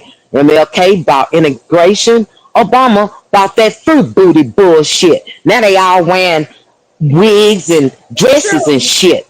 Every time, and look at it. Every time. Yes. Yeah, And if you he look did that. at Dr. Claude Anderson's interview on The Breakfast Club, he actually has a part where he don't say like we said, he talked really professional, but he Right. said Obama didn't do shit for black people. And he didn't say that cuss word, that's my word. But Dr. Claude Anderson even said that. He didn't do nothing for us. And he did. Yeah, but see, ushered in the LGBTQ. You right, sis. Yes, and you know what? They're doing everything they can. And you know why? Look around. They can't kill our asses. They done tried so many times, dropping bombs on everything we created. Wasn't a fucking thing wrong with us. We had everything. And I just want you to know, Michi, these young kids do know. And that's why they so fucking angry. And they're angry. They're mad at us as parents because we ain't do shit. Yeah, they looking at us real fucked up. They're angry. Well, I said, good. Because that's about where we need to be. Because my thing is this. Every time we build, every time I'm trying, ain't nothing fucking wrong with us. Something wrong with them. They're the fucking enemy. You do not negotiate with Lucifer. Now, we're down to it. Talking about revolutions and revelations, all that shit. Well, I want you to know, we are God's people. And like you said, with that Christianity bullshit, turn the other cheek. Don't do this, don't do that. They watered us down so they could keep us that way. Well, we ain't doing that shit no more. So what we have to do is first get rid of all these sorry ass niggas. Kill them first. Then we can unite so they don't be telling on us and shit. Them the motherfuckers. That's why Lucifer fell from heaven like lightning. Betrayal is a motherfucker. We need to kill them first. Then, after we do that, we can unite and we'll have to kill them. That is the only way. Let me tell y'all something. Change does not come without bloodshed. And we're going to have to die for this one. Whoever choose to seek to save their life will truly lose it. But if you lose it in the name of God, you'll truly save it. It's time to go. It's time to go. Fuck the bullshit. We can keep all this plan and all this. All of you right. Protect our men, protect our women. We protect each other. But we got to get rid of all these fruit booty motherfucking transgender people, all these sexy, dirty, red bitches, all these motherfuckers got to go. Then we can unite. All these, who's that black ass motherfucker out on there, stood his ass there and said, America is not a racist country. I said, at that moment, when he left that fucking flag, somebody should have put a bullet in his fucking head for fucking with me like that. If we do enough of that, they're going to sit this fuck down because the enemy is weak. He just waiting on us to make that move. And it's coming. It's coming.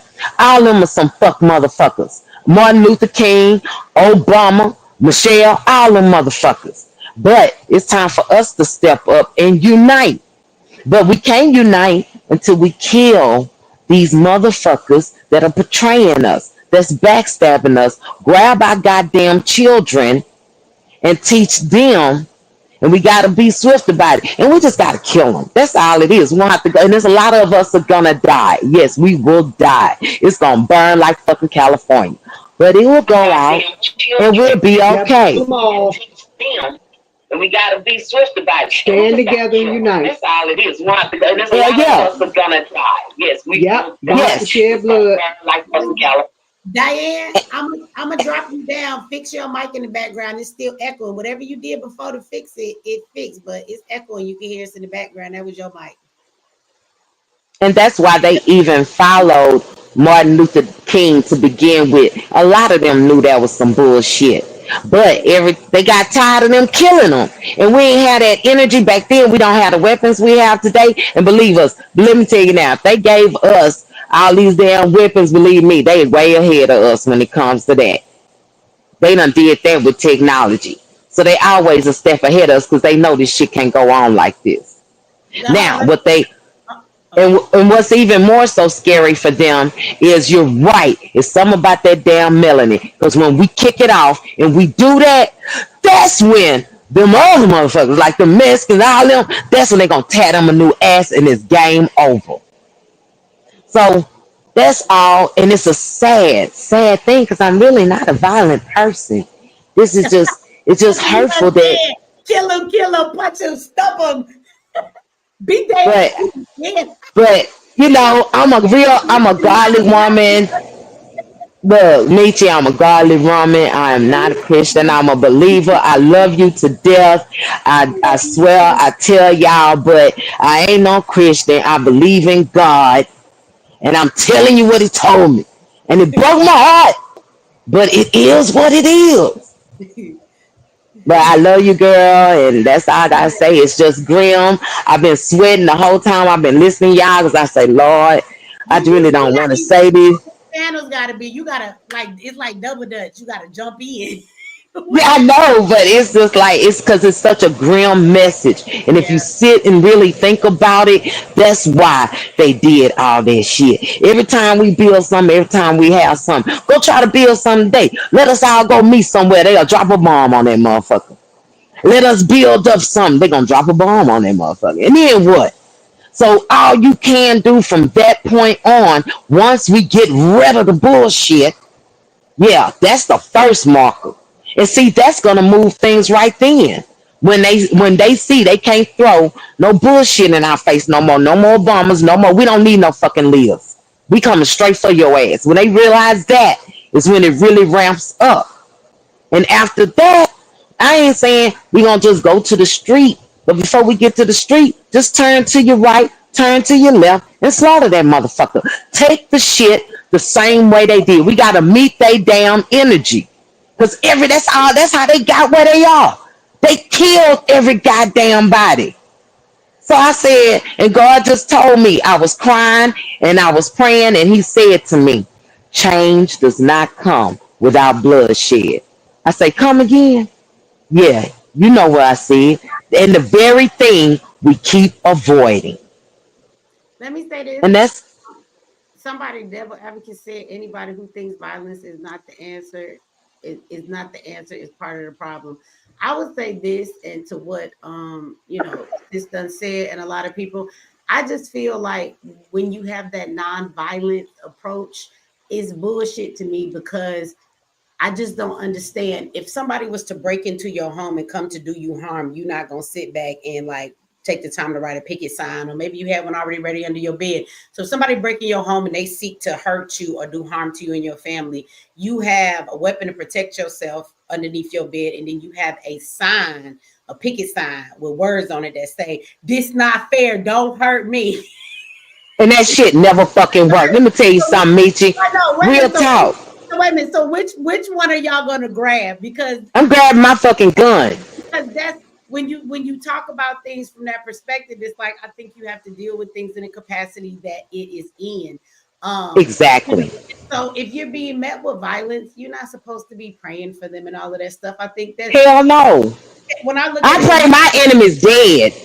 When I look at what Martin Luther King did, we still look at today how everybody want to go march about something and protest. They got that shit from Martin Luther King marching everywhere. I'm telling you, as an activist who's been in the streets, I don't go to the streets no more. Not in that vein, because marching never changes anything. It ain't changed shit. You go out there, people take pictures, you be tired, you be thirsty, unless the police that you hate be out there passing out water bottles. Because yes, you could go do a march against the police, and the police are actually there handing you water bottles and orchestrating the crowd. But I thought they was killing niggas faster than y'all ass could march. Every time they kill a black man. Okay, they had George Floyd. Oh, all these motherfuckers marching. Right in the middle of that, they killed about 3 or 4 motherfucking niggas. See, I said now, what has to happen is, I'm going to tell you how to bring all that police killing down. You see, when they pull that nigga over, first of all, I always used to tell my brothers, roll 4 deep, roll 4 deep. And when they pull that bullshit, unload. Yeah, they gonna kill all 4 of them in the car. Yes. But they gonna catch at least 5 or 6 of them motherfucking laws. Do that every time. Them motherfuckers gonna stop pulling your ass over shooting at you. When they just like you, I watched that damn shit about Kendrick Johnson. Real fucking talk. They know the 3 motherfuckers. That FBI agent and his 2 motherfucking sons. They know that's who killed that boy, right? Okay, go kill them motherfuckers. It's just that simple. They go to the grocery store. They go shopping. They go partying. They meet up. They do all that. Oh, they with the KKK. Yes. Whoever kill them, they're gonna kill your ass. But they gonna get that fucking message. Do enough of that, and I'm telling you, you're gonna see some change. Stop marching and start killing them fucking laws. I wanna there's some other people up here though, so I would like to homie got his hand raised. We've been on here for like 4 hours. I would like to ask the panel up here. I would like to ask the panel up here.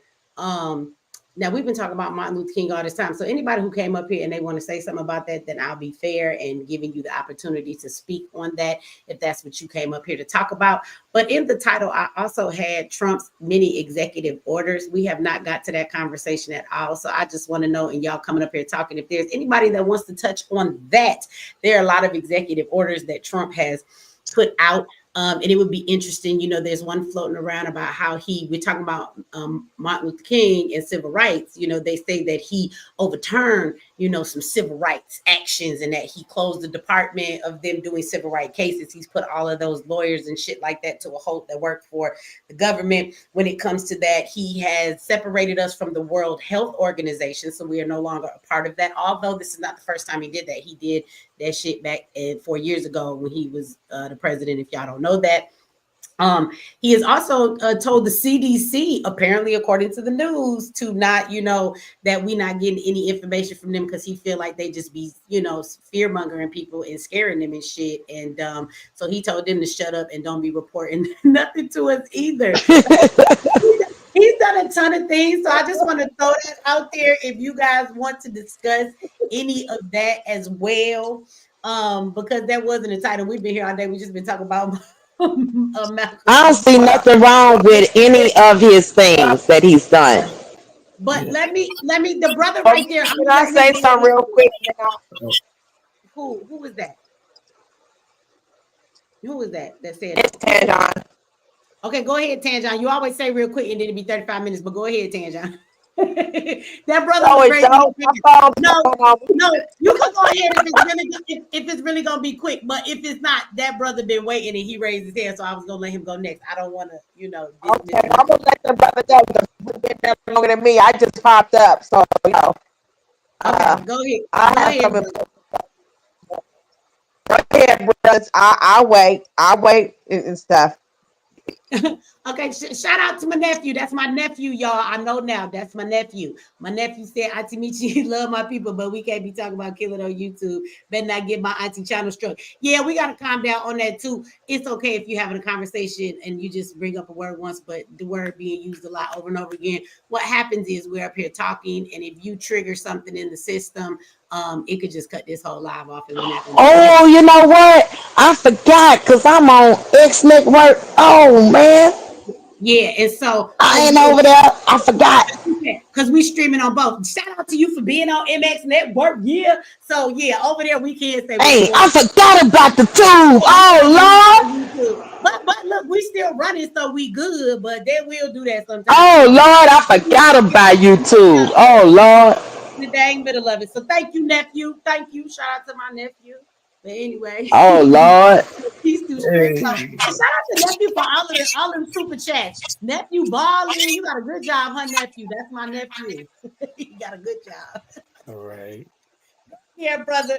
Go ahead, brother Billy X. You got an X like me. Go ahead. Hey, I want to say to you, you should already know I am. I've been to follow you from Fire Nubian Queen for years. Oh, you a day one. You day. You know that, right? You remember me? Yeah. Okay. Definitely, you know, a brother came out of something me, you got to touch bases on my story. So I got to get in contact with you. Very deep story. I wanted to come up, and the topics I agree with what Trump doing with the immigration crisis. Hell yeah, they need to take their ass home. But when we need to communicate. We need to communicate. Well, send me an email. You got my email address? Well, actually, I could give you mine because I don't think I have yours right now, Michi. Well, I could put it on the screen. Boom. Boom. Okay. There you go. I'm ready. And for the person that talk about, oh, you scared now and you laughing, you sound crazy. It's not a matter of being scared of anything. We're on here having a conversation. Why would we want to get shut off in the middle of our conversation when we could just watch the language we're using? Because we know that we're over here on YouTube. We have had almost 1,200 people watching this whole time, and it's 4 hours in. It is 2:00 in the morning where I'm at, and there are people on the panel who still want to come up and they want to be able to speak their mind and say some things that they have to say. So why is it a matter of being scared now of anything? Scared of what? What am I scared of? I mean, I've had my channel demonetized for forever, but you do understand if they take the live down in the middle of it, we'll be kicked off. Nobody will be able to come up and say anything else. You know what I'm saying? And then they might not let me go live for a week. So now y'all, hey, unless you come over to MX Network, you're not about to hear about these holidays because we still got to have that conversation. Tomorrow, we're actually going to be talking about MK Ultra, y'all, but that will not be over here. That will not be over here. So we can have that conversation. They'll cut us off quicker for the MK Ultra conversation we're going to have faster than they will for all of that negative, violent talk we was just having. They would kick me off quicker for that shit. I know. I've been over here testing this for a long time. You get to talking about that governmental stuff, they will kick you off. Y'all know how I got in trouble. It was all that COVID talk back then. Now they done admitted it was true, so they'll let you, talk about it a little bit more. But boy, they took my video down when I was talking about Kanye and the Jews. They get mad over those conversations way more. So anyway, no, it's just, we up here having our conversation. I told everybody it's going to be our Saturday night. We're going to do these lives and have these conversations. So that's all. I get to talk to the people and I enjoy y'all could come over here. So I don't want to, have it be no problem with that. But I get it. This off on MX Network. She like, I thought that's what we were talking. That's what MX Network is for. We can tell the conversations we want to have. And brother, I only muted your mic because it was echoing a little bit. You could take it back off though. When I was talking and hear me in the background, but I'll be quiet so it won't echo. But I put my you see that up on the screen? Yes, I think I see it On right your here. phone? You on your phone? No, actually, I got my pad right with me. You can take a screenshot. Yeah, MC. Take a screenshot right now. I got it. And I see, got let it. me see. You got the picture of me cheesing, and you got the email address down here. Okay, yeah, I got a picture, and I'm gonna add, but what I want to say, huh? I'm sorry, I was shouting at my girl Leanie in the chat. Go Leanie. Okay, I'm sorry. Yeah. Yeah, but what I wanted to say is that, the work that you have been doing, I mean, in the communities, I commend you. Being there from day one and seeing, you grow, I am so grateful for you, Queen. Thank you. I think, it's more, we look at the physical battle, but it's also a spiritual battle. A lot of people, in our communities, they may look at me because, I'm very much spiritual, as being, a person, of Ifa and, believe in my spiritual ancestor, practices. And, I think it's a lot to have to do with us being divisive too spiritually as well. It's, a lot of people say, it's a violent thing. Let's get violent. Okay, I'm with that. You understand what I'm saying? But when it comes down to us as a people, I think that we also need to learn the grassroots of things and know our roots. You got me? Can you guys hear me? Mm-hmm. Yeah. Because right now it's a 2:00 live. I like this. I'm echoing in your background, so I just try not to say nothing while you talking. Oh, okay. No, I'm saying no, I like this live this time of night. You do, so we do this on Saturdays. On Saturdays, once a week, I told Yeah. everybody we would have panels like this. The last one we did wasn't on Saturday, but we was out here like 6 hours, wasn't we, y'all? We got my brother, what's his name back there? Reese in the back. Y'all, Reese is like 75 years old, but he looked like he's 25. If he was on the last one, you know that. Yes. So this is our second one, but we're gonna do this every Saturday. Y'all can come up. I'm trying to, but it's crazy. You able to remember me talk. from years ago. I mean, from years ago, Michi. You said from Fly Nubian Queen, huh? Yes. It's okay, sis. Look, I'm over there looking on MX Network chat. We have a chat on MX Network too, you guys. Just like YouTube, y'all get super chats, everything over there. Except over there, don't nobody be keeping 30% like over here on YouTube. So, Wait a minute. You at gmail.com or? The Remy checks at Gmail. Okay. All right. Yeah. Let me see. And I'm grateful for my brothers and sisters that's here tonight. Grateful for y'all. Clue, is you frozen or that's your That's OBS. No, that's OBS, Michi. that's like a screen. Like that's like your profile pic. Yeah, that's OBS. Yeah, it's not Okay, I gonna was move. about to say you frozen, brother. What's going on, Michi X? I knew about you from a not a really long time ago, but a few years ago with your alliance with Mr. Sotomayor. That's all. That's how I found out about you. Really? Yeah. That was a minute. That was a couple years ago too. That was fun. It was fun You time. a day two, if not a day one. That's a day two. Day tour, I'll take day two. That was a long time ago too. Absolutely. Yeah, I was responding to the title. Did MLK destroy the black community? He didn't destroy it. I think he kind of screwed it up a bit with the whole communism thing he did. You know he was a part of the Communist Party, and that's where he was from, and his speeches being written in that vein. Okay, good to know you know that. Yes, ma'am. Yeah, I think he did help because I personally think there's a difference between integration and desegregation. There's a difference. One is forced, the other one's by choice.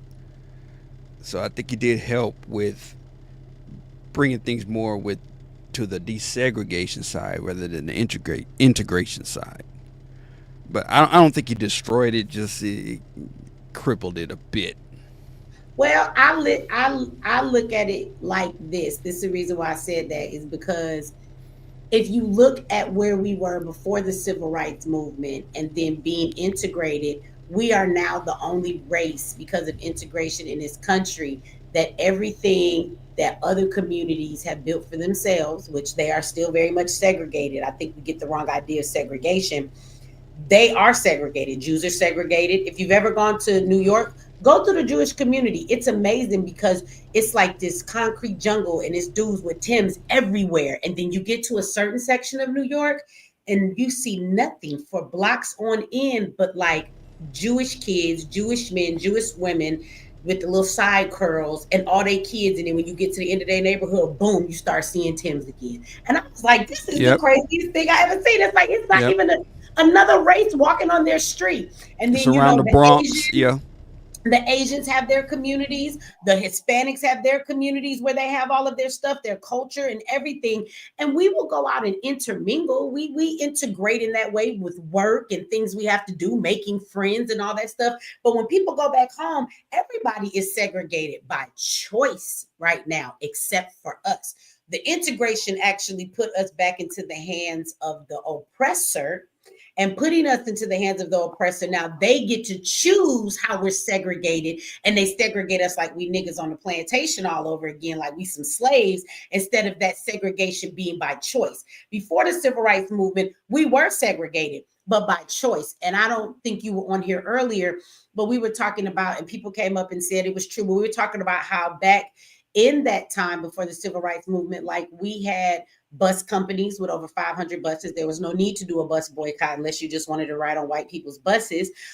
We had our own black cabs. We had movie theaters. We had our own mechanics. We had our own schools. And statistically, black children were actually more educated, and their schools were better than the white schools, because you talk about everybody coming from slavery, you know, we were responsible for everything. So we were really the engineers and the scientists and the people who were creating all of these, you know, inventions and things of that nature. We took care of everything. First affirmative action was for white people because they had no skills after slavery. They made black folks do everything. So we had all the skills and the knowledge, contrary to what people might believe. And so when you look at that, even Dr. Claude Anderson said on the Breakfast Club that his family owned a black bus company with over 500 buses from 1920 till guess when? The 1960s, because the bus boycott and integration ruined their business because everybody wanted to fight to ride on a white bus. And the funny thing is, until I heard Dr. Claude Anderson say that, I was always under the impression the way that they projected to everybody in the media, I always thought that like black people didn't have no buses and that they had to ride white buses. They were treated bad on those buses and were made to go to the back. When we come to find out they actually had a choice, they could have just rode on any seat they wanted to on the black buses. And it was more of them than the white bus company. And so when I look at that, I feel like in this country, segregating on your own standards, your own means, your own ground. We had so much built, businesses and everything else. Imagine where we would be today if that hadn't been stopped. We know in this country, your power comes from what you own. It comes from your wealth. Back in 1954, we were worth $2 billion. But because we were segregated, guess where that $2 billion got spent? In our own communities. So imagine if our money was spent in our communities now. So I say that because the civil rights movement, as it moved along, it removed all of that from us and put us in the position we are in now. Our kids are actually back being educated by the oppressor. We now have more illiterate Black children graduating from high school than ever before. So we can't read in a large scale. Most of our people are going to prison. The new plantation, we have our communities that have been built by the government. Ghettos are created. There's liquor stores everywhere. They've separated the Black family. We don't have as many businesses as we did to employ our own people. So when we look at the difference, I feel like he integrated us right into the hands of the oppressor. And as an activist, I look at all the things that we fight today. We actually fight against everything that civil rights movement created. Like, we're fighting to have better schools. We're fighting to build schools. Ziax is over there trying to build an all Black school, which they have, and teach our children. But it's like, why we got to do that when we actually had a bunch of Black schools, you know? And so I look at all the things that we are trying to say we need to build, we need to make for ourselves. We had all of that. And now look at where we are. We're segregated by force. Everybody else is still segregated today, but by choice. Because remember, segregation doesn't mean we all hate each other and we can't intermingle, work, be friends. It just means when we go back to our communities, they belong to us. And everything that we need belongs to us. That we need. That's the key word, everything we need. We can go outside our communities for our wants, but our needs, those groups, they are sufficient to fill all of their needs. We're the only group that's not.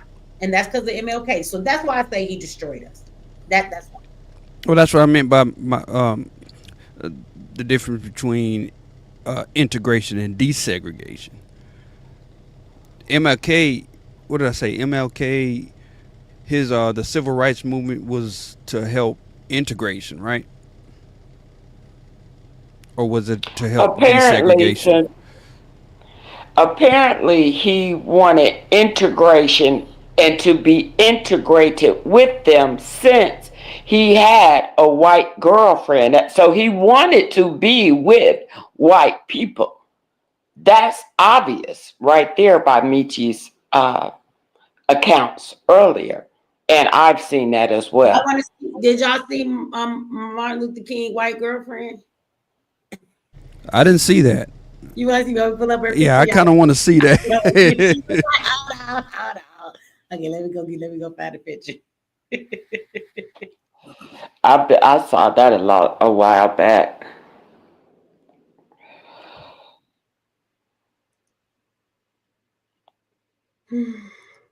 But y'all go ahead. I'm about to find this picture. Watch.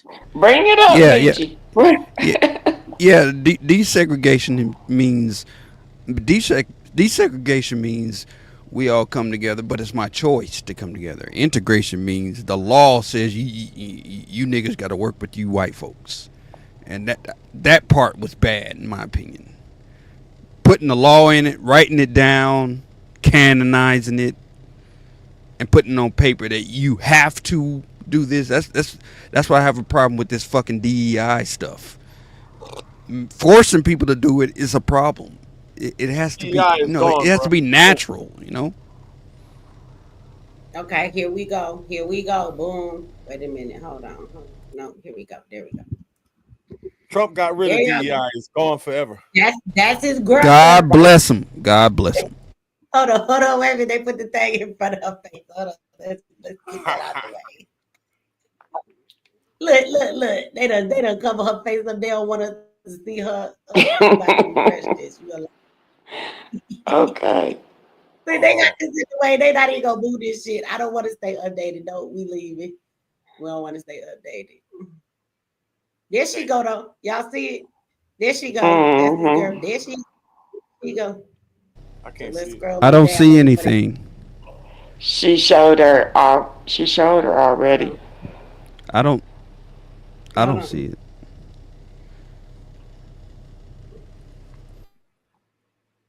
There you go.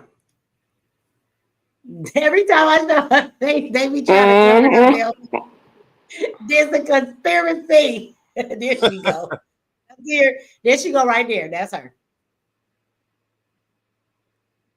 And it was, and the video I did look at that. Her name is Betty Mowitz. Was a young art student who met Martin Luther King Jr. as he studied to become a pastor and became his girlfriend. And they were openly in a relationship. Like people knew that was his girlfriend. And his friends talked about how he was in love with her, but they cautioned him in being with her, basically what he had to go do, and that she wasn't a good look for him. And honestly, they say that his father did not choose Coretta as his first choice. His father would have preferred for her to be with some black lady that was like a famous jazz singer, and but he ended up picking Coretta as his wife. So it's a whole, like, I put the link to a whole doc. Somebody said poor Coretta.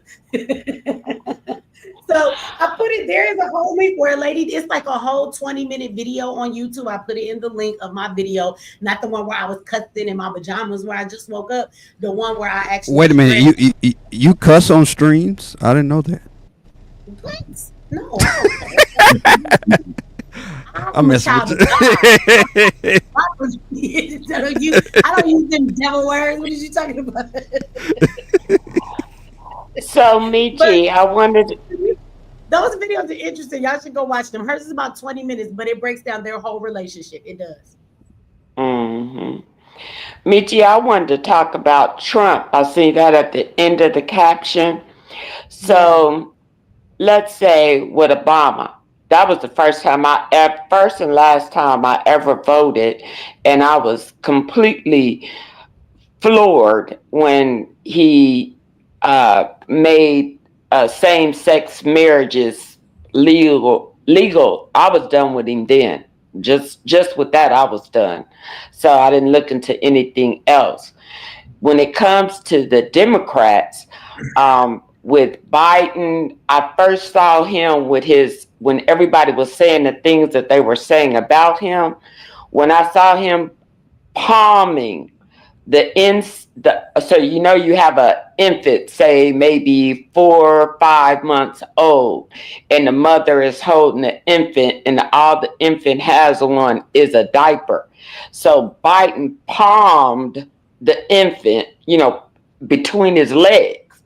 Biden had his hands between the infant's legs, like cupping him right there in between his legs. That and with all the things that went on as far as men able to go in women's bathrooms way back when they first started initiating all that crap.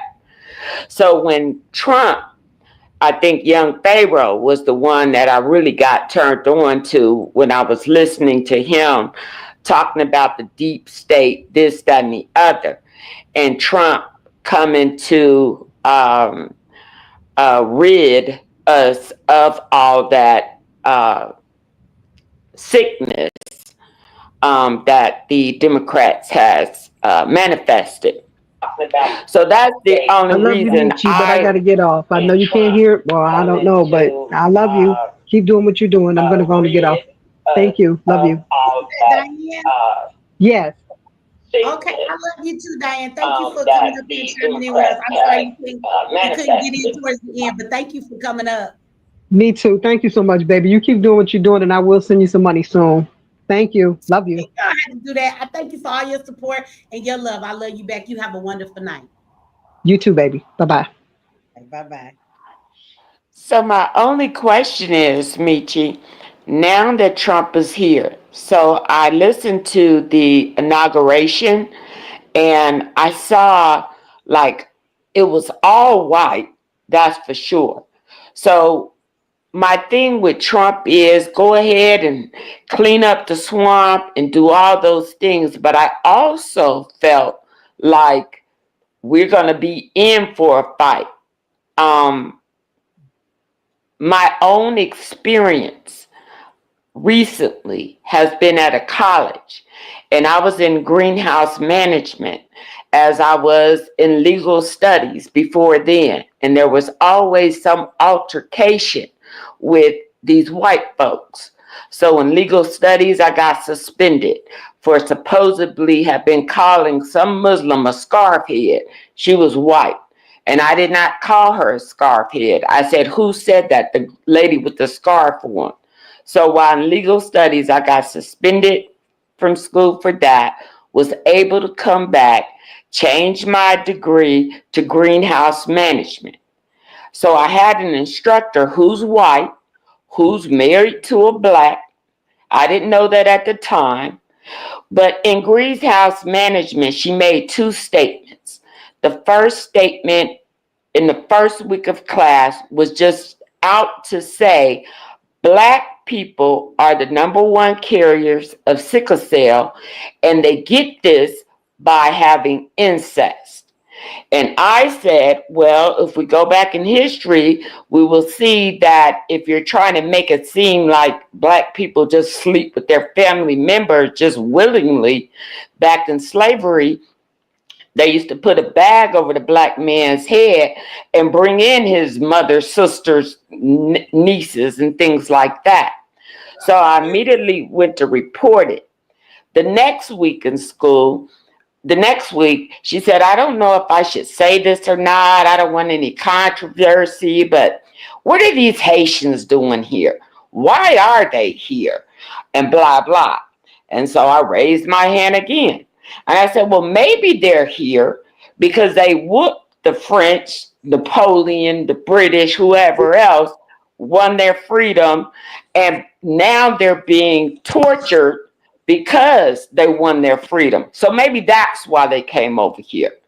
So she called me out of class and told me, asked me, why did I say that? I said, because I'm just trying to get, and before I could say anything else, she was like, get out my class, go back and get your stuff and get out my class. So while I'm outside the college, the college police pulled up like I was some damn fugitive, talking about are you and blah, blah, blah. So they tell me I'm trespassed. I go home, and a couple days later, well, he said I'm trespassed, and I say, why? He said, because the instructor said I made a threat, a direct threat. I was like, what direct threat? What was I supposed to have said? And he didn't know. So by the time I went home and I'm calling the Sinclair because I'm trespassed, can't communicate with nobody except the campus police if I need to talk to anybody else at the school. So I find out that she says, I said to her was supposed to be the direct threat, I'ma whoop your ass and wipe the floor with it. I said, well, how convenient, because whoop is the word I use when I said Haitians whoop the French. So she came back with this lie. So I say that to say that I know that she stands as a Republican, as a long-nosed kind of that type, where Democrats, they always try to smooth you and smile in your face and act like they're your friend, whereas the Republicans will stand bold with it. So that's what I say. But Trump, yeah, go ahead and clean up the mess, but then we don't know what his agenda is for us. And as someone said, it seems like we're always looking for a black savior. We are the saviors within ourselves, and we're used to functioning together as a group, helping each other, like others were saying. So we still got to be on alert. Yeah, Trump is good for cleaning up the mess that Democrats done, you know, like I said, with all the perversion and all of those things. But still, our rights and things as black people being put in the position that we need to be in, I don't count on that. I don't count on that. So I'm counting on me, and I'm counting on those that's not bamboozled, smoothed to death, or weak as fuck to need white daddy to save them. And I just don't understand how we got to that point of really feeling we really, let's see what they're going to do for us. Because we're used to doing for ourselves. And the chain has to be broken mentally, spiritually, like y'all said, from the cusp of the white man, period. And just to be clear here, my whole jacket, because I'm a felon, my whole jacket is violence upon white people. I got white women, police, all violent crimes against white people. I got one black girl that didn't seem to understand when I said stay away from my child because you was a nasty bitch. But other than that, it's white people. That's it. So I come from a whole different, what can I say? A different side of the board here, because I actually put hands on them. I actually sent them to the hospital when I was doing that. The last person I sent to the hospital was 2013. And I've been trying to be cool, but I got a couple misdemeanor nurses I done had to smack. You know, one white chick I had to beat with a tray in a cafeteria. Those were misdemeanors. But all my felony, my grotesque hands and other objects put on them people, that's who I am. So all this talking, yes ma'am, go ahead, I'm sorry.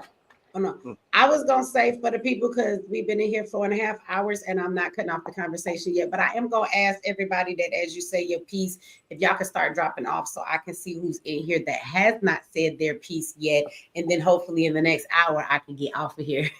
You want me to go? You want me to go, Michi? No, I'm saying after everybody says their piece. I'm not saying you. Oh, I'm yes, saying ma'am. Yo, can you hear me? that's the only way we're gonna end this, is that for the people that have talked, after you're done, let's start dropping off. For the people who have talked, if you haven't talked, fine. I'm gonna stay up here.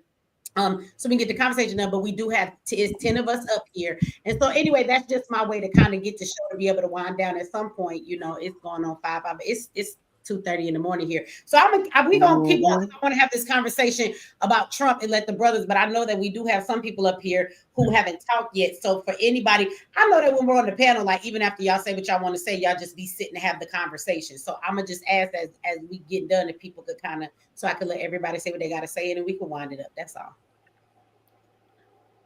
Yo, can you hear me? Who is that talking? Reese? Yeah. Yeah, we see you, Reese. I really hope that nobody starts a race war, because that is going to be very, very bad. It's already been a race war. You ain't seen it? You think that with Trump being in the White House that it would start that? No, hell no. So why you think it'd be a race war? I'm just talking about when I hear people talk about killing and all of that, and what people need to Well, do and all that. They don't I don't need to think do we're that. ready for a race Nah. war. I think we'll get our asses kicked by people. Don't be mad at me. I'm just saying we're not ready. Like, I deal with the gun community, and when I think about all of my people across the nation in ghettos and in hoods, a lot of y'all. I'm not talking about the thugs and stuff. I'm talking about a lot of y'all is scared of firearms. Y'all scared of combat. Like, y'all still think, oh, all this gun violence. Y'all still want to pray stuff away. And so, if we were to get into real like combat and it be some real stuff that you got to fight to survive, I think a lot of our people would not be ready. I mean, it's little white kids with, firearms. It would be one day. It would be a quick war, the quickest war in history. One fucking day. Yeah, it would be. No more niggas on earth. The war is black versus niggas. We got some black vets. We got some black gun folks that practice this stuff. I know quite a few people. I've been in the army. And then we have to get them together and repopulate. It's gonna be like 300 less. We're gonna be the 300 strong. All right, peace, y'all. What's going down? I think we underestimate ourselves too much. For one, right? Okay, and history shows. I don't know if y'all noticed. They use a lot of. No. Listen to what I'm trying to say, brother. I was talking anyway, so I'm gonna just keep talking like I planned on doing. So the first thing the human race need to do is get rid of every book in material existence. Books is how the whole planet got dumb as a motherfucker. Before the printing press, that's the only authentic information in material existence, and that's almost nil. So everything we have in front of us, the whole world over, is all lies. That's what the printing press was all about. All those books had to be filled with something, and liars are the ones that filled them. That stings to hear sometimes, but nobody can undo what I just said. It's all horseshit. That's why you got more than one religion, and that's why it's all this bullshit, and everybody's at each other's throats. Mankind needs to get together, all the races, or we're fucked forever. We actually need to on that because I was trying to state something to that effect. What I'm saying, the perception of what they put into our brains through radio, television, movies, and internet is that they're the majority, which they are not. If they came to this continent and black folks was already here by the millions, how the fuck? That's a story. No. I have family that's from here, bro. From here. Told stories through the years. My family have history on this motherfucking continent. There ain't no one alive on the planet can trace their roots back more than 300 years. Nobody. All right, here you go. Nobody got I'm pictures, telling you records, nothing. what they use as a tool. They use their media to show that they're this, they're that, in everything. Their visual of beauty, their visual of power, them. To suppress us, period. That has been their mission, to suppress us and make us feel that we're not powerful enough to go up against them. Do you not understand that type of mentality? How they put that on us? So when I understand, they've been killing us since they came here. You would think during the years in the different time, the different eras, we would be wiped out already. How come they can't complete that fucking mission? Because there's too many of us. But they make us fucking lie. I don't think there is no mission to kill nobody. It would have been done already. They could wipe everybody out in fucking a minute. Why haven't they? Why haven't they then? Because you produce finances for them and keep them rich and living on mountains and riding on $1 million horses. Because we used to be a benefit to them. If you have not noticed how they operate, you're no longer a benefit. They're saying F black altogether from the first, starting with well, I know it didn't start with, but that's when I really started paying attention. Trayvon Martin, Tamir Rice, like they brought up earlier, Jordan Edwards, all these, they're telling you, they're showing you in black and white in your face. I got a question for you, sister. I got a question for you. Do you know how many white boys police shot that year? Listen, they're not putting white people in our face as being shot. No, they're showing me the black people they're murdering, smiling, laughing. That's what they're showing me. They're showing me when your officers kill our people, they will arrest them, they will let them out of jail, they will pardon them. With the guy Michi that you just had on your live about a week ago. Can't remember his name, with the FedEx truck. Yes, and they showing you're no longer needed.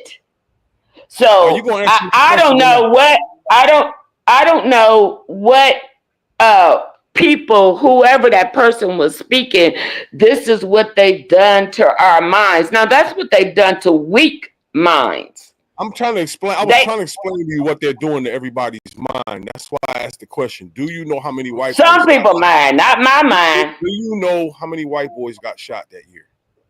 Do you know I don't care? Do you know I don't care? No, that's cool. Right. I don't care. Nothing about them. Not at all. What part did you not hear what I said? Facts. Reese, I get what you're getting at though, because I already know where you finna go. Because the bottom line is they're going to show us the few black people that got shot, and they're going to give it to us as entertainment, which desensitizes you to seeing black bodies be killed and to anger everybody, when the truth is they killed plenty of non-black people that year as well. They just don't publicize it. Here's the deal, though. They've been killing us from the beginning of time of 300-400 years ago. What they did was that's not what he's trying to say. What he's talking about is the game that they play to get everybody riled up, right? They want to make you think that they only shot some black people that year because that's what you saw on the news and publicized, but they don't show you all of the non-black people that the police murder, because they kill all kind of people. They cherry picked certain stories, right? It was a design. They wanted to get black people's emotions all riled up. And they encouraged people to go out and burn shit down and hurt people and do all. It was all a plan. And they didn't say anything about the 200 or so white people that were shot by police that year. And it's like that every single year. But nobody is ever going to talk about that. You're going to hear the whole world say that cops kill niggas. And it's a fucking lie. They shoot 10 times as many fucking white people. 10 times as many every goddamn year. And I don't think it's always about the shooting of them. I think it's about the justice when they see that they have been unjustly murdered. Oh, I don't believe none of that shit. Well, if Trayvon Martin would have done to somebody in your family what he did to George Zimmerman, your family would have found his body in pieces in different locations. Man, come on, man. You almost killed the man. What he say? What you know about that, Michi? I don't know nothing about Trayvon trying to do nothing. All I know is that Zimmerman was told to stand down. They lied to us to get our elections. They told Zimmerman. They told Zimmerman to stand down. They cherry picked those stories and lied about every last thing. Please? Because your mic is messed up. Your mic is messed up. That's pissing me off. Your mic is messed up. I want to say something because now I'm pissed because it was clearly police officers and it was on tape. It was on video Police officers told George Zimmerman, do not follow that boy. He said he looked suspicious. Now, I know damn well 15-year-old ain't gonna do shit to a 39-year-old. Now, he mind his own trying to walk home, and he's being followed by a wannabe white dude, which he is white, he's just Hispanic, all right? And he want to follow him. So, he the one did that stuff. Now, all the way to the other side of his head, that's not a bruise mark from him.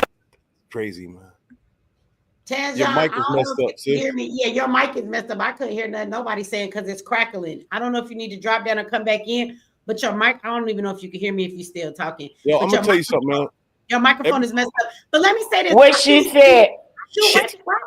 I do agree that they play these games, but I'm not finna sit here and tell you that the cases that we see are all made up and lies. That boy Trayvon Martin didn't. They weren't made up cases, but they lied about what happened. He was coming from the stove.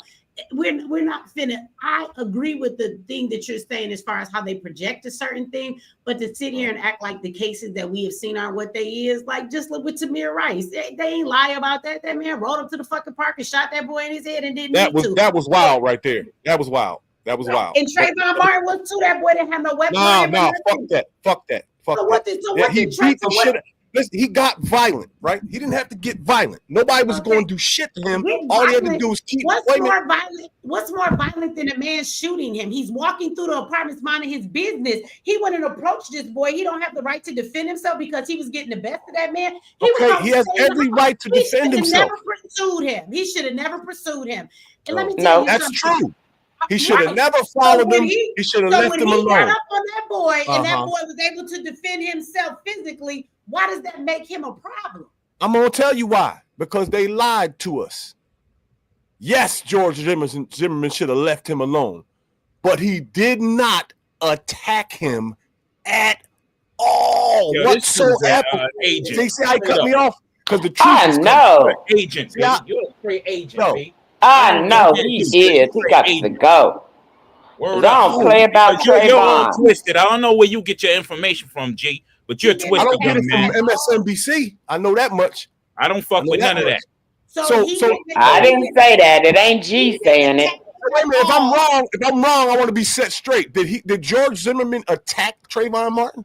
Yes, he did. Well, how did it go down? What did he do? What did he do? He pursued him. An act of aggression. I asked you, did he That's an attack act of aggression. I said, did he attack him? When somebody's walking away from you and don't want a problem and you pursue it, it's an act of aggression to follow and pursue. Right. So that right there shows intent to cause harm. Now, if you're in Florida and you're talking about stand your ground, that means somebody had to pursue you and then you defend yourself. So Trayvon was defending himself. And in the act of defending himself, the man killed Trayvon. So what are you talking about, G? Did he attack him? Zimmerman attacked Trayvon. Trayvon was walking away. He turned around. He was walking away. So am I to believe if I'm walking away and somebody keep following me, I'm not going to turn around and be like, yo, what the fuck you following me for? You're going to attack him and kill him, young man. You're going to attack him and try to beat him to death. That's what you're going to do. You're gonna kill a teenage boy. Man, you're twisted, B. All he got is his hands, and he's a teenage boy, and you pursued him and questioned him about where he was going and trying to stop him from walking through the apartments. They made it seem the news try to make it seem. Listen, I'm not saying that George Zimmerman ain't do nothing wrong, but the news try to make it seem like he hunted down. And you're not finna let nobody, because you're walking through some apartments where you're supposed to be, you're not finna let nobody come out their building, ask you where the fuck you going, try and stop you from going and start questioning you. You're gonna turn around and confront him too.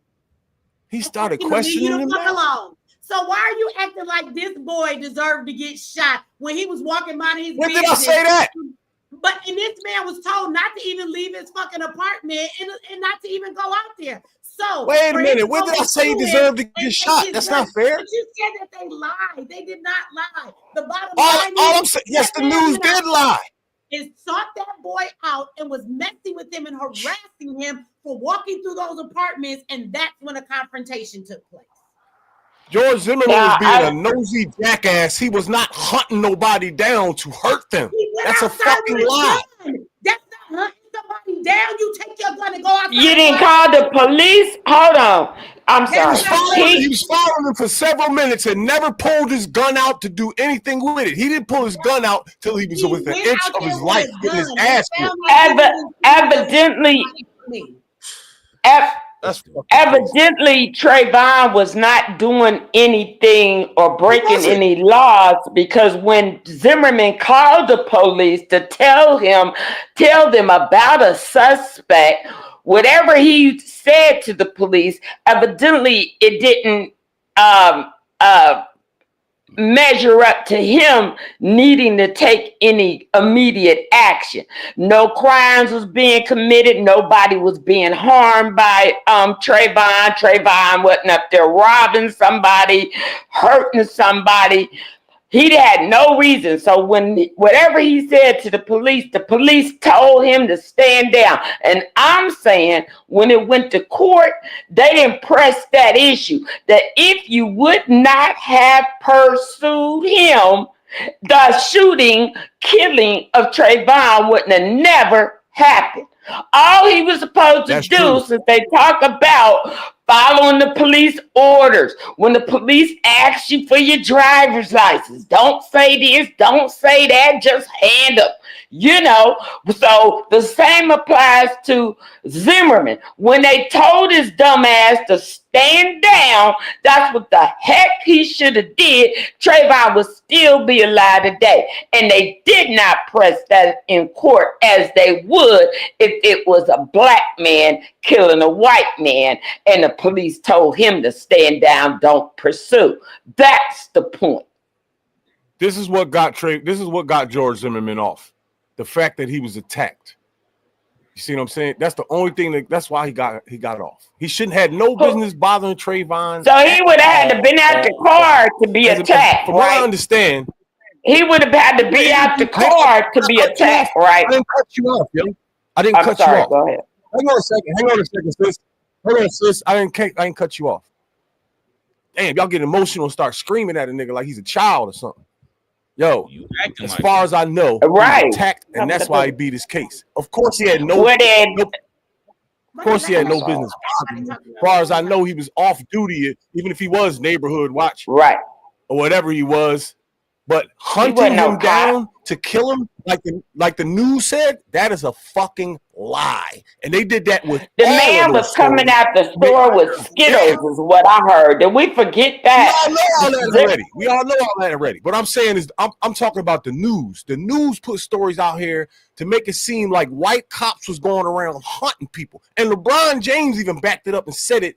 He quoted that exactly. They're out here, and they were not hunting nobody, man. Ain't nothing like a Diddy party. Is that who said that? This wasn't about the police, though. This was about, he wasn't even a police officer on duty. Right. That's what this case was. And what I will say is that just because he got off in the court on something that they found, I will be real honest with you. I am not a person that is ignorant or blinded by emotion. I have dealt with a lot of cases, and I actually used to work in the court for the probation department for a whole damn near doing internships when I was getting my degree. And what I'm going to tell you is that I have seen many of courts, we have all seen it in our face, find reasons to justify and let people off. That doesn't mean that it was right.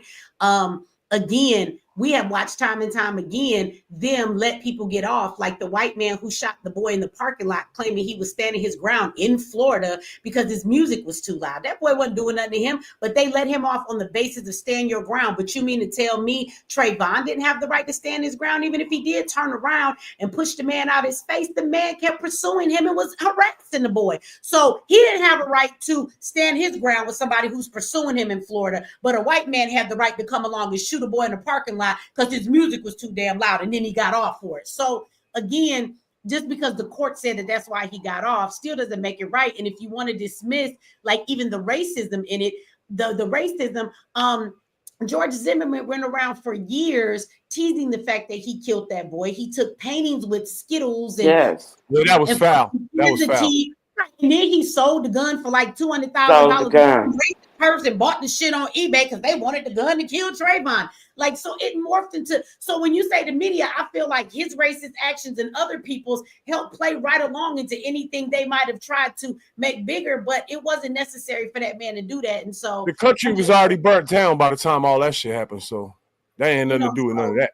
And you know, I have children, and if my son was walking around and somebody was bothering him, if I was walking around and somebody was bothering me, I'd probably turn around and ask them what the fuck they want to. Quit following me, my nigga. We remember he was on the phone. So at the end of the day, when you're pursuing him and you're bothering him, and I turn around and somebody's in my face bothering me, I might push them out my face too. I tell my children that we have what's called a safe space, and we never let anybody get a certain closeness to us, because if you get too close to me, once you're coming at me with aggression and you have gotten so close to me, I'm going to consider that my area of self-defense. What I'm not going to do is let you get up on me and hit me first. If you are approaching me with aggression and you have gotten within so many feet of me, I'm going to hit you in your shit before you ever get to me. You don't let people get in your space. You have the right, even by law, to have your space. And for a person not to invade.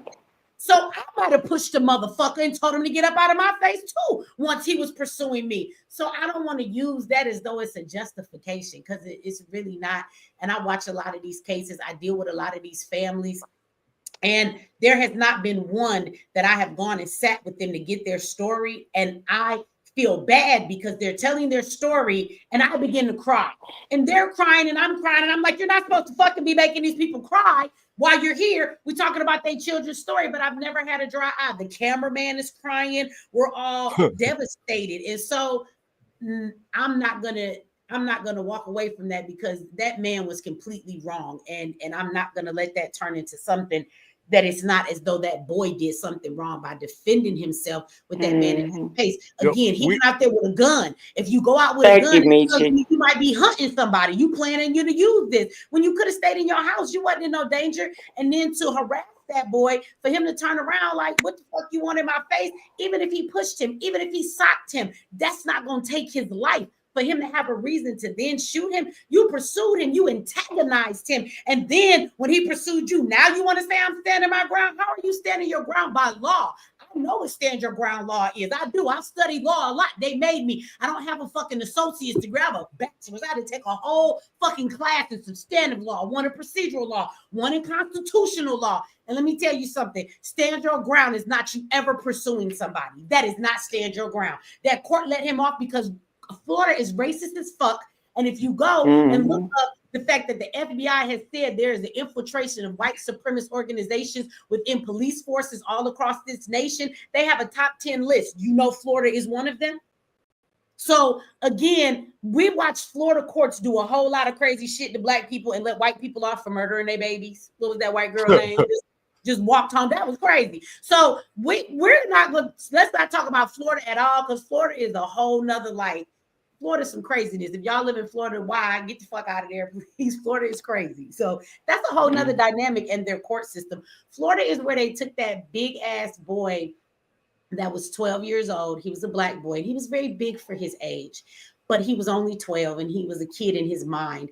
And his mother was babysitting a little girl. She was 8. And he was doing wrestling moves on her. So he watched him on TV, not knowing it was fake. He started slinging her around into the rail, into the wall. He was doing like these moves and he ended up like eternally making her bleed inside internally. And she laid down and he's like, she went to go to sleep and the girl didn't wake up.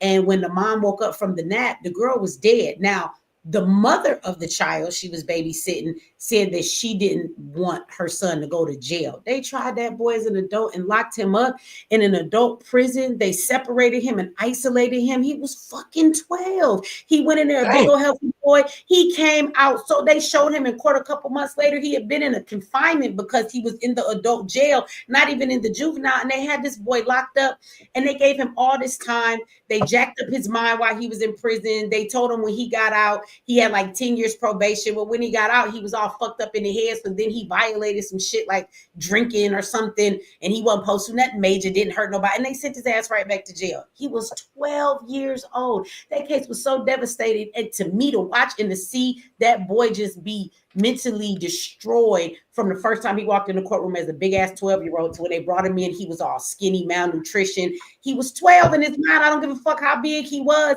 And even the mother of the little girl was like, he just a kid. He was playing with her. He didn't realize seeing this shit on TV. You can't do this to a person for real. He's overly big. And I don't think he meant to kill my daughter. And so she didn't want him to go to jail. And they didn't give a fuck about that. Just threw that boy life away. But then I watched Florida let a lot of white people off for like crazy shit. Like, what was her name? Casey Anderson, Kaylee. What the fuck was that? She killed her daughter, went partying and every goddamn thing. And I just knew she was going to jail. It was so evident she killed her daughter. And the bitch is free. Free at last, free at last. Thank God Almighty, she's free at last. Her and MLK can go down in the same book together as far as I'm concerned. She murdered her baby. That nigga murdered the whole black race. But y'all, the way that system works, if you got resources, you can get your freedom. Can we turn the conversation to another thing? Because I think that this to get us riled up. And y'all, look, I'm the hype man, and I'm not this hype at 247. What is wrong with y'all? Like, I feel like I need a Red Bull, and I don't even drink that shit. So, look though, somebody put something in there with the super chat. Shout out to the super chat. Let me go back to them. Shout out to the super chat. Okay. Somebody said, Michi, keep me searching, for research. Keep dropping them facts. They was mad at you. They gave $5 to say get you off the live, but we ain't gonna take that. We ain't gonna take them off the live. This the homie. We can agree to disagree. You know, we just gotta do that. But somebody did ask a good question. So can we turn to this? The fellas probably have an opinion. So sister, let the brothers tell us if they have an opinion. If you don't, I'm sure the sisters do. So what y'all think about hearing about this child support payments being eligible to for the parent to file for the tax credits? Now, I believe that what they are talking about, they could correct me if I am wrong. Apparently, if you pay child support as the father now, fathers, you paying that child support check. I don't care if you only giving her $20 a month. They don't give a damn. But Trump said, if you pay that child support, you get to file the kids on your taxes, not the mother, even though she has the child. I tried to look that shit up earlier. It says the story is fake. You know, I was going to, there's some shit I've been hearing, but I'm the one to go and find the actual executive orders. I didn't see that anywhere. I've seen people talking about it, but I didn't see it. I will give you that one because I didn't either. It's a fake story. The guy that started it on TikTok and made it go viral admitted that he was the man is like, yeah, that shit fake. I looked it up. It's a motherfucking lie. They looked it up because they hoped it was true. But it would make sense if they did that. It would make proper sense, man. That would send the gender war. That would send the gender war to a new level. It would. But if you think about it, if they do that and mandatory DNA testing, that would set a whole lot of shit straight. Oh yeah. Oh yeah. Well, let me say that I do believe that they should do. I don't know, a mandatory DNA test, and I don't think nothing wrong with that. But you know, I guess. But because women do be lying to me in a whole lot, and I have sons, so I'm not always gonna take the woman's perspective. And I'd be mad as fuck if a lady lied to my son and said it was his child, and then he signed a birth certificate because now legally that is his child, and he's gonna. I know men who have done that, and they even though the court has taken a DNA test after the fact they signed a birth certificate, that still is a legal document. Then they have to fight, even though the court knows that's not their child. Legally, they still make them pay for it. So, you know, somebody said condoms don't cost much, but in these situations, I'm not talking about that where like people are using condoms. I'm talking about there are men that have been in relationships with women for years or been married, and then they find out that their child is not theirs because they just assumed that was their child, and then they find out later that it wasn't. So I agree, you should use some condoms, but there are people who are in long-term relationships. There are people that are married, you know, and they have found out later that this bitch done lied to him, and none of these kids is his. He got 3 kids, and they all the side nigga kids after 10 years. So I can't ignore those stories. I have sons, you know, so. I would just say, when I first heard that, I didn't feel bad about it, as far as there are black men out here that is working hard, taking care of their kids. You know, him and the mother didn't get along and he's paying child support. So for my black man, I would say I wouldn't be mad if he got well, you know, if to claim the kids. All men gonna get in. She said, "Well, my black man." Yeah, them white women might have something to say about those laws. I don't Well, know. you know what? But that would be a slippery slope. Let me tell you, it's kind of hard to say because I do know sisters who do get child support. So if that would have been a true, ruling or a bill that he passed, there would have to be, I would hope, some stipulations in that because I do know women that get child support checks from a nigga and it's literally like $17 for the month. If that's all you have contributed to this child, I wish the fuck they would give you this child tax credit. Boy, I will be at your house. I'll meet you at the bank the day they give it to you because that's some True. bullshit. But if a man, I do know other situations where there are men that are paying $500 a month to take care of their kid. And if they're giving money, then there should be some way of understanding that he has spent his money. But you have to remember, I see why it's not a real law because child tax credits, when you file taxes, and I'm not a tax expert, but I have filed my taxes before. And what that seems to say is that they ask you when you file for a dependent, have you taken care of majority of them for the year, right? So Right. even if you're giving me money, if that child, shout out to you, thank you for that. Faith is all we need. If you've been giving me child support, that's one thing, even if it's $500 a month for one child. But if that child lives with me and I supply their food, I supply all of their upkeep, I'm the one that paid the bills to keep the light on over their head, I'm definitely spending more than you. And so I think that that's the parent that is actually taking care of that child, unless you are paying all the rent over there and it's some type of shit like that, then that's different. So, when you file them taxes, that is what they ask. Like I have if y'all don't know this, you can, not necessarily a child tax credit, but you can claim a dependent that's over 18 years old.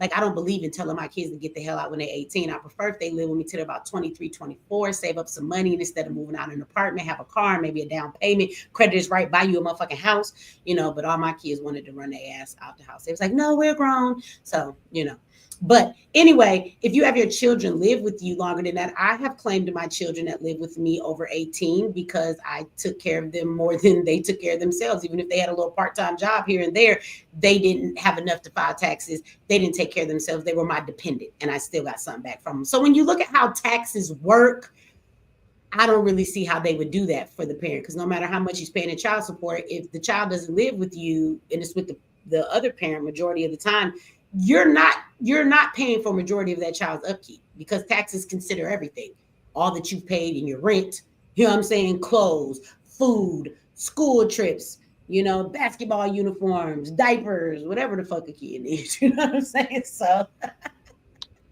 I guess I'm just like so fed up with the women I see out here. Like you were saying, all the tricks and games that they play. I mean, there's no real black women either. When I talk about the black men going soft like butter, it's just chilling to see. And the same as I've seen with, some black women as well. So it's hard, to really, but yeah. let me ask y'all something that is actually an executive order.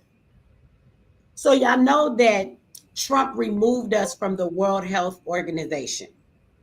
So What? he says yes, and he actually did this, but then Biden put us back in. Most people may not know that if you don't pay attention. He did this 4 years ago, but when he was a president, right? So the first time, but the World Health Organization is that organization. If you've been watching me, I played that clip and he was like, pandemic X is coming. It's not a matter of if, it is a matter of when, and it will be worse the next time. And I'm laughing if y'all know why I'm talking like that, because that's how the fuck he was talking.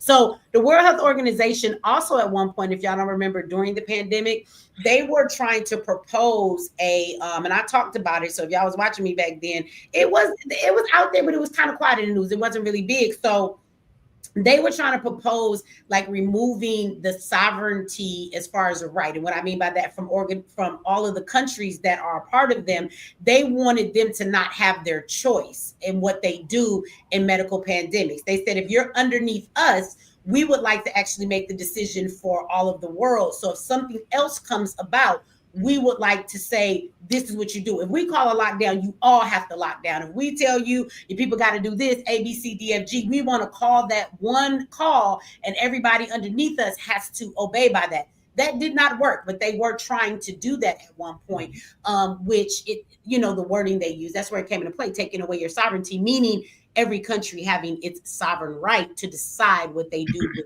people and how they deal with pandemics. But he said he removed them because, and you can speak on any of this if anybody has an opinion. If not, we can move on to some more because there's a lot of executive orders. But he said that he removed us because we pay $500 million a year to be in the World Health Organization, and China and everybody else is only paying like 39 million. So Trump said, y'all keep talking about where we gonna get the money to deport these immigrants. He said, we got a lot of money. Y'all keep playing. We about to cut this motherfucking budget and stop wasting dollars. He said, why we giving you 500 million? Boom, they're gonna 500 million for ICE.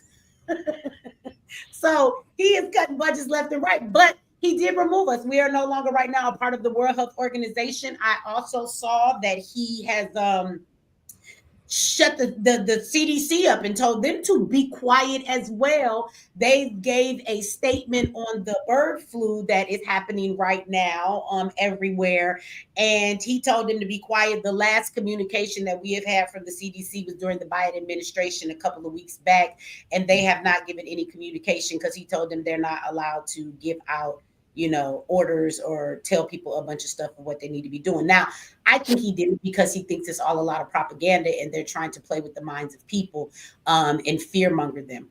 The bird flu is something that a person can catch if you are around, birds that have it, or if you have drinking tainted milk or things like that from the animal that it comes from. But bird flu is not necessarily what doctors and scientists are saying, is that it's not the type of thing that would morph into something that goes from human to human. So they say that if they tell you that, and they say that they have these human cases and they haven't been in any contact with animals, that they got it from another human, they said that they would be lying to you, and it's actually something they created and they're just using that as a cover. So that is kind of what's out there, but I don't know how y'all feel about that. Like, he told the CDC to shut the hell up and he removed us from the World Organization. Y'all got That's a great the move. World Health Organization and the CDC are two criminal enterprises that have nothing to do with human health. They're here to actually do the opposite and keep you sick and sell you drugs to the day you die. That's why nobody dies from natural causes anymore. They all die in a bed suffering. So Trump is doing things right now. I know black people hate him, but he's giving Jesus vibes right now. He's literally like making moves to try to put the whole world in order. And it's crazy. I've never seen anything like it. He's doing a lot. Yeah. What, did I just hear Jesus vibes? And 95% of So y'all got this disdain in y'all got this disdain for Martin Luther King, but Trump is giving y'all Jesus vibes. Well, actually, if you do some research, right, Trump is the first human being in recording history that ever tried to rid the earth of child sex trafficking. I think child sex trafficking is probably number one on priorities lists, and everything else in the world is probably a distant second, right? So, according to the writings, which I don't believe anyway, no man has ever tried it. Not even Jesus or Prophet Muhammad or Malcolm X, none of them. No one. You have lost your mind. Well, you have lost your mind. Wait. If I'm wrong, then tell me the human that tried it before. Because Trump show me the bill where he tried it. Don't tell me nothing. No. The whole reason he ran is the whole reason. It's the only reason he ran for president. That's what he said in his inaugural speech when he won in 2016, and he signed executive orders for it. He said, well, show me the executive order. Put it in the private chat. I could be wrong. Wait a minute. Before we get too far gone, I'm the one that got smoked for MLK. So I want to answer that question before we get too far from the conversation. First of all, I don't rock with Jesus, so I wouldn't necessarily describe that he's giving Jesus vibes. But you have to get off this trip.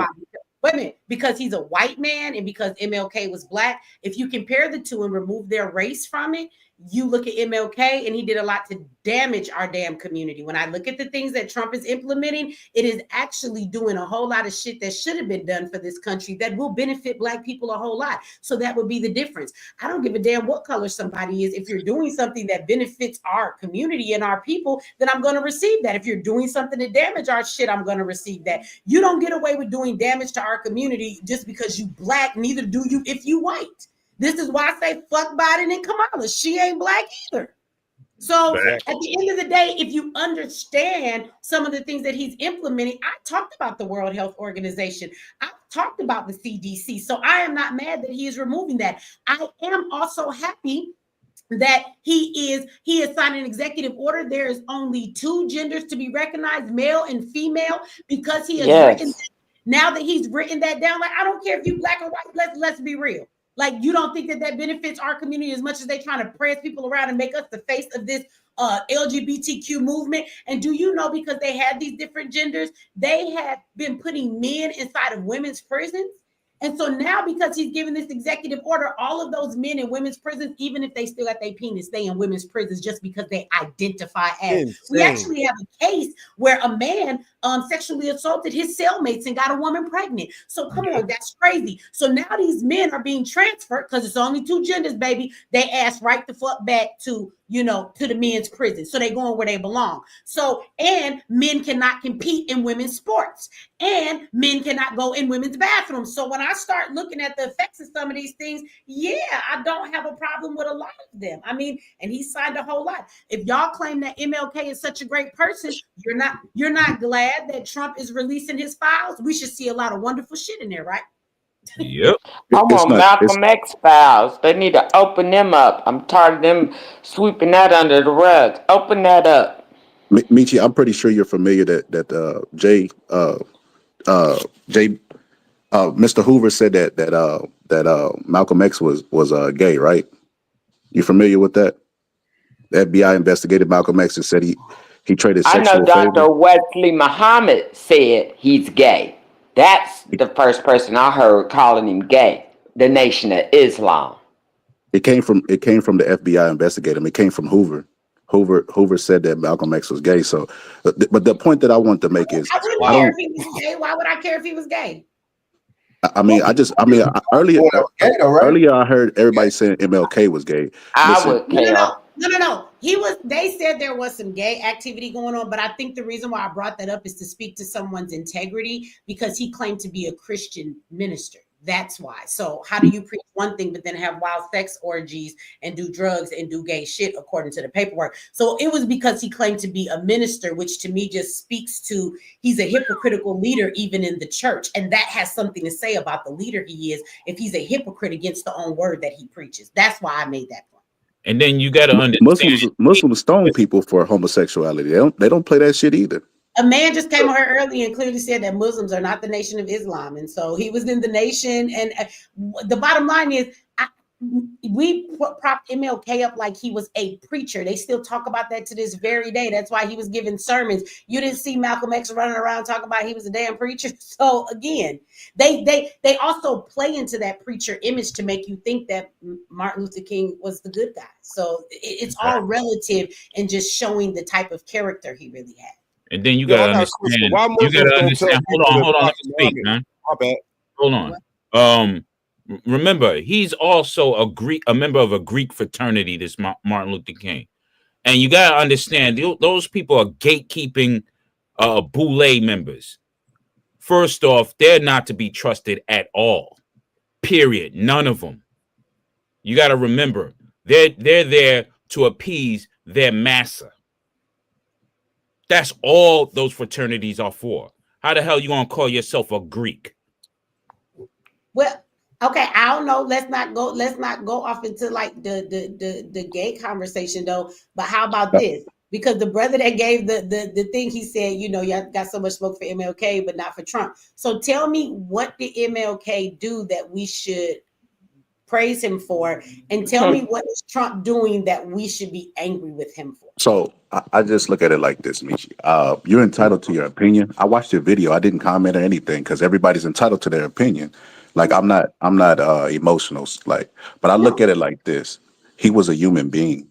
And when we're comparing him to the president of the United States, how could you look at the two positions and say one is the same? He's signing his signature on shit and getting shit passed, right? Martin Luther King was behind enemy lines during Jim Crow. The power dynamic is not even the same. So why would this an unfair comparison? I didn't compare them. You compared them. You said you got all this. Y'all said he was Jesus. A brother said he was Jesus, not you. I just said that I was agreeing that he's out here doing a whole lot of shit and turning America around. That was what I was agreeing with. That's what I explained to you because of what he's doing. I didn't compare the two or say that they were comparable. And even though he was alive, I'm not gonna go. If you sat and watched the live, I'm sure that you heard me explain how all of his actions brought us to where we are now. So if we want to be honest, his life, he is one person. And all that he did, do you know how many people are now dead, in prison, enslaved, illiterate, lives fucked up, living below the poverty level? Do you know how many lives he ruined? How many people are dead because of MLK and his damn movement in the Black community? So I'm just saying, if you really want to be technical, he's one life. Do you know how many niggas he done killed with his actions? But Michi, you got to understand. Like, I feel like you're not giving them grace. I feel like this, right? The He can civil get that rights. from Jesus. I don't give grace. Okay, okay, but look, the civil. We still got to be understanding. If we're gonna talk about it, we got to put stuff in its proper I'm just context, right? go ahead. If we go, the civil rights movement didn't start with Martin Luther King. It was started by Black people. Rosa Parks was 20 years ahead of what Martin Luther King did in the marches and stuff. So that movement was around, and Black people supported it in the majority. So he came later on and became at fault for it. It would be equivalent to Tariq Nasheed getting reparations, and then 20 years down the line, everybody saying how it messed up the community. Black people was fighting for it. So how do we know more than the Black people that was experiencing Jim Crow? Sure, Tariq Nasheed You is know, not a you good, know who it's not a good financed that example to movement. use, because he's actually a perfect example of MLK. Because if there was something that came from that and then it damaged the community, Tariq would absolutely be responsible. Because I don't care what you say, nobody was talking about FBA until he co-opted ADOS's movement, acting like he was their friend. Then he took their whole shit just so he could sell motherfucker stuff. So I hate how FBA tries to act like Tariq is not responsible for starting the movement and he's not the leader of the movement. Yes, the fuck he is. You wouldn't be talking about an FBA if it wasn't for this nigga. Absolutely. I just use them as an example because Black reparations always been popular amongst Black people. And I know that he's talking about FBAs getting reparations because that's an easier way to trace the who gets the checks and who don't. So that's why I use it. I'm not a Tariq supporter, by the way. I just use them as an example. Imagine Tariq Nasheed, because we've been talking about reparations for a long time, and he started the FBA stuff, which we both agree that he started that shit. And they use it to give the checks to the people. They use it to give it to the checks to the people that's supposed to get it. And then later on, 20 years, 30 years, 40 years down the line, everybody say, well, you know, Tariq Nasheed was a plant and he messed up the Black community. God, there's no perfect solution to people who are experiencing Jim Crow. They tried to build stuff themselves and it was burned to the ground. We tried that. We got examples of Rosewood, etc. That's not true, though. The media, like the brother was saying earlier, he was trying to make the example, I think fits perfect with what you're talking about. We have plenty of people come on here. I put plenty of clips and there's plenty of evidence you can go find. That is not true. Black people actually own businesses and had communities all over this country. Tulsa, Oklahoma did happen, but that was one of hundreds of thriving Black communities. Also, Tulsa, Oklahoma rebuilt back and things were thriving, but they won't tell you that, right? And what actually destroyed our communities more than a Tulsa, Oklahoma bombing, what came in and destroyed it more than them telling you white people tore our communities down with fire and stuff, was the civil rights movement. I don't know if you were listening. I don't know if you were listening, but like if shit was that racist and you couldn't build shit, how come in 1920, if you thought it was racist in 1954, how racist do you think it was in 1920? How is it that Dr. Claude Anderson's family in 1920 had a thriving bus company and grew to 500 buses and was servicing the Black communities, and even some white people hopped their asses on the buses? How did that happen if they were destroying everything that we had? So when y'all keep saying that and fighting Jim Crow, the civil rights never dealt with Jim Crow. When you talk about civil rights and you look at the laws that they made behind it, it was about the right to housing, the right to education, the right to vote, things of that nature, right? The right to not be discriminated against. Because till this very day, I don't know how many of you will believe me, but Jim Crow still exists. If you go down south, I told y'all, I've been down there with them stories, and I was sitting and talking with all of them, but Emmett Till's cousin. And me and her was having a conversation, and all of these people keep telling me this, but in Mississippi and Alabama, every month there is a Black boy dead, missing. He come up in the river or he's found hanging somewhere, and they call that shit a suicide. So Jim Crow still ain't left the South. And so again, even in the things they marched for, they did not address Jim Crow. That's not what they addressed. They changed the wording, but the action still stayed. Yep. So Michi, I got a question. So that busing company was thriving, right? But that's not how everything works, right? Like some people have businesses, like if I had a business in Texas right now, and we looking back in history, and black people said, "Oh, I was doing so bad then." Well, what about the boxer scholar who had a good business in Texas? We looking at ourselves as a monolith. That's how we judging ourselves. So we can't look to isolated examples. That's But not, that's not an that busing isolated business, example, though. That's not isolated. If you go look at facts, in 1950s, there were more black businesses, black people. We had cab companies across this nation. We had movie theaters across this nation. It was a chain of movie theaters that were black movie theaters, and it was several of them. It wasn't just one, it was a chain of them. We had cab companies. The black community generated over $2 billion back in 1950. And because we were segregated, we actually spent it within our community. Black communities in the 1950s had their own officials, their own police, their own schooling. And by fact, black schools were actually more educated than even the white counterpart schools. But we forced Ruby Bridges to go to school and be called niggas just to sit around them kids every day. So these are facts. It wasn't an isolated incident. More black people owned their homes back then. Everybody that hopped on this live tonight, I can tell you every last one of my family members owned their houses. My grandfather had his own business in Detroit. We were all employed and had our own businesses and employed each other because of that segregation. We had no choice but to build. Did you know that black communities had their own police and patrolling, but we praised New Era Detroit so much that actually existed before. So And they brought them down, those are not isolated incidents. They're not. but Michi, I just don't understand. So you saying civil rights made black people it messed black people up because they didn't spend money with black people. Is that Martin Luther King? That's Martin Luther King's fault. They could have absolutely kept everything black. Why did they have to? That doesn't make any sense. So they stopped spending with black businesses because civil rights got passed. He was the poster boy for integration, dude. Right. So let me tell you how that happened. Dr. Claude Anderson actually said this on the video link that I put there. He did 5 years ago. He did an interview on the Breakfast Club. He said that that the bus company was thriving. Now you remember, so let's be specific about this situation. Why didn't Martin Luther King and Rosa Parks do the bus boycott? And she lied because she wasn't a motherfucker on the bus. It was a 15-year-old girl who was pregnant. But check this out. Why would you be complaining about sitting on the front of white buses when you had a black bus company that had more buses than the white bus company? You know, Dr. Claude Anderson said once Rosa Parks and MLK started the bus boycott, that people came to them and said to them, well, we want to ride on the white buses because this was the movement. They said, we don't got white buses. So those black folks walked instead of catching the black buses. Those folks did all of that shit. And then when the white buses accepted them, they gave their money to the white buses so much that that bus boycott put that black bus business out of business. Wow. Exactly. And Martin Luther King fucking knew that bus company existed, motherfucker. And who funded that movement? I'm calling him a motherfucker. He knew it existed. So why would you be boycotting just to sit on white people's buses when you knew black people already had their own? Because black people seek white favor. That's what I was trying to say. Let the brother respond. Go ahead.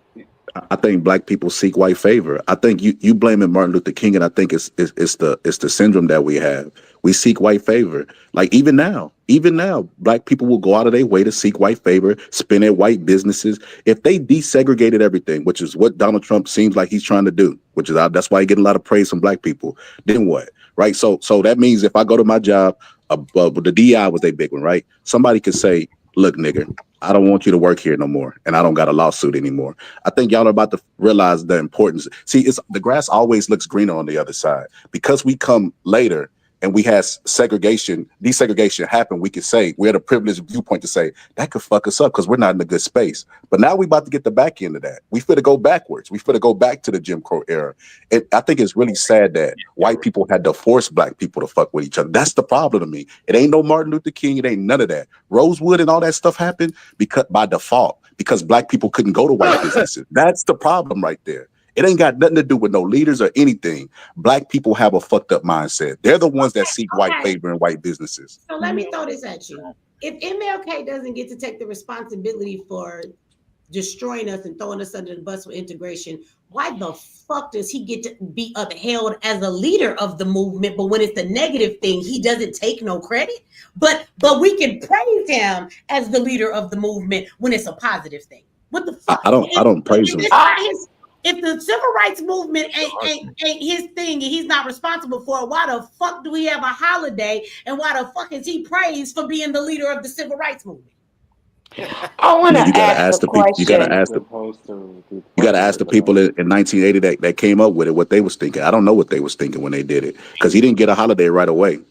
I don't understand how Hoover is watching him and Malcolm X and have them on a national threat, but they're also a plant. I don't buy into that. But I will say this: I don't praise anybody, Michi. Everybody is human. Everybody got flaws. Everybody got skeletons. We're talking about him on a larger scale, and that is what he's being projected as. So that's what we're talking about, not how you see him, how he has been given to the Black community. And he is the leader of the civil rights movement.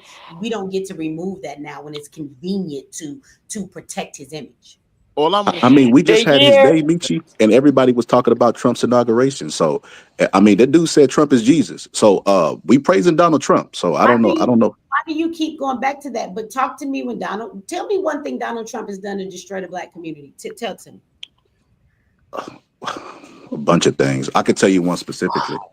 I can tell you one that affects. I was rattling off MLK. Go ahead. So I could tell you about me. I can't speak for every Black person in America, right? Because I don't got all the answers. I can tell you specifically. Because I can tell you what MLK did that destroyed the Black community as a whole. So I need you to tell me what Trump did. But Michi, the people that was around during that time supported it before he even ever jumped on it. No, so he just put his finger on the pulse of the Black community.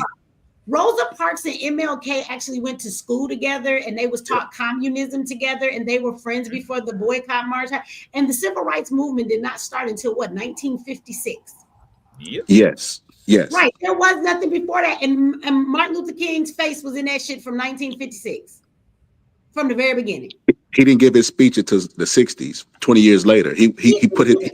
Yeah, but he was financed by those small hat individuals. Okay, as an activist, and when you're in the community doing stuff, you just because he was doing it over time, it got bigger, and then they started putting him on these podiums and everything else. So no, that's not true. He was definitely the leader of the civil rights movement, and he was preaching integration. And one thing that's interesting you might want to know is that a lot of the older Black people actually did not like MLK. They did not agree with his movement. And then what he did was he went to the colleges and got the youth, and they were upset about that because they were out there getting bit up by dogs and water holes. And they're like, why are you going to get our kids to take them to the streets to get them fucked up? So the older Blacks actually wasn't rocking with him. Everybody didn't agree with him. So I just wanted to say this really quickly. What I just thought about, you say Martin Luther, and I'm gonna tell you, I don't know all my history, so thank you, girl. I stay Black, and that's all the heck I know. But Martin Luther King, you said started the civil rights in 56. Black people weren't able to vote in 1956. Black people began to vote in 1965.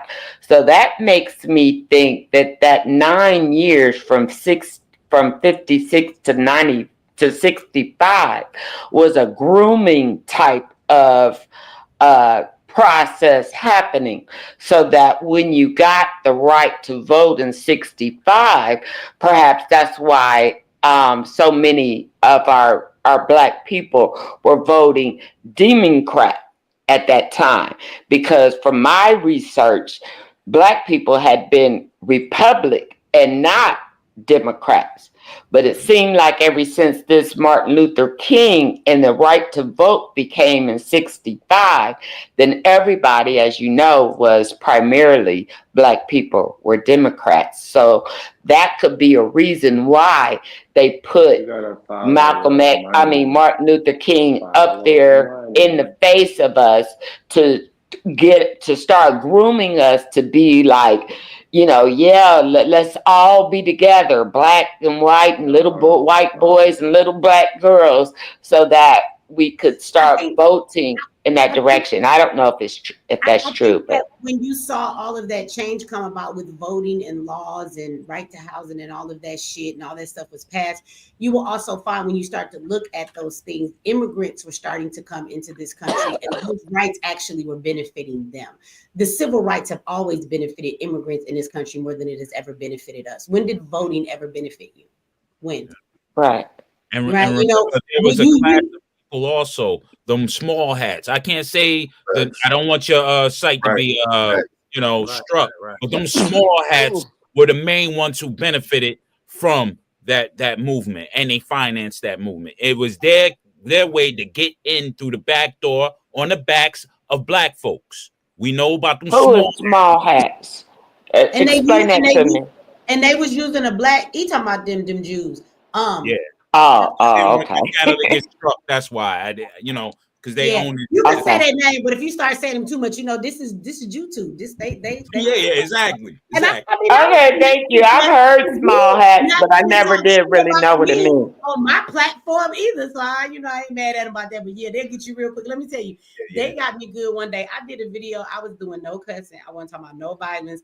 I did a video about Kanye West, and I brought up how they were playing him, those peoples, right? Yeah. And the small hats and the curly cues. And I was talking about how they were dealing with Kanye and how he was telling the truth. And I went into some history about them and them owing us reparations and all of that good stuff.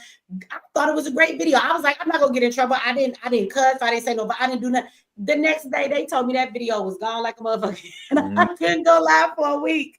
They'll get you for that shit in a minute. But hey, it's their platform. So yeah, the civil rights movement made black folks clean the White House, and those people run the White House. Let that be known. And they run media. Yes. Yes, indeed. And let me say this. So Insta Money All-Star says, Michi, you talking nonsense for a change, shaking my head. I'm talking nonsense about what? Thank you for the $2 that your dumb ass gave me. That's nonsense to pay somebody just to insult them. Like, who pays somebody to insult them? Insult me again, baby, and give me $5 this time. Right. I'm just saying, what do you mean I'm talking nonsense for a change? If you're talking about MLK, I've actually had this conversation about him every year for 3 years. So where the fuck have you been? This is not. Where are some of my day ones? Is this the first time that I've had a conversation about MLK? No, your algorithm pushing it out to new people though.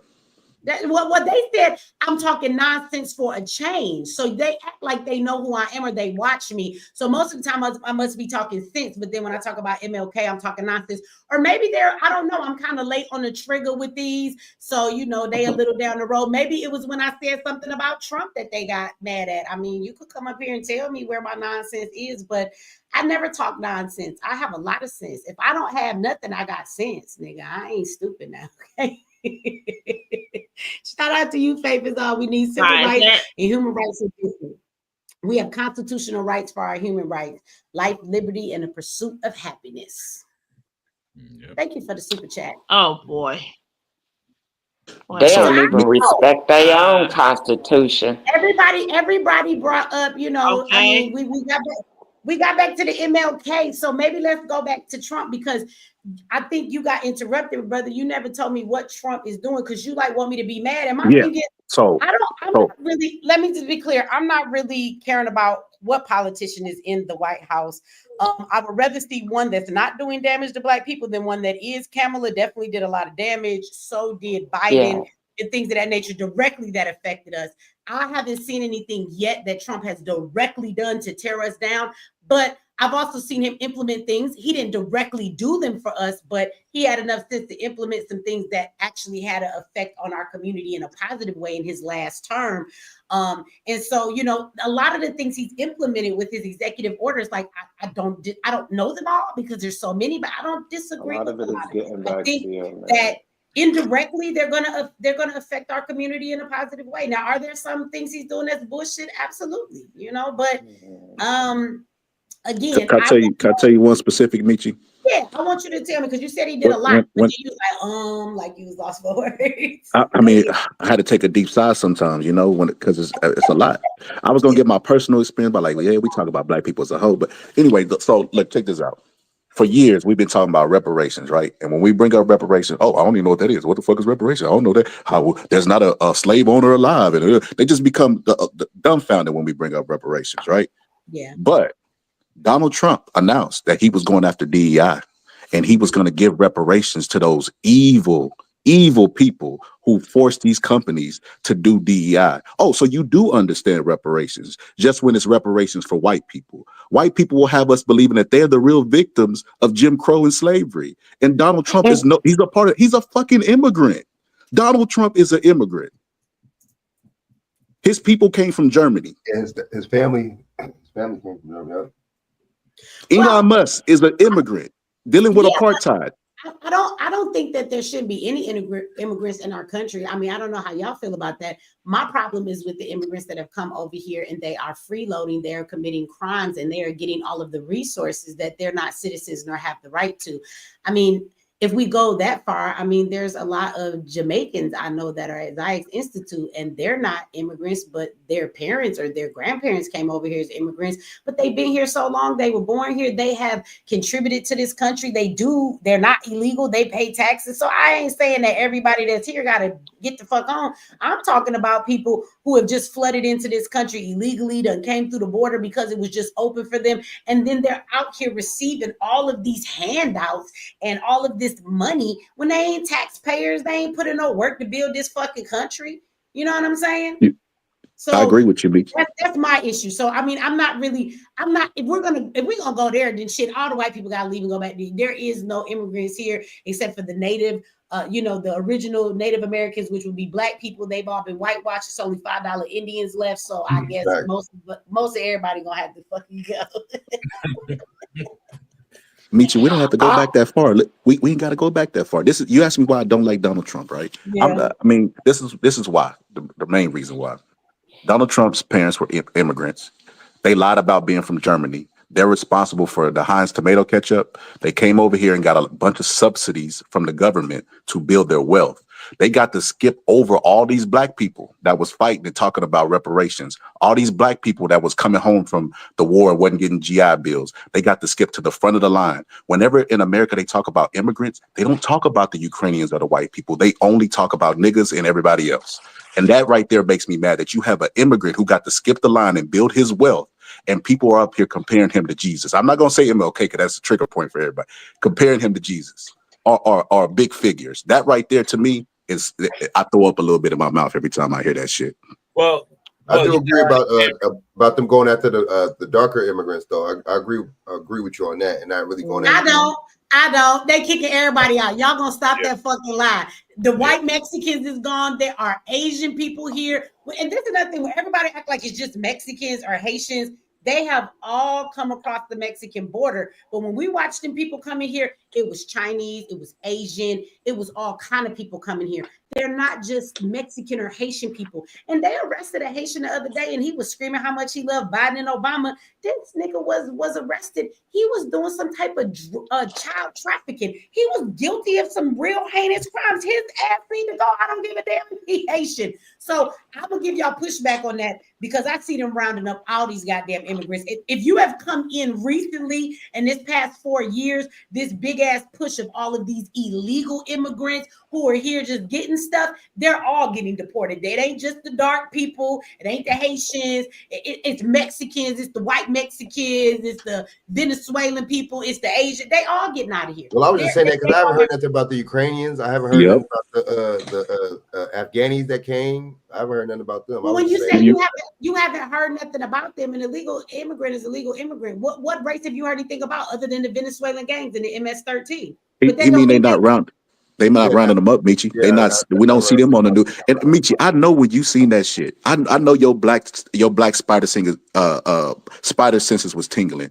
Like you got a dude on here who's an immigrant who's yelling that he loves Barack Obama, he loves Joe Biden. Like, come on, man, that shit looked scripted. It's like they said, "Cut, good job, nigga, good job, good job. You did a good one." Nah, he was Haitian, all right. He definitely was an immigrant. But I would like to say, I mean, when it comes to Trump. I have this mindset, well, I trust no white man, period. I don't care what they're doing. The focus should be, what are we doing? Because we already know what they're about. You know what I mean? we have to get our shit together because it's coming around. You know, yeah, they throwing out these illegals and all that, but once that's said and done, the focus is back on us. We got to be right with ourselves and with our communities and our families first and foremost before that shit come down. We got to have our shit together. So I only trust the white man as far as what he is. He's on the other side. Period. Everything he does is for his self-interest. Even though it may look like he's doing stuff for everybody, it's really for himself. You got to remember that. You know, Michi. I don't think he's done anything directly for Black people or even necessarily promised. But again, we talk about politics. So again, there are things he's going to do that he may not have done directly for us, but it is going to have indirectly, it's going to have a positive effect on our community. So like I said, there's a lot of executive orders. And my question is, which one of these orders do y'all have problems with? You know, I mean, Stargate. So far, a lot of the stuff that he's done, this is the thing. I know that the government is our truest enemy, right? And there's a lot of stuff he's done to come after the government. So anytime he is in position, which we can't reach because we're not going to get up and do like the January 6ers, you know what I'm saying? If we do, he ain't going to pardon us. But we can't get up and we're not going to do anything. So if he's in there, any shot he take at our enemy, because another word for white supremacy is government, y'all. We got to really understand who the white supremacy comes from is the government. And so as long as he is taking shots at them and dismantling them, I'm never going to be upset about that. I mean, I don't give a fuck that it's their own kind taking him down. It's still our enemy being taken down in a lot of ways. So I'm going to chicken is your arch enemy. Watch these tech companies though. These tech companies that he's aligning himself with. That's kind of dangerous. They talk about what do y'all know about what y'all think about that Stargate thing? Bro, he got 20% of the world's wealth at his fucking inauguration. Dismantling? Oh, it's gonna be the dismantling, right? Dismantle of anybody who ain't in the top 1%. This finna be Reagan all over again. You know what I don't understand? Negroes sold themselves into slavery, right? Right. And then when the drug war came, they chose they chose money over their families, right? And was removed from there. Now you can say the government targeted, they still sold the drugs. Now, when Donald Trump's running, these motherfuckers told me they voted for him because of the price of eggs. You can't make this shit up. Every time there's money on the table, Black people will choose it over. I don't think they voted for the price of eggs. You ain't like that $2 That's what they were gas saying. in office? Gas ain't been $2 since the 90s, early 90s. I was feeling that $2 gas, dog. Well, I can tell you that the price of eggs is actually up because of the bird flu. But I make a mean egg salad sandwich, so I'm kind of upset about that. But you got to understand. I didn't vote for nobody, so y'all can't say shit to me. I didn't vote for nobody. You did it, George Carlin. The same with me. You see what I'm saying? Because you got to look like this. It's two wings from the same bird. Yeah. You see what I'm saying? And the reparation viewpoints. How can you go? Let me say it like this: a thief is not going to pay you what they owe you. Simple as that. A thief is not going to pay you what they owe you. So we need to get off that and get to building. That's the main point, because as long as everybody talking about reparation discussion, it's keeping Black folks at a standstill. Mm-hmm. I don't disagree with that. I don't disagree with that. But Trump showed he understand what reparations mean by talking about the people who suffered from DEI will be allowed to sue, and there will be a restitution. And it's like, wait a minute. He understands what it is. You know why you can't talk about reparations right now? Because when the government talks about it, no matter how much Tariq Nasheed paint his forehead with that hairline and smack his Jewish ass, the government don't know who the fuck he is, okay? And let me tell you something. They see us as Black people. So who's Black people? That is not a category for you to get no damn reparations, because there are a lot of people in this country classified as Black, but that doesn't mean they're owed any money from slave days. Mm-hmm. So at the end of the day, I think that's a big part of why it's hard to get the reparations. That's why, Tariq got the FBA bullshit, but we're going to go back to ADOS where he co-opted that from. Yep. So ADOS, this is why they have exactly what they have. We have to first classify ourselves as something that states this group of Black people, because Black fits so many people in that category, right? So, I think that's where we're supposed to start off first of all, but I'm not looking for Trump to give us no reparations. I don't really think that they're going to give us. I think that if they give us reparations, they're going to give it to us. I keep telling y'all this now. Elon said it. Maybe his word will hold some more weight. Now, if y'all been watching me for a while, y'all will know that I've been talking for about 2 years about universal income. I told y'all that during the pandemic, they had universal income pilot programs after the pandemic was over, and they were giving people, no matter what your income bracket is, you didn't have to be poor or whatever. They just randomly picked groups of people to give them stipends of $1,000, $1,500 to see if it will bring up their standard of living in life. So they're not testing these pilot programs. They were all across the country not too long ago, and Elon just recently said, well, he said it a couple months back, but they're playing it today now, of course, and everything. But he said that everybody will have a high universal income. So what's going to happen is, one thing you do see Trump ushering in is the cryptocurrency era, right? That is one thing he's doing. Because remember, it doesn't matter who's in the White House. There is a bigger picture that is planned through the government that's going to take place. And there are some things he'll go against, but there's some things he's going to play into because that's the way things need to go. And one of that is coming up with the digital currency. So digital currency don't really got no damn backing. It's a transaction, but your bank account is a transaction. How many of you have a debit card, and ever since the pandemic, they told you to have exact cash, so you stop using cash? Didn't they get you ready for that? Most of you pull out your debit card. Some of you may have cash on you, but for the most part, during the pandemic, you were trained not to do that because they told you there wasn't enough change. Unless you had the exact change, they weren't giving out change. So you went into stores with your debit card now, or your credit card, because you wasn't trying to let somebody keep your whole $5 if you was buying some shit that cost $1.25. So they were training you to understand cashless society. Okay. And so now you got your cards, you can tap them and boop, you ain't even got to swipe them no more. So pretty soon you're going to be able to do the same thing with your hand. You're going to get cryptocurrency, and those wallets are going to be given to you by the government because it's going to be a new source of currency.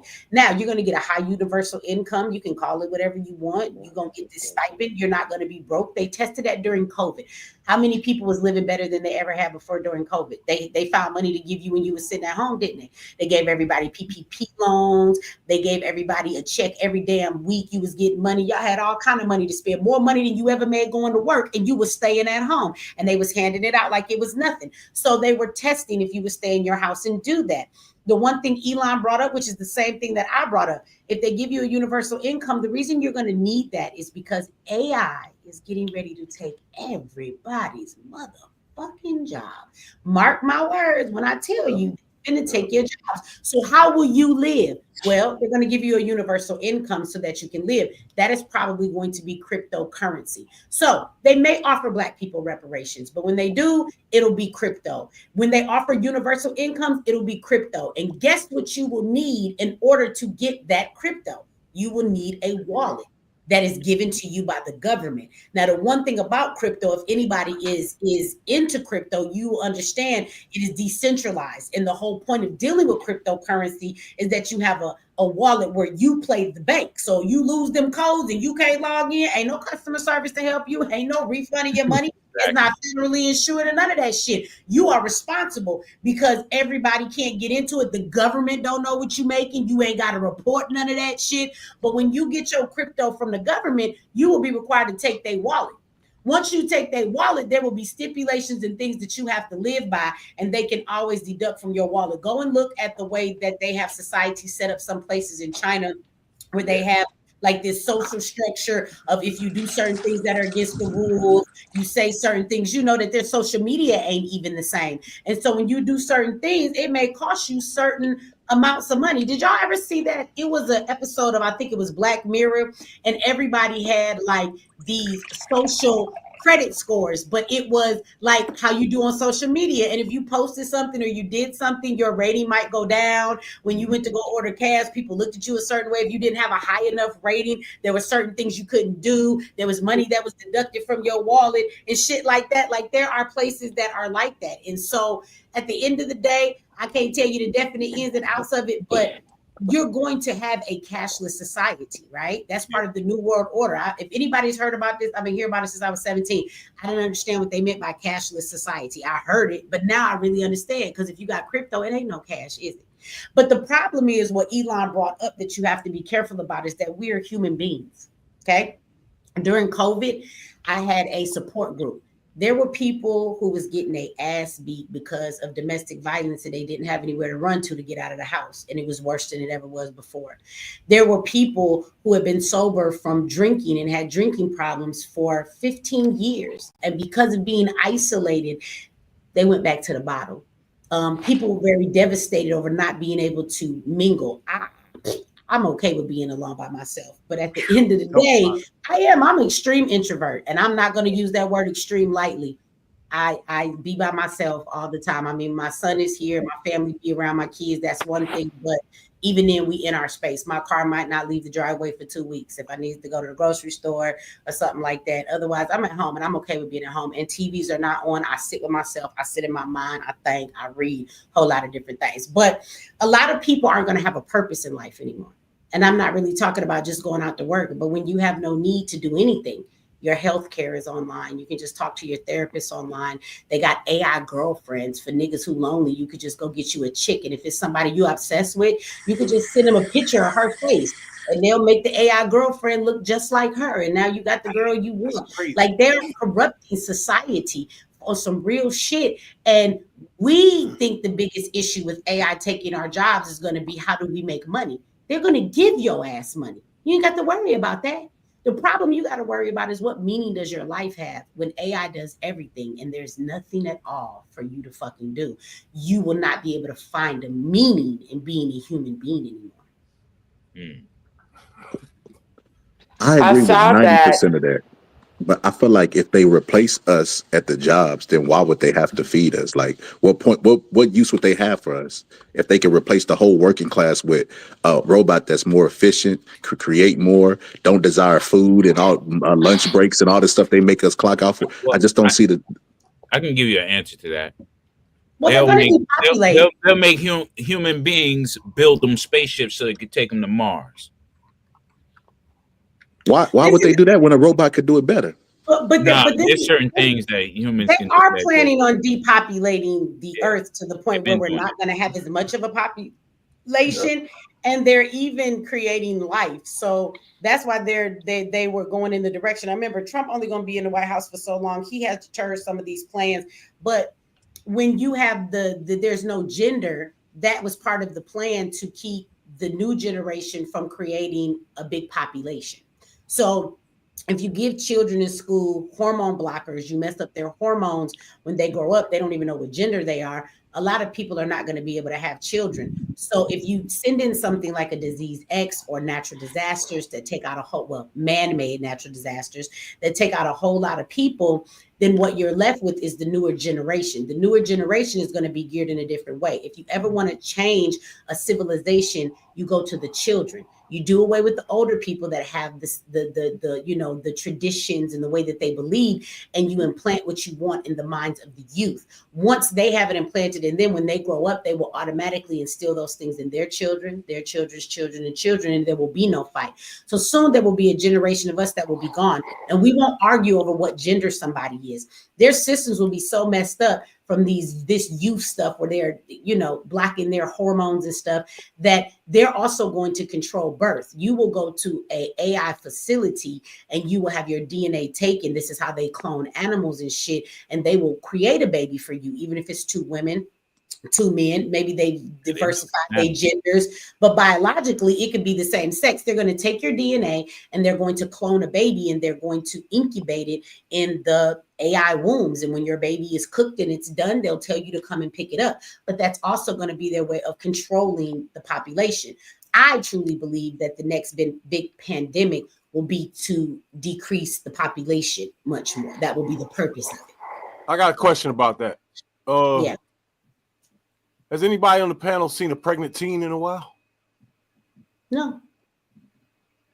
All right, so that's how we populated the earth. Wow, the 55 years I was on this earth, I remember seeing pregnant teens throughout the year, every year. But a weird thing's happened in the past 3 years. I haven't seen one. So that's a good thing. Maybe so. Like, well, it depends how you look at it. Maybe not, though. Right. That is trouble for every business in America in the future, because businesses grow because of population growth. If the kids don't make more humans, they won't have to kill anybody with no type of pandemic or nothing. They can reset the world the way it's happening now. Men and women in America hate each other.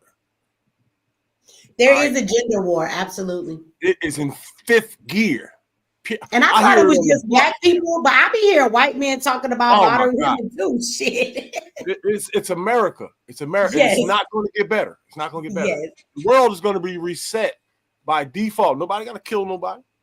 You're watching the Great Reset. Well, once they've reset the mind, the thing to do to really do away with it is have some type of, they can create viruses that actually target a group. So, right now in China and stuff, they're actually dealing with another virus and people are in the hospital, right? But it's affecting children. You know how when COVID was getting all of the older people, so they can create something that actually gets rid of people that are of older age. So that's who they'll see dying more. You know what I'm saying?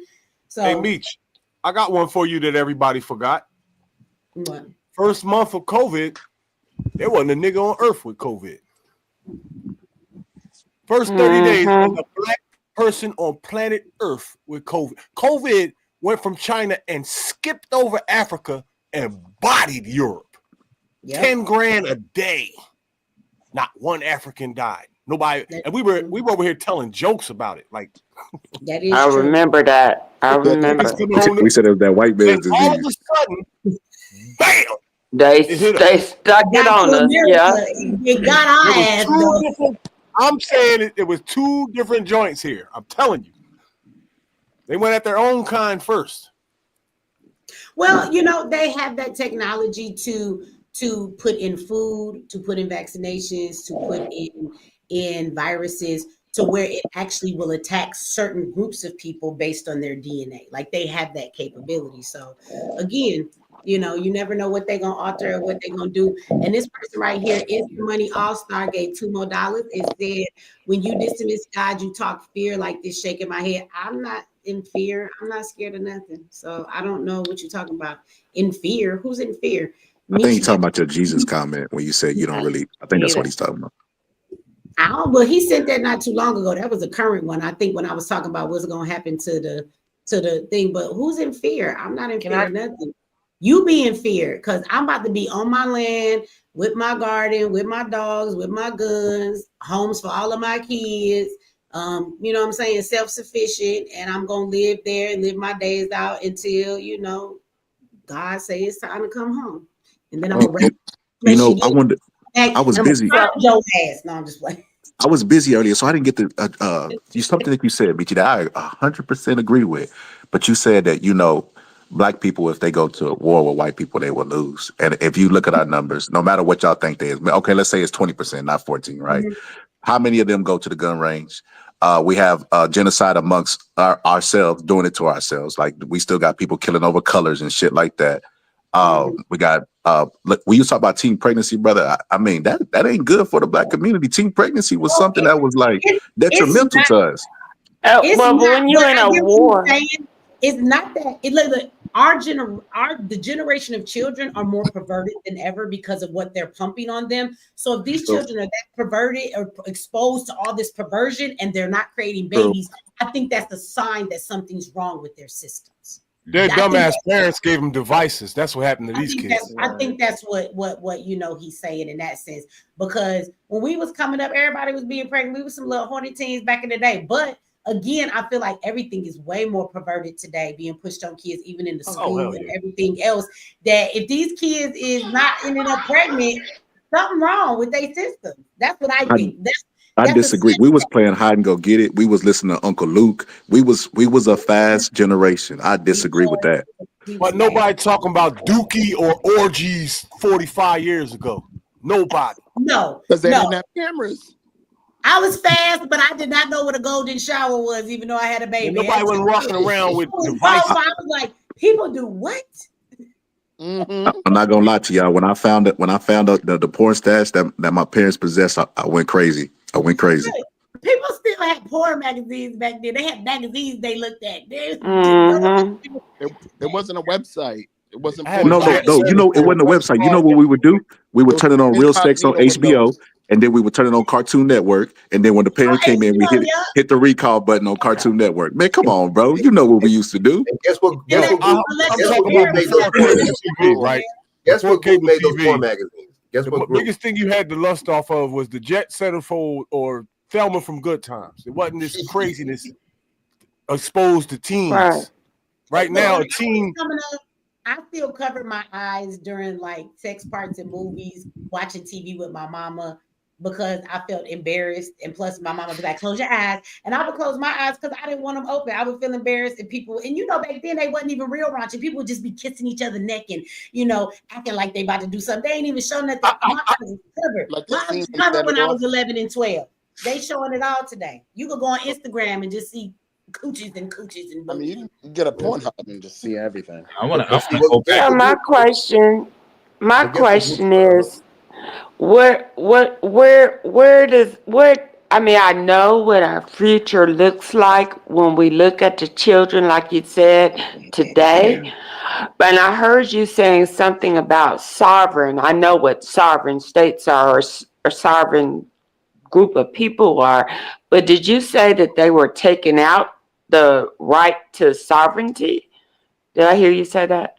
No, so the World Health Organization during the pandemic was trying to get all of the countries around the world that were a part of them. They said, look, we got this worldwide pandemic. The next time one hits like this, we want you to, let us tell y'all how to deal with it. So like they wanted to get one mandate and everybody had to follow it. So, during the pandemic, everybody was handling it how they wanted to in their country. America gave their lockdowns when they were ready. They let us go out. They said, if you wear masks, you can feel this out. China was doing their thing. China wasn't letting nobody come out the house. They said, if your family member died, roll their ass to the curb like trash and go back inside.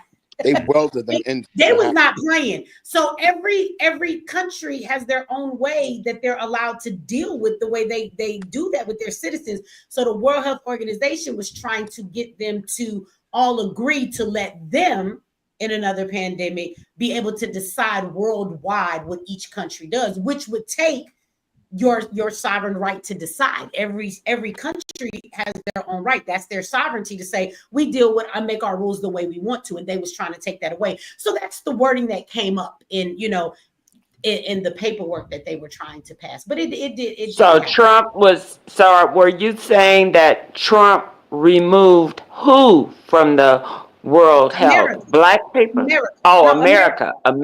So Okay. America is no longer a part of the World Health Organization. In his first term, I didn't know this until now, but he actually removed us back then too, but then Biden put us right back in. So, I mean, if you don't like some of the stuff Trump doing, just wait till he gone and somebody gonna come in and executive order all that shit away too.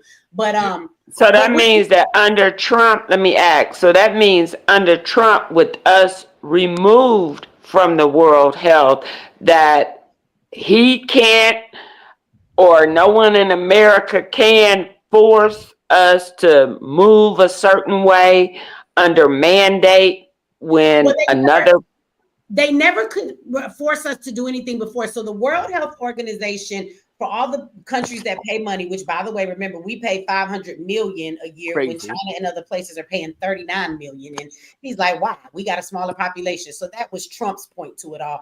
But so he backed out basically because he said, fuck y'all want too much money from us. He did say maybe that'll change. So if they come down, he might go back.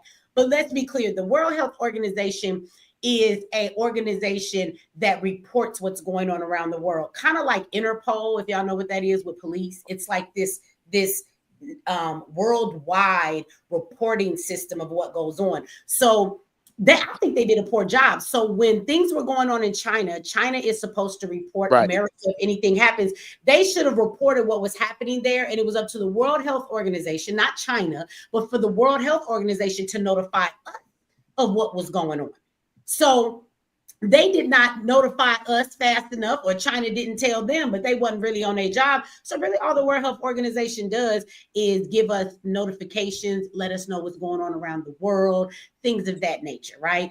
Give you updates on certain things that have to do with the health or pandemics, but not just pandemics, they're the World Health Organization. So they also bring about a lot of other things too, when it's like medication and things that help stuff, which of course, you know, Trump is kind of having more of a healthier initiative. He has Robert Kennedy Jr., who's supposed to be following that. So at the end of the day, they're not trying to really push medication according to what they're saying. They would like America to be more healthy when it comes to the food and stop poisoning their people. They've actually admitted I like that part too. I like that. I remember when I heard that too. So that was one of the reasons I was like, yes, Trump, no, Kamala, all of that. Yeah, from the things like you were mentioning that he was doing that helps us, you know, as a people. But the problem is that neither one, Kamala nor Trump, we have to be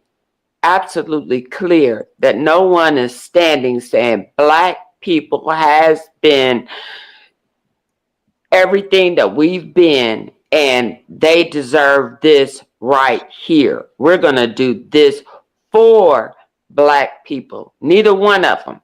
So that's why I'm trying to figure out how do we release ourselves from under them, around them, under them more so than anything, to establish our own sovereign.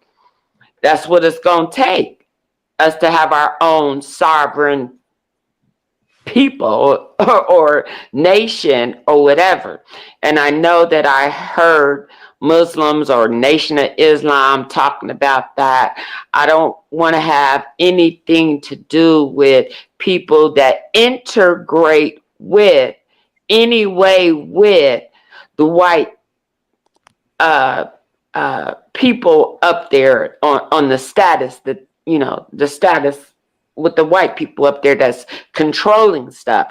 I want to be totally separate from under their umbrella, period. So how would those who are truly, whatever you want to call yourself, Black niggas, hey, where my niggas, with that true sense of I don't want nothing you got. It ain't nothing you could say to me until you say to Black America, we know this is what you've been through and this right here is for you. I really don't care. I'm trying to get some people, get our people together, and that's really has never been bowing down. You know, you get all these people now that's disheartened. Oh, wow, that's just now waking up.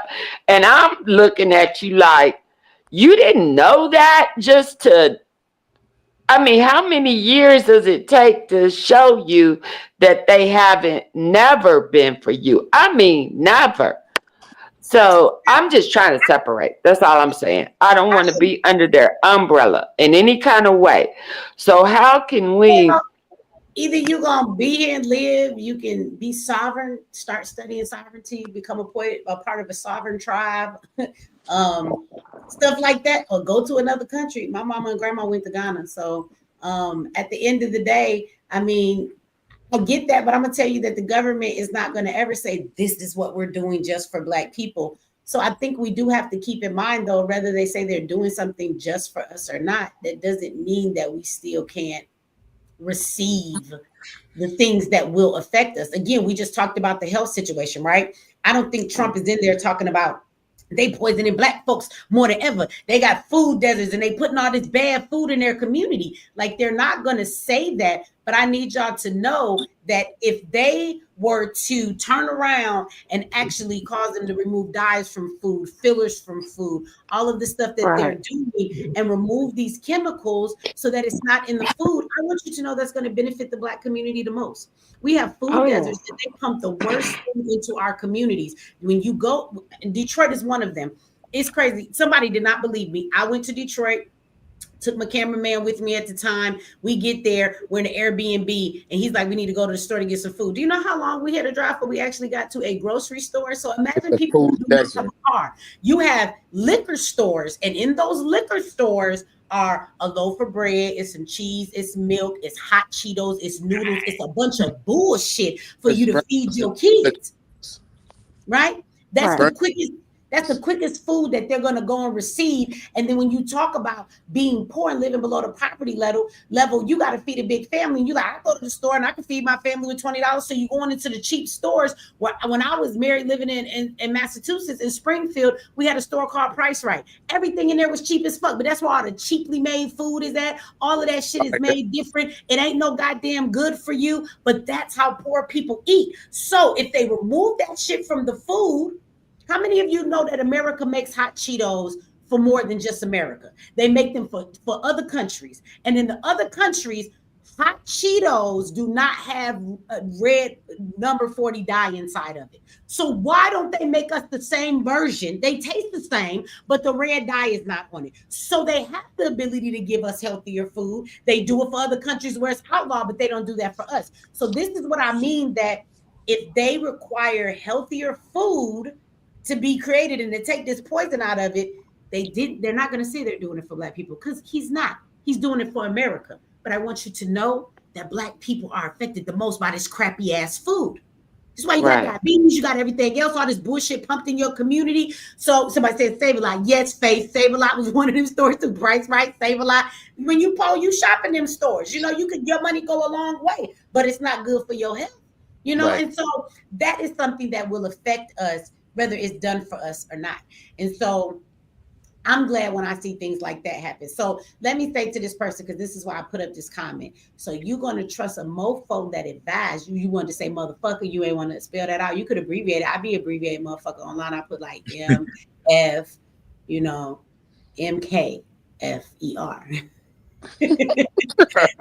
A mofo that advised folks to inject bleach or stick a blue light in your ass with your health. I think that some of y'all are really emotional, and I saw your other comment. To me, this is an asinine response to the things that we have said. It's very ignorant, because who said that I was trusting him with anything? I find it amazing that when we add Trump's name to the conversation, y'all lose y'all damn mind. Because if you have been watching me for a long time, I've been speaking against the World Health Organization and the pandemics and the issues in that for a long time. I've talked about the CDC and how the CDC, gives us all this medication and tell us what we should be taking and poisoning us. And on their site during the COVID, do you know at the top they told you to go watch the Walking Dead to prepare for COVID? Like, I've been talking about these institutions, and what you seem to not understand is that I don't give a fuck why Trump is doing it. I don't care. He's not doing it for the reasons I brought up. But if he's doing it, I'm glad that we're not a part of the World Health Organization. It's not a matter of trusting him. I trust my damn knowledge in what I know. I don't give a fuck why he's doing it. All I know is that it benefits us. And if you have been listening to me, I have been talking about these organizations. I've been talking about the corruption in them. So who gives a fuck why Trump is doing it? Just be glad he's doing it. So I think this comment is it's very ignorant. You trust him. Who said I trusted Trump? I'm glad he's doing some shit that I can be happy about. I'm sure for it's all said and done, Trump gonna do some shit. I'm gonna be like, oh, Trump, that was some bullshit. But until that time comes, why? Because he a white man, we're not supposed to what? Be happy about anything he does? Like, that's crazy as fuck. For as upset as you are, and I know your ass still here because you've been here all night, so nigga, you ain't gone to bed. So maybe you can answer this question in the chat. You're not happy that Trump has declared only 2 genders and that he took that LGBTQ curriculum out of our public schools, knowing that nasty-ass curriculum was in elementary. Even when I was coming up, they didn't teach us those things for sex education. How crazy is that? They didn't teach us those things. They taught us like STDs, how your ovaries work, how you have a period, how you have a baby, and things of that nature. And so they taught you about that. They're actually teaching anal sex and everything else to these children in the school. And And toys, yes, they teach teach anal. in schools. everything. They got I books. forgot about that too, and they sure did. That's another reason under that They teach gender fluid. Democratic Party, the stuff they was putting in the Obama, schools. Obama helped to usher that shit in. But not only, wait a minute, not only did the curriculum get more perverted, they moved the curriculum from middle school. That's when you started learning sex education to elementary. That's why they got your Right. 5-year-old. You come to pick up your 5-year-old son from school and he in a fucking dress from playtime. That's crazy as hell. So he's removing that as well. Are you so mad about Trump being white that you're upset with that? Who the fuck in their right mind is upset? I don't give a damn if a purple nigga come down from the motherfucking moon for 5 minutes and he decide he gonna change it. I don't give a damn who change it. But the fact that somebody is stopping the perversion of our children Yes. is a great thing, because my kids are in homeschool. The one child I have left, but it's a whole lot of Black people that have their children in public school. Somebody said you needed a permission slip. No, you don't. You do not need a permission slip. There are some school districts that you actually cannot opt out because it is part of the curriculum. So stop saying that. Also, you don't need a permission slip to go into the library. Y'all should probably go to y'all kids' schools. And if y'all have kids in school, y'all should go to their school and you should inform yourself, because this shit is being ready to be removed. In the library, they have books for your children that nobody is supervising them, and they can go and check out the book. Or somebody said back in the day, yeah, back in the day, you might have needed a permission slip, but they go into the library and they can check out books that I have heard people read at these school board meetings, and they're so disgusting about touching yourself. And when you have an erection and this white cream comes out, and these are books that have children in them, and they're geared towards 6, 7, 8-year-old children. And somebody is reading these books. I've seen this happen many times. It's not one book. And they're reading the words in this book. And the school board is asking them on the microphone to please stop, because what they're saying is inappropriate. But you think it's okay for children to read this shit in a library? So again, I'm not going to be so jaded and angry by a white man so much, or race, if somebody is doing something that is a good thing. Like, don't let that. Look, if you're going to be mad at Trump, he got 4 years. This motherfucker is going to do some shit that he going to piss you off, and you're going to have a right to be mad. Can you at least wait for that? Wait for a reason to be mad. Stop just trying to be mad to be mad. Because if you mad at that, something wrong with you. If you mad at him for getting a group together to head making healthier food in this country, to get away from medications, vaccinations, and they're being loud, they're saying the quiet part out loud. And they're saying all this stuff and they're trying to make changes. Who can get mad at that? You're not supposed to be mad at that. Why can't we say what That's it is? right. That's right. No That's one's right. ever done before, ever.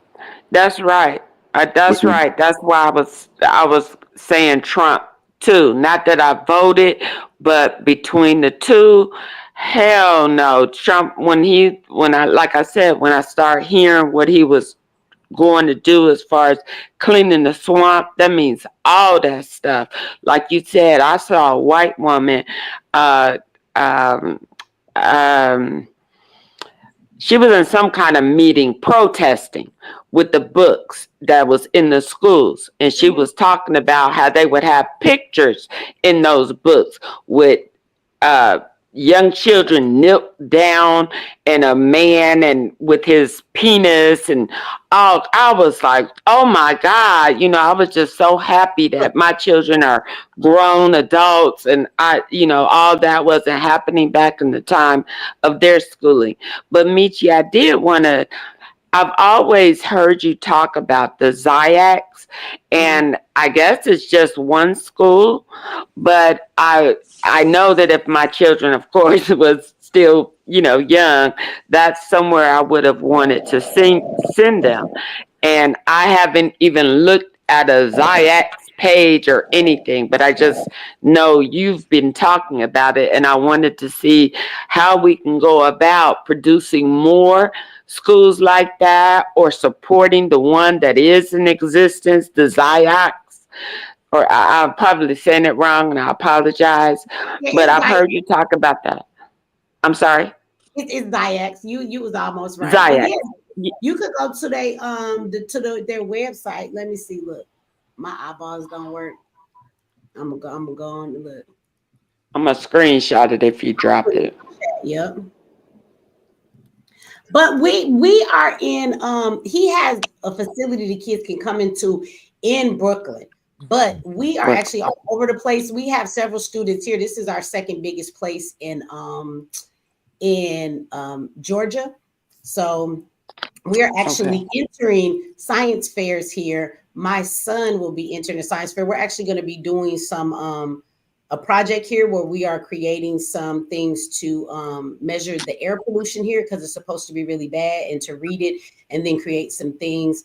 My son is waiting on his 3D printer to get here because he is creating. Oh, look at you. Look, Will, you fast on the draw. I didn't even know I have to go get it. There you go. It's in the chat.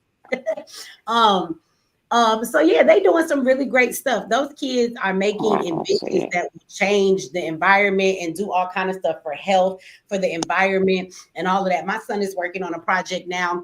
He's into video games a lot, and he likes the aspect of it, but he also trains to fight. And so he was saying, you know, that when they're sparring, and he was thinking about boxers, like when they get hit, you know, sometimes when the kids are practicing, they'll go easy on somebody, and sometimes they go too hard. And he's like, we should be able to measure and gauge. And then for men who do boxing, they always get hit in their head a lot. And then it makes it hard for them at a very young age. They have all of these issues with their brain. And so he's actually creating something with his 3D printer, and he's doing the coding, he's putting the sensors in it, and he's going to use it in his class. But he's making gloves, he's making the vest and the helmet, and it's kind of like a video game. So it's going to show your life force and how hard your hit was. So it will register how hard you were hit in that part of your body, but it will also register, you let them know when it was too much and when it hurts you, so that you can know how much of a blow that person can take. They can figure that out. And then the person can also figure out how hard of a blow they're throwing, if it's too light or what it is. So it's something you would use in the practicing of people as they're sparring and they're using their fighting skills. So to him, it's kind of like the concept come from the video game of how you have life energy and how hard you get hit or whatever. And then he's working on a project, like I said, to make a device with the 3D printer. Q is helping him with that. He runs the school. To do some devices we're going to place it in some places here in Georgia around the city, and we'll go back and get them. It's going to be reading. This is all AI, so some of it's good, but it's going to be reading the air and the environment and reading the pollution in it. That's the first step. Then to consider creating things that will clean that pollution in the air. So these are the next generation of scientists, and these kids are smart as hell. My son will be going to college at 17. He's 16. He's actually studying for his SATs right now. Him and a couple other children there, because if you take your SATs, you're a homeschool student, and you take your SAT, you can go to college off of those. You don't need a high school diploma or a GED. So I wish I could find someone in Ohio that was on, you know, this mindset to do some things here in Ohio. We don't have a building anywhere else but in Brooklyn, but we have kids that do homeschooling all over the place. And so we have a couple hundred kids that come in from online. That's how my son online. Yeah. Mm-hmm. You can go online too. And shout out to does that say Jughead 77? Thank you for that. That's a different kind of currency. That ain't even American, is it? Correct, sis Michi. Obama, Biden and Kamala have harmed more blacks than Trump. Absolutely has offended more than he has done some offense. If you ask what he's actually done to harm us, nothing. You know, show me the innocent black Trumps has jailed or killed. I'll wait. Love and respect from the UK, sis. Shout out to the UK. Love and respect back to you. Yeah, I was mad when Obama left office, and you know how like Biden was out here pardoning everybody, his mama, his daddy, all his. But you know he pardoned his family just as they wasn't in jail, but he pardoned them just in case they ass went to jail. Like what kind of shit are you doing? He know Trump for the come after him. Fauci too. It's a guy he's telling on himself. He's low key letting everybody know who the criminals are. Yeah. Yeah. The Biden family. Why are you pardoning all of your family members and none of them is under investigation? Now they is though, because you want to play them games. But He was pardoning everybody. Obama left the office. You see these pardons being thrown left and right. Trump came in the office pardoning people. He pardoned the Proud Boy leader, and he pardoned like 13, or was it 1,600, over 1,000. 1,600 of January 6th, those people who went to the Capitol. And Criminals. he let out a couple more people. It was one black lady that he let out that did something. He let her come home. He let the leader of the Proud Boys out. He needed to let Grandmaster Jay out. Shit.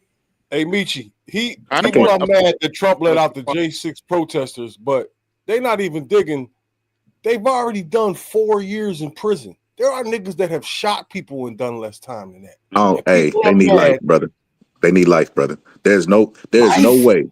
If I went with 2 black people and did something similar to that, we wouldn't make it past the door, brother. We'd be riddled with bullets. The I hate, bro. police This is use white privilege, bro. barriers No, to encourage no. them to come to the White House. If you're going to compare it in that sense of what happened to black people, that's one thing. But if we're going to look at the real legality and morality in it, none of them deserve to be in jail if they did not murder anybody in that way or harm anybody. 4 years. I think as black people, we don't understand the importance of being upset when your rights are violated because we don't embrace America as ours when we should, because we're more American than anybody else. We built this motherfucker, right?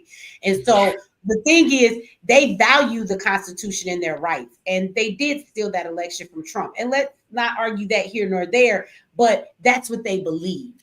And so if you believe that, that means that they did some unconstitutional shit and they stole an election. People who see themselves as American and understand their rights, they were doing what black people won't do. You know how we keep saying America is treading on us and they treat us like slaves and this shit is not right? Well, that's what we should do. You shouldn't burn down a Walgreens. You shouldn't go fucking protest in your community and fuck your shit up. What you should do is we should all get together and march to the motherfucking Capitol or the White House and fuck that motherfucker up. That's actually what you're supposed to do. So from that perspective, I'm not mad, and I wish that we would get some January 6th in us. We wouldn't make it a block within the White House. That's insane. We wouldn't. The moment that they look on they droid that they flying, they say, oh, wait, it's a pack of niggas going to the White House. The next block we go, we're riddled with bullets. We wouldn't even make it. We wouldn't even make it. Well, y'all want to try 1,000 of y'all want to meet me at the Y'all can try to let me know how it go. I sit back. Y'all let me know how that shit go. I'm the only nigga there by myself. Y'all not gonna come. You got me fucked Michi, up. they not coming. They tax-paying laptop revolutionaries. With my firearm and my goddamn Dunkin' Donuts coffee by myself. Y'all gonna leave me hanging. I ain't going. But I wanted to say something. The dude said that Trump never jailed anybody. I guess he never heard of the Central Park Five. And I wanted to say this too. Okay, hold on. Let me say this. I didn't want y'all to react like that. Just let me say this. He also got rid of the Department of Education. Now look, I know y'all probably gonna have mixed feelings about HBCUs, but the funding of HBCUs come from the Department of Education. Also in Texas, where I'm at, they're taking the language out. They're removing slavery from books. They're taking the language out to say that they were misplaced. Like if they didn't do no wrongdoing because they claim that it's making white kids feel bad about the actual truth. So they're erasing this out of the history books and people are celebrating that shit. And they're defunding. They have to destroy the history books. They have to do it. Brother, you the one that said get rid of books a while ago? You know they rewrite history every You cannot 50 teach years. children that people hate each other. You have to let the new children come in fresh without that concept in their brains. It's the only way to save the world. All of it must go so that it doesn't carry on in the future. So do we erase That's history? like the opposite of remember your history so you don't repeat Remember it. your history is poetry. That's all it is. It don't mean You have shit. to know History it. Bro, must can I be tell you something? destroyed. I like poetry. I'm from Texas. These hick motherfuckers don't even pick up books. They still have KKK rallies here. So you could destroy all the books you want. If they go to them KKK rallies and they teaching them white supremacy, they still gonna know it. So I don't know. Bro, you know information is transferred. Is the point if they're still having KKK rallies? Why the fuck would they give a fuck about history in the first place? They only give a fuck about their future and their people. Well, the white parents need to do the same thing. Black folks are stuck in the past and need to work on now. All the adults on this earth have to be responsible and hide bullshit history from the children of the future, and they won't do it ever. They're too fucking dumb. They'll disagree with me. They taught y'all slavery? Because when I was coming up in school, they taught me about Martin Luther King. No, my they family taught me about Rosa Parks. They taught me about, maybe they said something about Harriet Tubman. They might not have really said that, but nobody ever pulled out a book and told me anything about slavery, Atlantic trade, slave trade, the slave trade. They didn't tell me about any of those things. I learned those things through my grandmother and other people telling me that stuff. So I'll be honest, even when I was in school, they didn't really go all out. Because I was in Detroit, we did take a field trip to go see the movie Malcolm X when it came out. That's because I was in Detroit. But I'm gonna be honest, in our curriculum, they never really taught us that stuff anyway. Everything that I know about that, I was taught from somewhere else. Books. I mean, it's true, but I also lying ass books. Bro. So Michi's kids are homeschooled. You don't think she reads books before she teaches her kids, brother? You want to get rid of all books because you got that's so you read? Books, and I'm not being facetious. Do you read, brother? I'm on reading binges in life. I know all this. I know more shit. Yo, listen, so why you want to get rid of books? Only these dashikis out here, dog. Listen to me. I was obsessed with that shit, and I figured something out. Everywhere you look, there's 5-6 different versions of the truth. That only means one thing. That means it's all bullshit. Books is where lies come from. Well, you have to destroy all of them. That's what the printed press was invented for, to deceive mankind. They telling you that they brought millions of niggas across the Atlantic Ocean, which is salt water. How the fuck you keep 300 people hydrated for 4 months on a sail ship with salt water? That's a good point. That's a good point. It's impossible. Did nobody kill no 90 million people with a blanket? Brother, reel it back. Really, you gotta get it. We can hear you. You can't believe bullshit. That's what makes people hate each other. Not one. She asked you a question you can't even hear. She said, "Do you think we should have no books at all?" None. Books are dangerous. Science and math is the that only man thing said books is dangerous. You know they wouldn't let slaves read, right?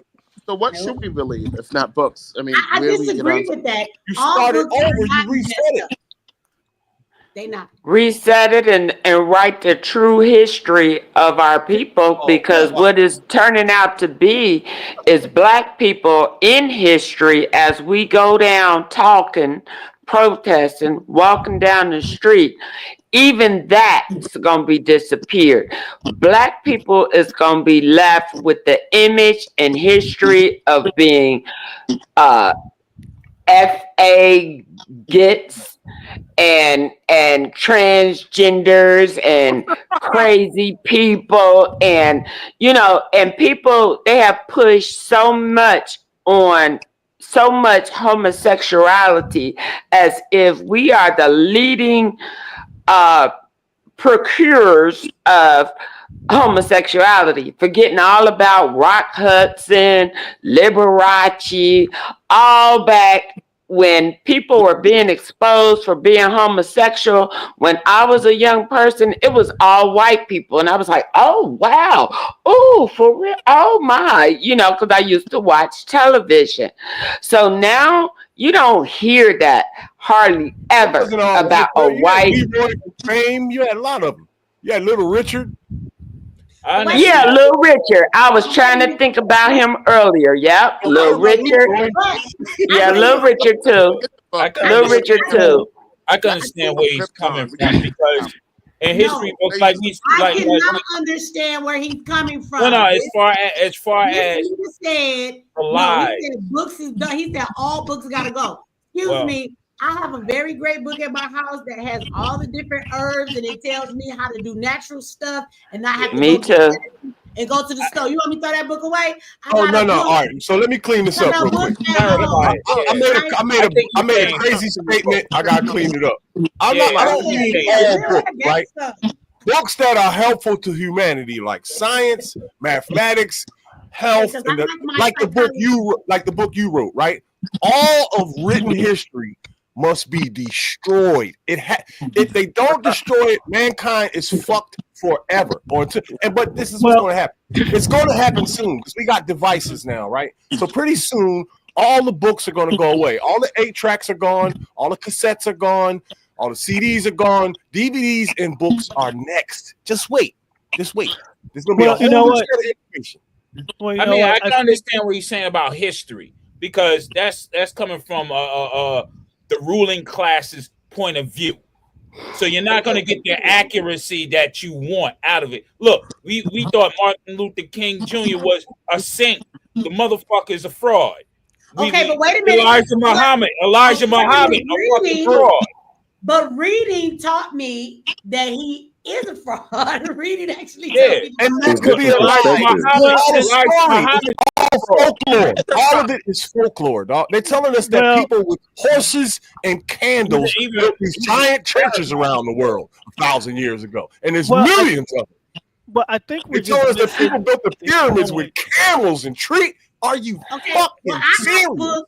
I read books about African spirituality and learned about Ifa. I learned a lot about voodoo, and then I turned around and met people in New Orleans, a priest, a voodoo priest, and he taught me a lot. And the book seemed to be a lot right. So I would say that even in understanding Ifa or the things that we practiced before we got here, when it comes to religion that people still practice today, I've learned a lot about history. I learned through books and reading about the Pygmy tribe, or that was found out that was part of our DNA. I understood then that St. Patrick actually killed all of the little people. They were the first settlers in Ireland. They were Black people. They were the Pygmy tribe. They were very short. They were about 4 feet, maybe 4'3" tall, the tallest one. But they dealt with spirituality. They used herbs, and so they seem to be lucky or have magic. And that's where the concept of the leprechaun comes from. And when people celebrate St. Patrick's Day, they're really celebrating a motherfucker who committed a genocide and killed all of the Pygmy tribe. And then hey, Michi, with a big nose. That came from a book, and I don't believe it. Michi, let me ask you something. Michi, let me hold on. Okay, then let me just ask her this real quick, because you were saying you're into herbs and all those things, and that's what I'm doing, and I'm working on a book. But what I noticed, so we have to be very careful. I would always recommend going to the oldest writings into the new. But this is my question. You know, the 102 minerals that they're supposed to be a part of the body, or what the body needs. Now, I know years ago, I made a list of the 102. And today I was just looking at a paper I had downloaded with the same 102 minerals. But I noticed, you know, all these gases, some of these minerals, if you start from the A all the way down to the 102, just starting with the A's, you got the arsenic, then you have different gases that comes from like explosions or stuff like that they're saying are a part of and very toxic and very poisoning things that they're saying our bodies naturally supposed to have. So I'm wondering if, say, like way predated times or whatever, the human body didn't have all those arsenic, those gases, those poisonous things, because our body doesn't naturally produce those things. So I'm wondering if they're getting it from, you know, like the blood test and all those type of things that end up. Huh? I don't think there's any way to know that. Look, because I can't imagine the body having these atomic type gases. Just, I think it comes from, you know, the pollution and all the thing that man has done that has.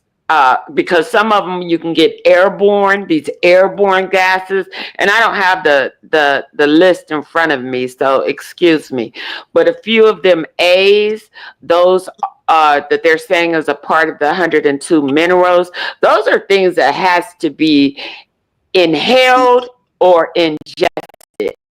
So with the turning of all this new, you know, things that they did to build America, the trains, planes, and automobiles, and all these toxic fumes, that's how, you know, maybe with the you know, when the technology came up to where you can see what the body has ingested or what's in the body, then now they're putting that with the 102 minerals. I mean, that doesn't make sense to me. So I think before technology, before those, like I said, planes, trains, and automobiles, we didn't have those toxic chemicals or gases in our bodies Sister, it naturally, sounds you like you've know. been reading it, and I'm gonna report you. I'm gonna report you to Master for reading, sister. That's right. What do you say? What? Trump gonna come up with a no reading board. Your ass gonna be in trouble if you get. Who, me? He gonna make that nigga the head of it. You reading? Let me find out this nigga reading.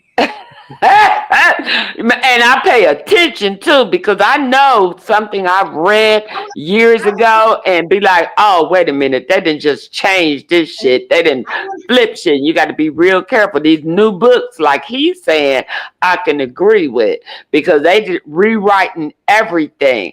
So you have to go to the oldest writings that you can find, because those back there that was writing maybe was more pure intention when actually writing the facts, maybe.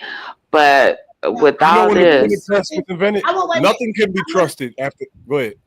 I want to read something before we get too far, because this was over on MX Network, but then we were just talking. So the brother who was like that, Trump took away the funding for the Department of Education and they funded HBCUs. This person, Sparkle, wanted to remind you that Trump actually committed to $255 million in annual funding for HBCUs. So.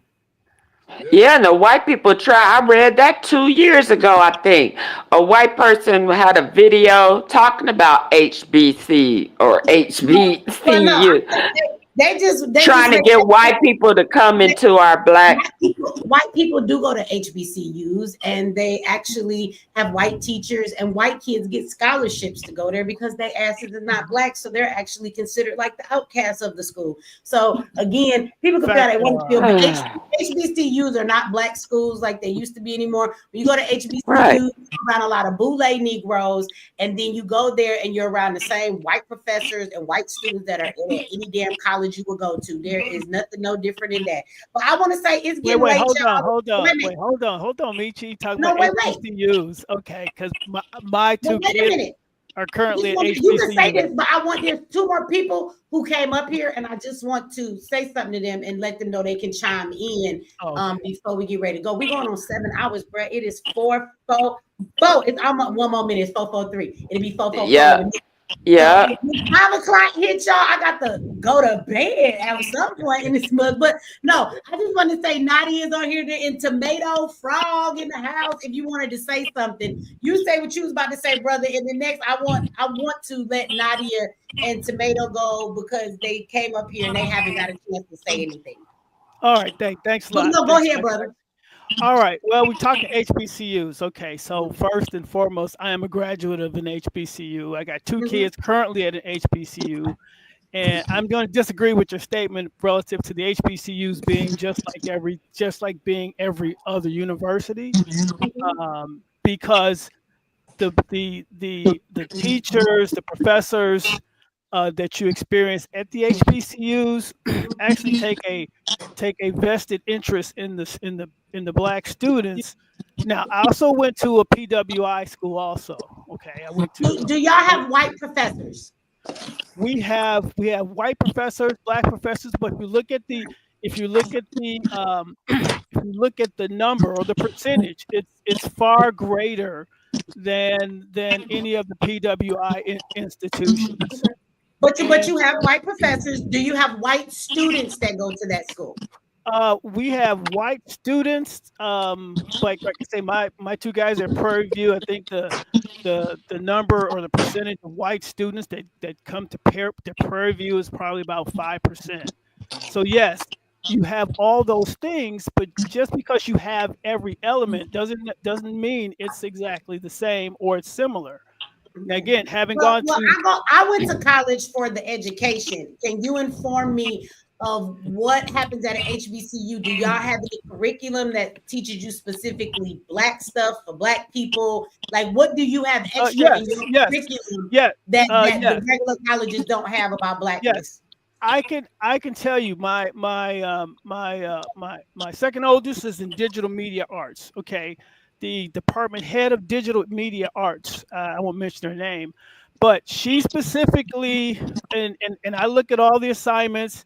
The assignments that he gets, it's targeted towards the Black community. It's targeted toward African American community. Those are the kind of assignments that he's getting, even though they have the same, they all read the same books and the same curriculum. What the professors do is they tailor their work, and they tailor their assignments, and they tailor their, how they teach toward the Black community. That doesn't happen at a PWI. I went to Oakland University. I went to the university. I graduated University of Michigan Business School. Okay, and I went to North Carolina A&T. And so I've been to PWI, HBCUs, and I'm telling you, based on my experience, that it is a very different experience for our youth. So you think you got a better education? Pardon? Do you think you have a better education?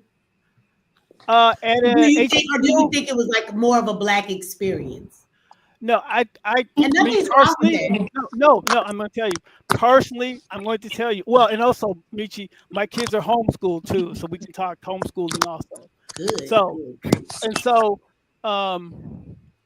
I received a better education. I can tell you for a fact, when I came out of North Carolina A&T and I worked at the automotive company there in Michigan, I can tell you for a fact that my starting salary was much higher than a lot of the other kids from all of the other PWI institutions. I can tell you unequivocally, my experience, the things that I was able to do coming out was more advanced than some of the other universities. Now, maybe that was just because of me, but I did go to the HBCU. So, and I can tell you, my second youngest, okay, he's competed against all the PWI institutions around here, Texas A&M, Rice, in a research and engineering thing. He came in first place from an HBCU. So, yes. Was he homeschooled too? Absolutely. And that's one of the things. I think we leave that out. I think homeschooling makes a huge difference in children once they go out to a college. I think they have a different kind of a start when they're a homeschool student, if they're homeschooled right.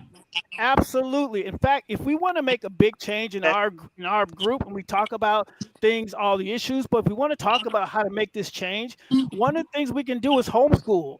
And I can tell you, within one generation of homeschool, and you probably only have to do about 20% if you use the 80-20 rule, we can change the whole dynamic of this this whole system. All the things that we talk about is within our control, but we tend to look for the white man to come try to save us, when quite frankly, if we want to tackle the political system, then where are our PACs? Because that's how the system is run. You got to run the system with money. You can't run the system with a vote. If we put a PAC together, we can get anybody to do whatever we want, because that's how they do it. That's how the groups I know we work with, that my wife and I work with, that's how they get the stuff done. If they want to influence legislation, there's a PAC, and there's money, and that's what drives everything. We can do PACs like everybody else. I wish that more people could homeschool their children. It's hard though. I know somebody said everybody can't do that in the chat, and that's because you have to be able to be home to homeschool them. So but we could if we push our political leaders to simply fund, or I'll say this. If our homeschoolers would get that funding that we're actually paying to the public schools, that 13, 14, 15K for every kid, then we would be able to homeschool because we're Did you hear that with Trump talking about the Department of Education, he did say that he was going to give people school choice and that he was going to be giving money to that you would spend in school to homeschool parents if they want to choose to homeschool their kids. He did say that. Yes, and that would Oh, be great. a huge. People say, well, he's not doing anything. That'd be a huge benefit for the Black community because again, I believe we're the most rapid group of homeschoolers that's happening in the country. Our homeschooling rates are outpacing everybody else. And again, homeschooling is a big, huge thing. But if we were getting the money, then guess what that would do? We would be able to stay. One of the working people who are working right now would be able to stay home, actually get paid for the work that you did and my wife did and I did, and that's money that we've already paid out anyway. So quite frankly, we'd just be getting our own money back.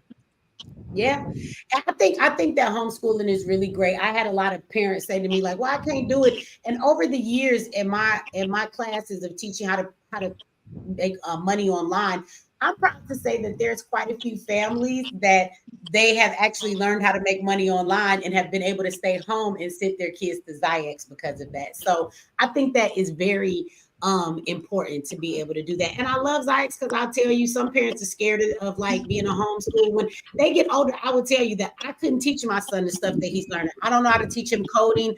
I don't know how to teach him how to build hydraulic cranes. And he came down talking some big ass words, and I just looked at him. I said, "Boy, you smart. I don't understand nothing you just said." But having Q and them there, they log on and I have to make sure he stays on track. But it's really like there's teachers there with the whole curriculum and all of that. Because sometimes that's difficult for people to, teach their kids. You get to a point like, I can't teach you no geometry because I got a GED and went to college. Math is not my thing. I know my basic math to pass that test. But he's learning things that I could not teach him. So I'm appreciative of having Zyx because it allows my son to learn a level of education that I wouldn't be able to give him if I was just homeschooling him by myself. I bring in my homeschooling part where I give him life lessons. Like, all of my kids have to pay bills at some point. Today is your day to pay the bills. Here go my debit card. Here go these bills. This is how we do this. They get budgets. They got to go to the grocery store. That's how I teach them math, real life math. So today we're having a real life lesson in math, things like that. And then included with the schooling he did, it has made a tremendous difference in my children. I will tell you that I was homeschooled off and on when I was younger too. And I absolutely think that homeschool children are ahead. Like this sister said, my son, I homeschooled for even just that year. He was ahead of his class. Teachers asked him how he knew so much. And he said, my mom taught me in homeschool. And I will tell you that when I was in homeschool and went back to public school, I was always ahead of the other kids, always. So and the other piece of that is, and I know you know this, when you homeschool your kid actually teaches himself. It's a funny thing. The kids actually go off, learn, and develop all the study skills that actually prepare them for higher education. Mm-hmm. They get the self-discipline. They get all of that through homeschool. And again, it's not that difficult because you have co-ops and all kinds of support systems. We've been in co-ops. We had a co-op, and I taught him at home when we got together with the other homeschool kids, like once a week, so he could socialize, and they would do field trips and stuff. Yeah, homeschooling. My son, my last one in there, he has to do his thing, but the parts of his homeschooling, he wants to learn how to play the guitar, so that's his music, but he gets to choose the things he wants to do. So he's definitely more interested in what he does, instead of just being told what to do. So, I think he's way more advanced than I was at his age. I tell you that boy is beyond smart. He's intelligent. Oh yeah, so. Yeah. Oh yeah. Our those kids are very smart. I mean, my guy, he's written the project he wrote that he killed everybody in. He actually wrote a machine learning algorithm to predict the price of Bitcoin. Look, somebody said, I'm gonna say this, and then I'm gonna let these last two people come up and say their piece. Somebody said every homeschool is not a success story. Well, I will say this, right? is saying that it's not a success story. And I'm just gonna mute some mics because I'm getting some feedback. I don't know who it is. Hey, okay, the muting is gone. No, it's not. Look, it came back again. I think it might be Nadia. Hold on. Okay, everybody's muted. So you say every homeschool is not a success story. That is because you can't say that you homeschool your children and then don't do shit with them all day. So let me say that because there are plenty of people that do that. But if you take homeschooling seriously, there are programs that are out there. There are curriculums that you can get. There are plenty of things that your children can learn when it comes to homeschooling. And everything is not always a book thing. I think that my children have come out smarter because they've learned problem solving. Like when your kids are at school, they go to lunch and they get a nasty ass lunch. My kids had to learn to be a self-sufficient growing up at some point. So they've got to cook their lunch at lunchtime. This is what we're going to make so you can learn how to make food for yourself. It has definitely made my children more sufficient and ready for life. So at the end of the day, do not homeschool your children if you think you're going to sit around in your robe watching soap operas. I don't even know if those still come on because I don't watch on damn TV. But if that's what a person is going to do, then no, your kids are not going to succeed. But there are tutors for homeschool kids. If you value their homeschooling, you will get curriculums where you do not know what to do. There are so many programs out there that can help you. So yes, there are not success stories when you don't know how to deal with your children, but I will say those are parents that are not very attentive. There's not nobody that can teach my damn child like I can teach him. That's my child. I'm their first teacher. So you get to a subject that might be difficult for you. Your responsibility as a parent is to go and find some help in that subject. That's where you go get a program online for that subject. That's where you go find co-ops. That's where you go and bring all this stuff in. There's so many ways that your child can learn stuff and you can have that ability, especially now today with social media and online services and everything. There's home schooling groups on Facebook. It's thousands of parents that homeschool their kids. It's all kind of curriculums online, everything. So there's not really an excuse for that. If a person has a homeschool child and they're not learning anything, I'm going to say that the parent is probably not doing their damn job. That's probably just what it comes down to. Okay. You gotta teach your kids. Now, when they go to regular school, they're being taught. If you're not teaching them shit all day, yeah, they're going to be stupid. So I just want to say that because I've seen people talking about they homeschooling, their kids at home all day and not learning a damn thing, So again, you have to really teach them if they're going to be at home. And if you're not a teacher and it's a subject you don't know, go find somebody who is. That's all about homeschooling. So, all right. So let me see. I'm Nadia. Oh, hello. Oh, yeah, what you was gonna say? Or who is that? I was gonna say something real quick. I'm not gonna be long. It's gonna be Go ahead. Who is that, Seth? I'm Red Aries. Oh, you was up here too, and you ain't said nothing. Go ahead, bro. I was trying to, I don't want to be rude. I want to be rude, but no, I don't want you to be up here and not saying nothing. Go ahead. I just missed your name. Yeah, go ahead. That's okay. But I was just, like I'm listening to this conversation. I was thinking, I have a thing that I always tell myself that the words "we" and "us" are like the strongest words in the English language.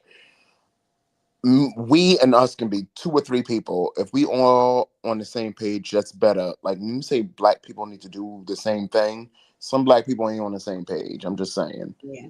But I did have one question, and just a general question about this immigration thing. When they say that wait, sorry, give me 2 seconds. That's fine. Let me say this real quick. Somebody said you act like homeschool children don't participate in sports. If you homeschool your children, guess what? You have to register them as homeschool so they know they're homeschooled, but your child is allowed to actually participate in any sports at the schools in their area. You can choose which one is in your district, and your child can actually, they're allowed to, because even though they're homeschooled, they can participate on the basketball team, the soccer team, whatever it is that they have at any of the schools in your district. They actually can go and participate in that. So anyway, I just want to throw that out there for knowledge. Go ahead and finish, brother.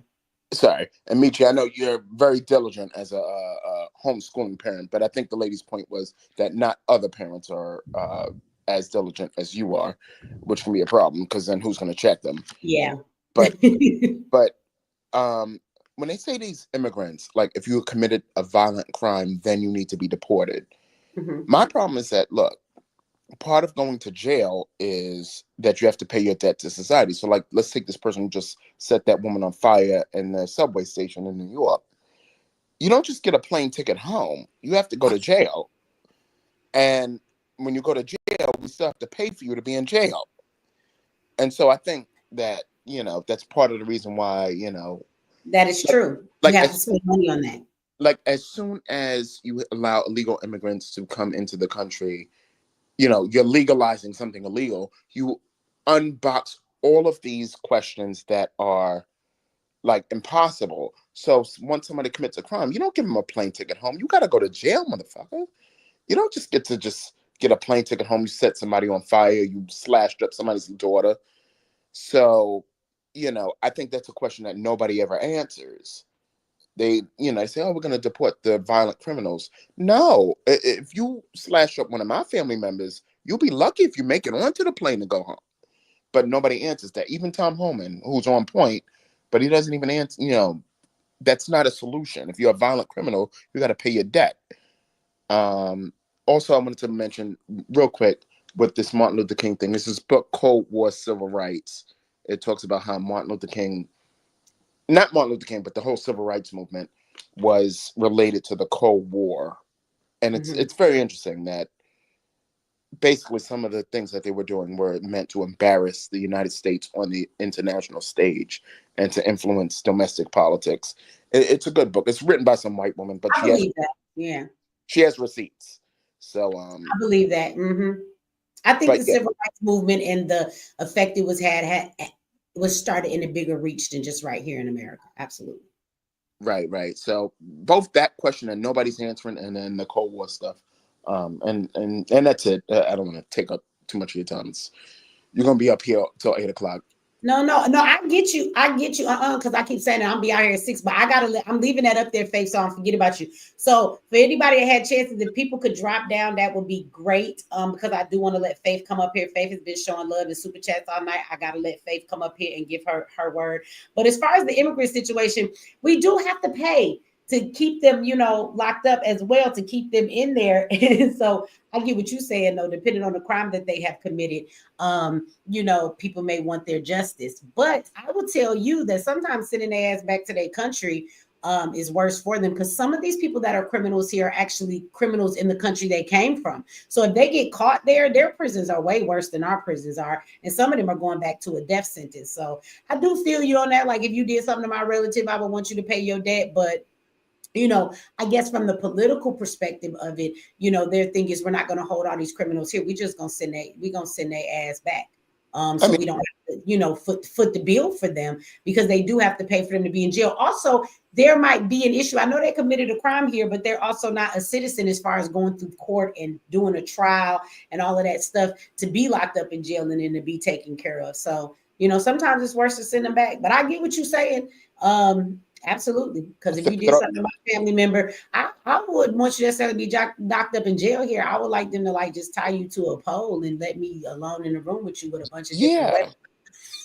Like, you'll be lucky if you make it onto the plane, or if you go, I think Trump said, send them back to their country, on a plane, but just throw them out of a plane without a parachute. Maybe they are kicking a lot of their ass over the border, because remember, some of these countries, like the Venezuela said they're not taking them people back. And so they thought they was going to leave them here. But Trump has got a little body with the Mexican president and told her, look, you let these people cross the border, you gonna take some responsibility in this. So they've been setting up shelters and stuff, and really what they're doing is, a lot of them, they're taking them to the border and being like, nigga, go to Mexico. And so they're not necessarily flying all of them out of here. Some of them are not allowed to go back to their country, and said, well, you got to get the hell out of here. So he's dropping a lot of them right back in Mexico, where they came over the border from, and now they're going to be Mexico's problem. So, and that sounds insane to me, to say that you're not taking people, like, they cross from your country to my country, and I can't. You're not going to take them back. You got me fucked up.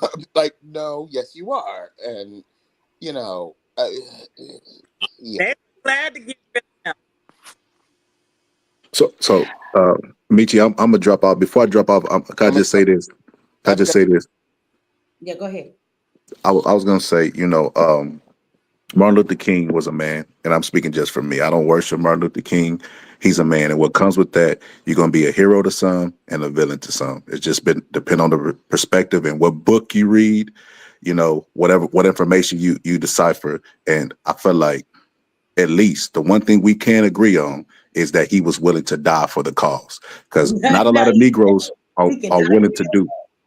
Not a lot of Negroes are willing to do anything. Like right now, I'm going to take the sacrifice for my sister to get up on the panel. I know y'all heard me just like I heard her. She said, somebody got to get off. Everybody said, but I say good conversation. I appreciate y'all, whether I agree or disagree. I'm going to jump in the chat. We had a great conversation. Thank you for coming up. So I wanted to say something. Go ahead. Can y'all hear me? Yep, I can hear you. Okay, so it's a lot of topics have been discussed since I previously wanted to say it. I just came on. I didn't know you guys been on here that long. Good gracious! But well, we do this every Saturday. Every Saturday we're gonna have a panel. Yeah, I heard when you did when the last panel, I think it was last week. You said you're gonna start doing like maybe on the weekend, so people don't have to. Saturday is the day. Yeah.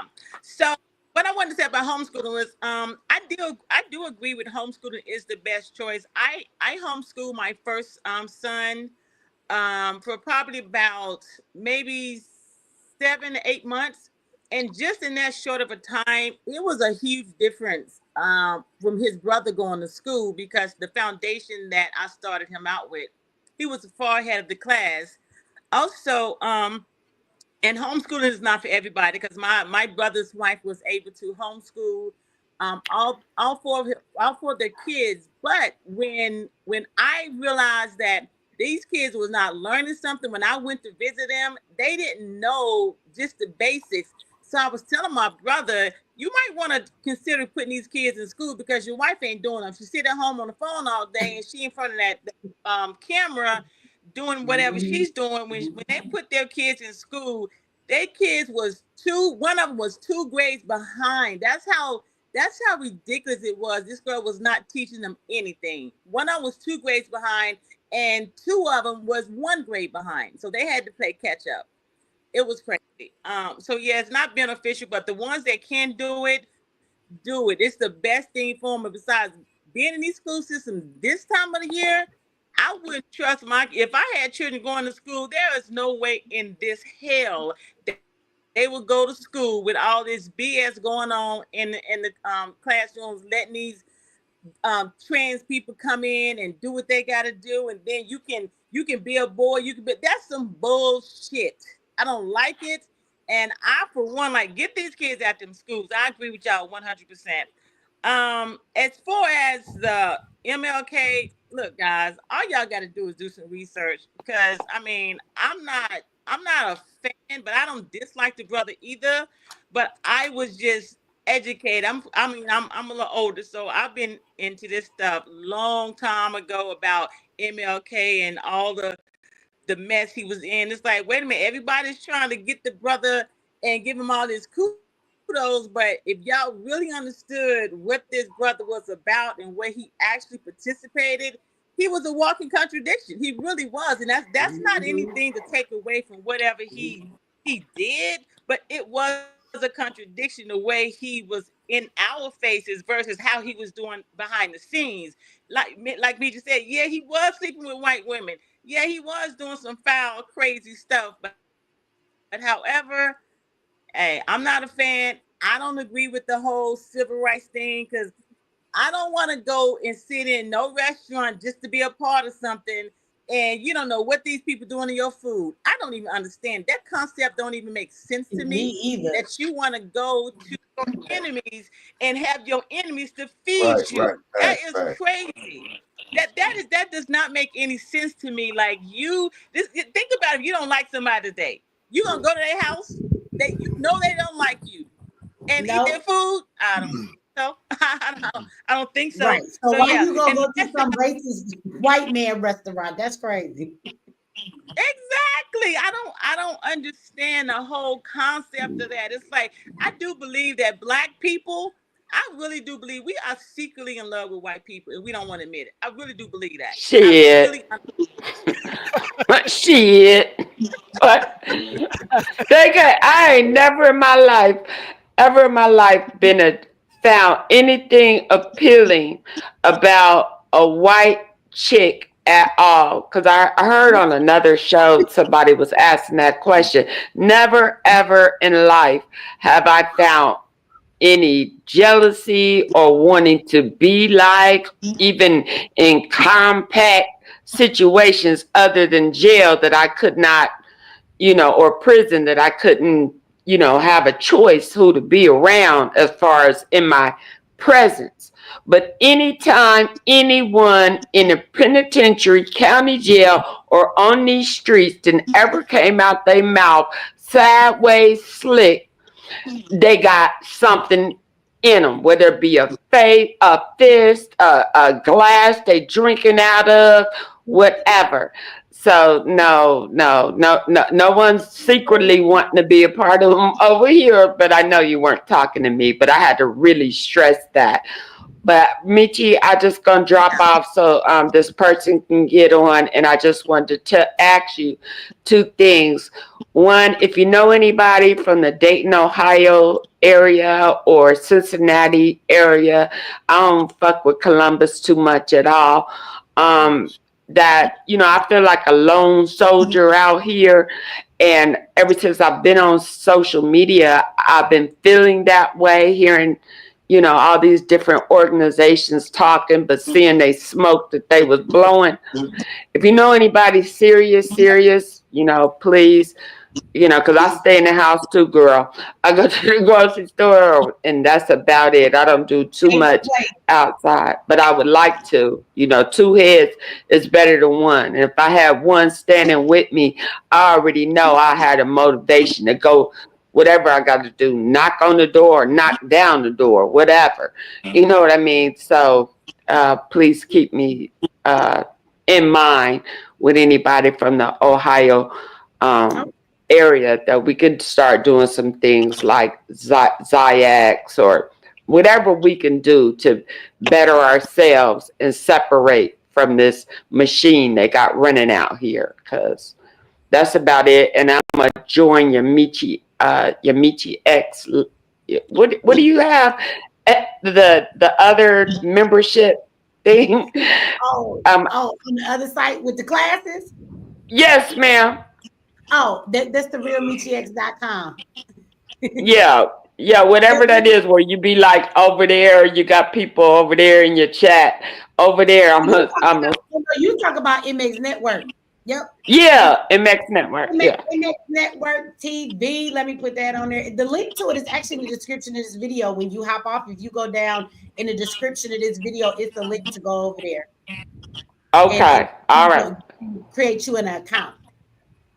Okay, I'll do that sometime soon, but I will do it, and I'm gonna drop off of here, and I really appreciate this discussion.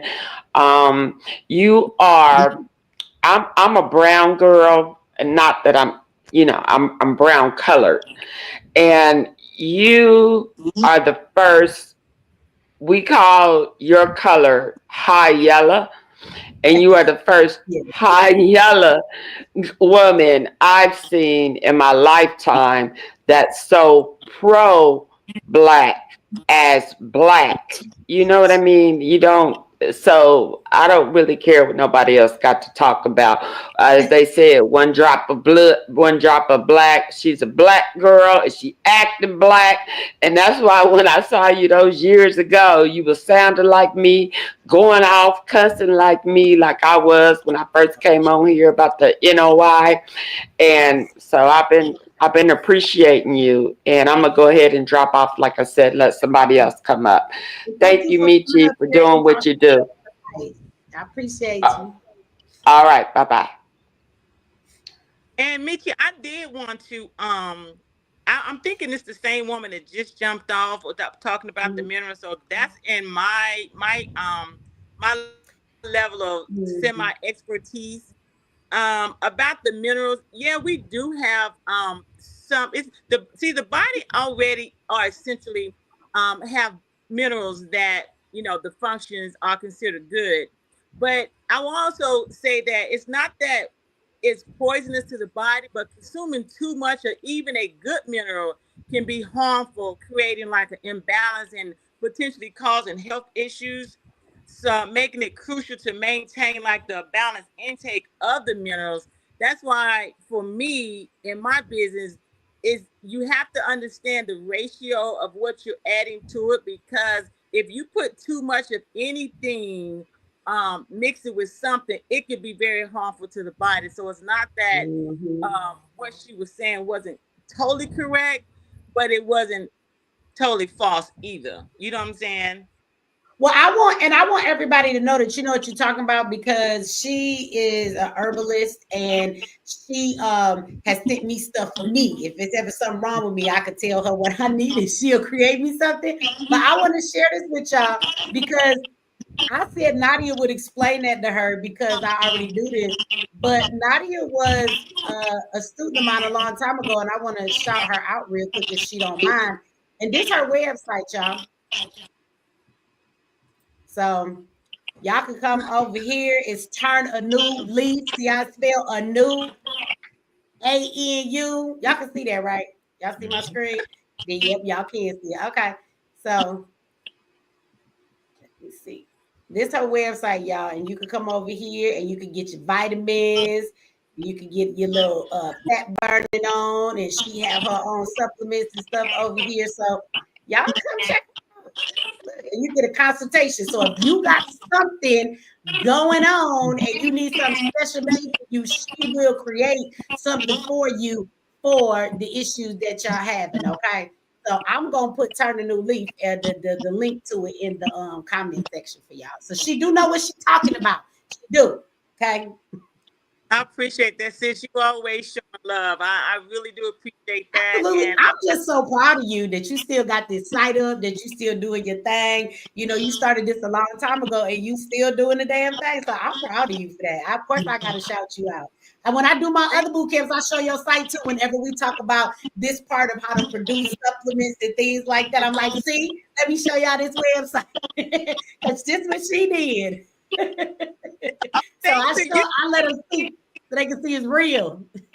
yeah, thanks. I appreciate all the love that you've ever shown me. I actually started my so it's the same channel, but yeah, girl, I just wanted to, you know, and I've been trying to get in touch with you because I want to talk to you about something.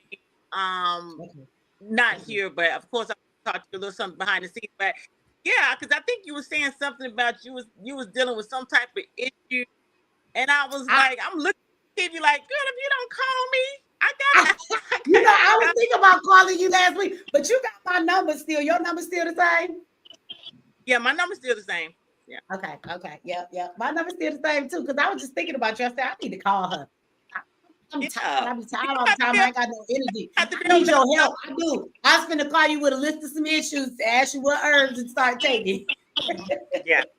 You know I got you, girl. You don't have to be over there suffering. Matter of fact, I was gonna talk to you about it because I just started my a new product I put up there, the Ultimate Fat Burner. And you know, I'm losing weight with that. So I'm my guinea pig before I put it out there. So because I've been getting really great results, now I'm gonna put that on my site and hopefully somebody else can, you know, go along and be on my YouTube channel with me. I promote that because that is what I'm taking. Jumpstart my Girl, weight. I call it. I'm gonna go over there and get me some. I stopped stressing. I stopped smoking weed. I got people out of my life. I thought I had insomnia. That stress left, and I sleep good at night. Girl, I'm gonna tell you, in about 2.5 months, 3 months, I done lost 30 damn pounds, and I ain't done. I've been eating different. I do like intermittent fasting. I eat early and don't really eat a lot throughout the day. But yeah, I've been doing good. But you know, you get to that plateau. I think now I got to get my ass in the gym. Yeah. And take steps with it. But yeah, I'm gonna try right along with you. Absolutely. Yeah, go ahead, because I'm telling you, I am like going, I kind of got to the point, you know, like I know when we met up when I was in Atlanta, I was chubby then. I think I done lost like 27 pounds since I seen you then, but now girl, I gotta get this going. It's like now I'm exposed myself, putting myself out there on YouTube. I done made myself be accountable. So hell, I can't turn back now. I gotta keep it moving. There's somebody laughing at me because I said I got to go to the gym. I do need to go to the gym, but I actually kind of be in the gym because I started boxing so I could beat somebody up. But that's working out. It is working out. It's not like an actual let me get in there and work out, but I've been boxing lately. I've been to the boxing gym. So yeah. Watch what you say to me because I'm tough now. To the boxing gym, but I be boxing. It ain't the same as to get your ass to the gym and be busting out some squats and lifting some weights and stuff like that. So I gotta add that regimen too. I gotta do that too. I know you wasn't Red Aries. I know. I'm just messing with you. You said you gotta get to the gym too. We all need to go. But I'm gonna wait until after all the fake people who had a New Year's resolution. I'm gonna wait for them to like let this month wear off and then their ass can leave because I've been doing this long before the new year, eating better and doing shit like that. So I'll wait because they all packed in the gym right now, and in about 5 more minutes, they gonna lose their motivation. Exactly. So they did it for the wrong reason. They let the time of the year push them. Like you supposed to do it because you're ready to do it. What the hell you wait for January for?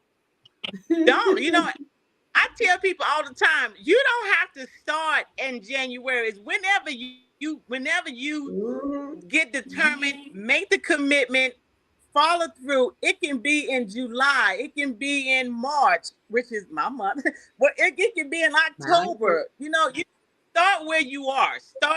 And that's when I started because it's like there is no time to do it. The time is when you make the time to do it. Why somebody gonna say FBA don't exercise? Well, good thing I'm ADOS. Damn. So that don't apply to me. Y'all silly in this chat.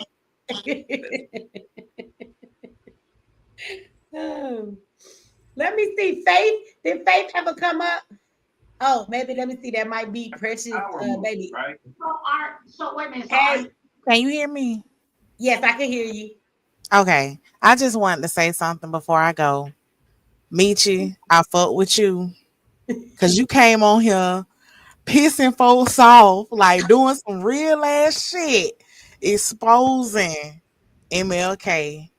But it was some real ass shit. You uncovered the truth about it. And I'm finna come right behind you and expose Marcus Garvey. And I'm finna piss some more folks off. Because it's a whole bunch of shit that I'm finna connect him to the KKK, the Eugenicist American Colonization Society, and I'm finna show y'all how they took Americans and colonized Africa. In 1967, it was over, and all of that it crashed because business went down because of is that me talking in the background? And then why does that sound like me? That's a whole other show. Your movement purposely know all of this though about no Marcus Garvey. I'm gonna have to watch what you talking about. Economics seem like Yeah, I think that was the person that just came up. Yeah, you're right though. Marcus Garvey, he was working with Walter Plecker. Walter Plecker. What was his name? Racial Integrity Act. Ernest Sevier Cox. Richard Finley. All these eugenicists, Europeans, these white Europeans that wanted to make America a white country. They were the first people. There you go, Francis Galton. And who was his cousin? Charles Darwin. And what did Darwin do? Created the theory of evolution and the out of Africa theory, right? These were the people that told us that the land of Africa was the land of the black people. They said that Africa is the homeland of black people. And this is what the catalyst that was supposed to convince people and get people interested in wanting to move to Africa. But when I tell you that our folks wasn't with it, they was not with the shit. And I'm too. I'm from Detroit, maybe all of y'all don't understand that analogy. What happened? Sorry, she got to unmute the mic. Yeah, it's Go ahead. No, you're right. You're right, sis. You're right. But yeah, I'm too excited because I got the receipts. I literally have testimony from several of our people who were opposing the American Colonization Society. Several of our people who were saying that this is our native land. They were trying to move us out. You And have a YouTube 100, channel? I do. That's It's what you gonna called, do this on? yes. You And gotta put your channel in the chat so people can follow you. okay. Yeah, for Because sure. I want everybody to see this. Yeah, for sure. Put it in Yeah. there right now. And Marcus Garvey Yeah, was a I for Jamaican one as want to well. see it. Stole Yeah, all them people's money, millions of dollars. he was a Jamaican hustler. I told you all he history was Not bullshit. even African. He's not History is Jamaican. And I bullshit. told you got them goddamn books away, Nicholas. Yeah, because you Get figure if you're fuck rid of them, man. from Jamaica, why would you We want mad about anything the to do with books. Africa if you're from Jamaica? See that's suspicious right there in itself. He He's English. the agent though. He really was an agent, and see he was working with people. Because he had the back to Africa theory, and he was working for people that wanted to take us back to Africa. You see what I'm saying? For white supremacists, so it worked out perfectly. Never that was the went to understanding. Mm-hmm. It was the Died understanding. in London. Wow. And Bearded Convo done came up here. Y'all don't want me to ever go to bed. But I just wanted to say that, put that out there. If Yo, y'all, can we all on the next stream? Can we all get all our books and burn them live? No, I'm not burning my books is audio books. I listen to books today, and the ones I read, I'm keeping them. It's my herb book. It's my book on canning. I'm talking about all the history and stuff. I don't got Let's no get it history all books. together and burn it. Who got history books in their house? Not me. So what's the name of your channel, sis? Fake history. it's called Hidden in the Real. So what I'm gonna be doing is I'll be exposing. Yeah, I put it in the chat. You did? I'm basically gonna be exposing, things that they hide in film. There was a film produced back in 1936 that was supposed to be a satire insulting Marcus Garvey.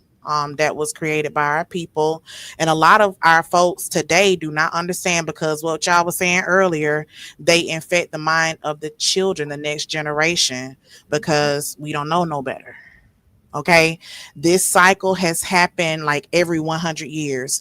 Before it was Garvey, it was the people back in 1832. Okay, that were the purveyors of the American Colonization Society, the ones that colonized and created Liberia. Let me tell y'all, them countries that's on y'all ancestry DNA test that I hope by now y'all know are for entertainment purposes only. Those countries, Liberia, Ghana, Sierra Leone, Angola, those countries are colonies that were created in the 1800s. Sierra Leone is a British colony. Britain also did the same thing that America did, sent away all of its enslaved Negro population that they got from America, and they created Sierra Leone. Brazil sent away all of its native indigenous population to Angola. I got the receipts. Come to Hidden on the Real, and I'm gonna break all that shit down for y'all. We're Hidden on the Real? Okay. Hidden in the Real. Yeah, just type that up. We're gonna watch the movie. It's hidden what? You gotta show put you the the link. receipts. Yeah, You can't put the link. Hold on. Go to your page, grab the link, and put the actual link in there so everybody can click on it. Because I tried to find it too. My ass probably spelled that shit wrong. Okay. It's 5:28. The sun coming up and shit. I need to go make some coffee and just fucking wake up. Somebody said a minute ago, I gotta get up in 30 minutes. You will wait on the chat about I gotta get up in 30 minutes. Well, thank you for staying up with us. For the person got to get up. I love y'all. Y'all don't be having to hang up all night. Y'all be on here though. You could watch the replay later or whatever. Okay, there it go. Meet you doing like what? You doing like Cuba lives and stuff. That joke could be on there for like 8, 9, 12 hours.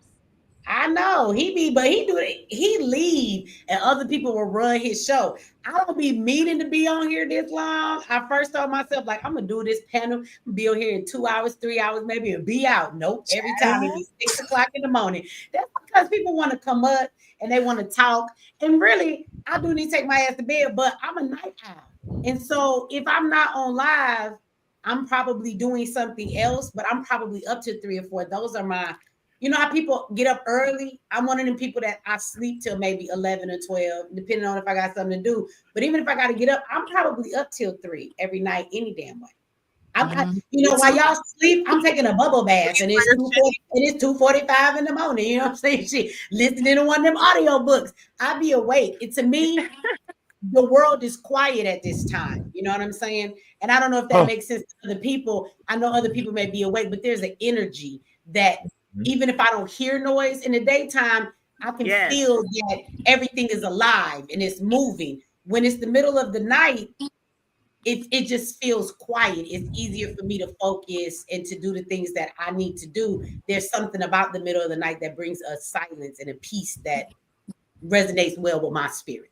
Because I can be in my house and it's middle of the day. I don't hear no noise. I ain't got no busy street by me, but it still don't bring the same silence. It's the difference in the energy. And Michi,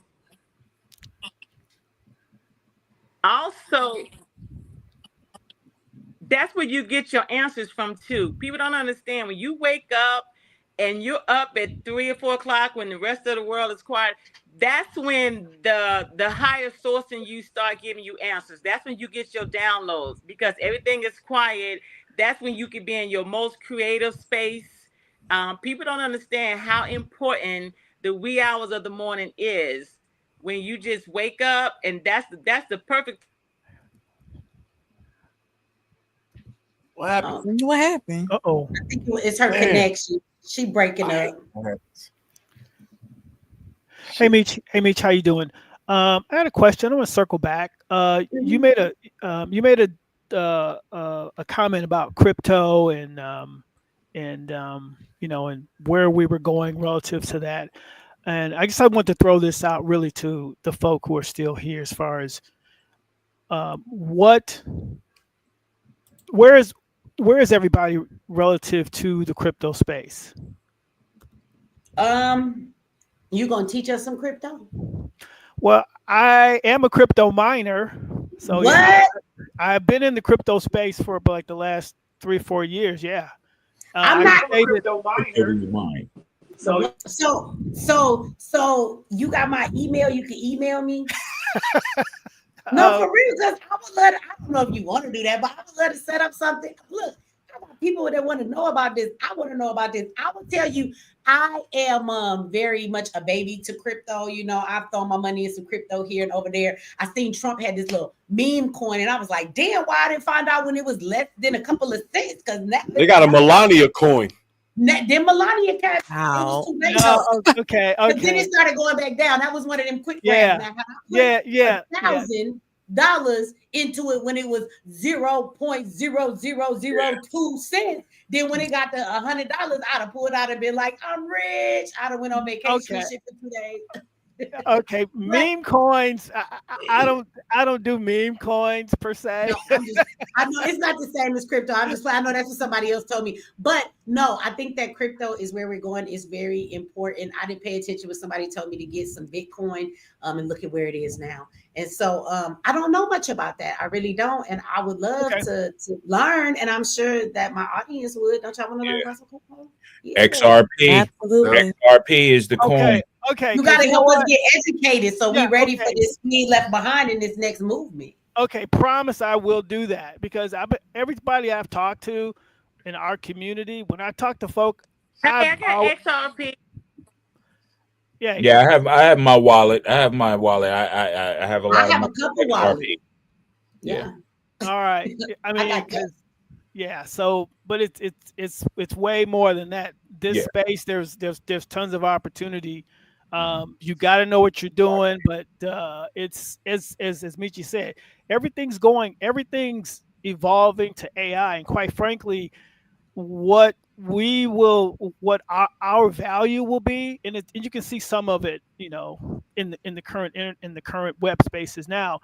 Our value is going to be what we actually consume, and like right now, there's websites that pay you for being a consumer of that website.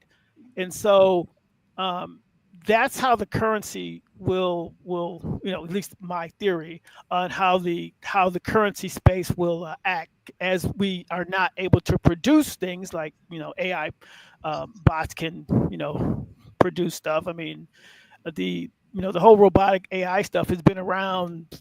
It's been replacing us for a long time. We just haven't understood or haven't been aware of how it's doing that. I've got parts that I've manufactured where it's been 100% robotic, and I've had the same part being 100% robotic here in the States and being 100% labor in Mexico. So and I can tell you the robotic 100% was always better than 100% labor. So this whole push has been happening for quite a long time. But what's really valuable to us right now is our information. Okay, because many there's a huge economy driven based on our information, which we should actually own, and at some point we will own that. And again, that will be another source of how we get paid, because a lot of people are getting paid on it. Right now, and we aren't even aware of the amount of data and amount of information that's actually being, that's being communicated and being sold. Anybody got a car that was built past 2020? If you're driving that car, I can tell you personally, the place I work for, we were collecting all of your data. We knew when you started, when you turned it off, where you went, and the whole 9 yards. And we were looking to monetize that information, to sell it, package it, and the whole 9 yards. And that's what we did. And so, but again, we should own that information. Somebody else shouldn't. But that's how this whole transfer is going to happen. When this exchange of monetary services happen between us, moving from a working society to more of a I don't even know the word for it, but a information producing, I guess, realm. But yes, I can send you. I'll contact you, and that's my email right there on the screen. But yeah, email me and remind me. I get lots of emails, so I know exactly who you are. All right. Crypto man, girl, and I'm gonna know exactly who you is. All right. And I put the link for her channel, y'all. I found it. I gave y'all. I put the direct link in there. Did y'all see it? Let me put it in there again. I found it. She don't have content or anything on there yet, so it's hard to find. Oh yeah. I had to. I just created a post. That's okay, good, because you know what? It's funny because I have a mentorship group, and we just had our second class. We do 2 classes a month, but that's actually what we was working on. We're working on creating YouTube channels. So I have some students who they setting up everything and they don't have no content, but we had one of the students, she actually edited some stuff. We went over all of the stuff to use, and she edited some things, and she did her little promo video, so we got to see that. So I found it. It don't come up in the search because you don't got just put it in the name. So I had to put an at and put the whole entire name together, and it brought you right to the top. Okay. Because I'm going live this week on Wednesday, and we're gonna do that. That'll be my first your next classes? I need video. That. I need to be in that one. The next boot camp. You don't need no boot camp, do you? Or you was in there. You didn't do all of them. Well, the next boot camp is in April, but no, the next one. Oh, oh, your microphone went out. What'd you say? It's messed no, up. I was asking when was the next class when you was talking about the teaching about the YouTube, getting the new YouTube channel, because I need some guidance in that one. So I would love to take another one of your classes. So the link in the description of this video, you can go down to where it say pricing plan. But I have a mentorship group.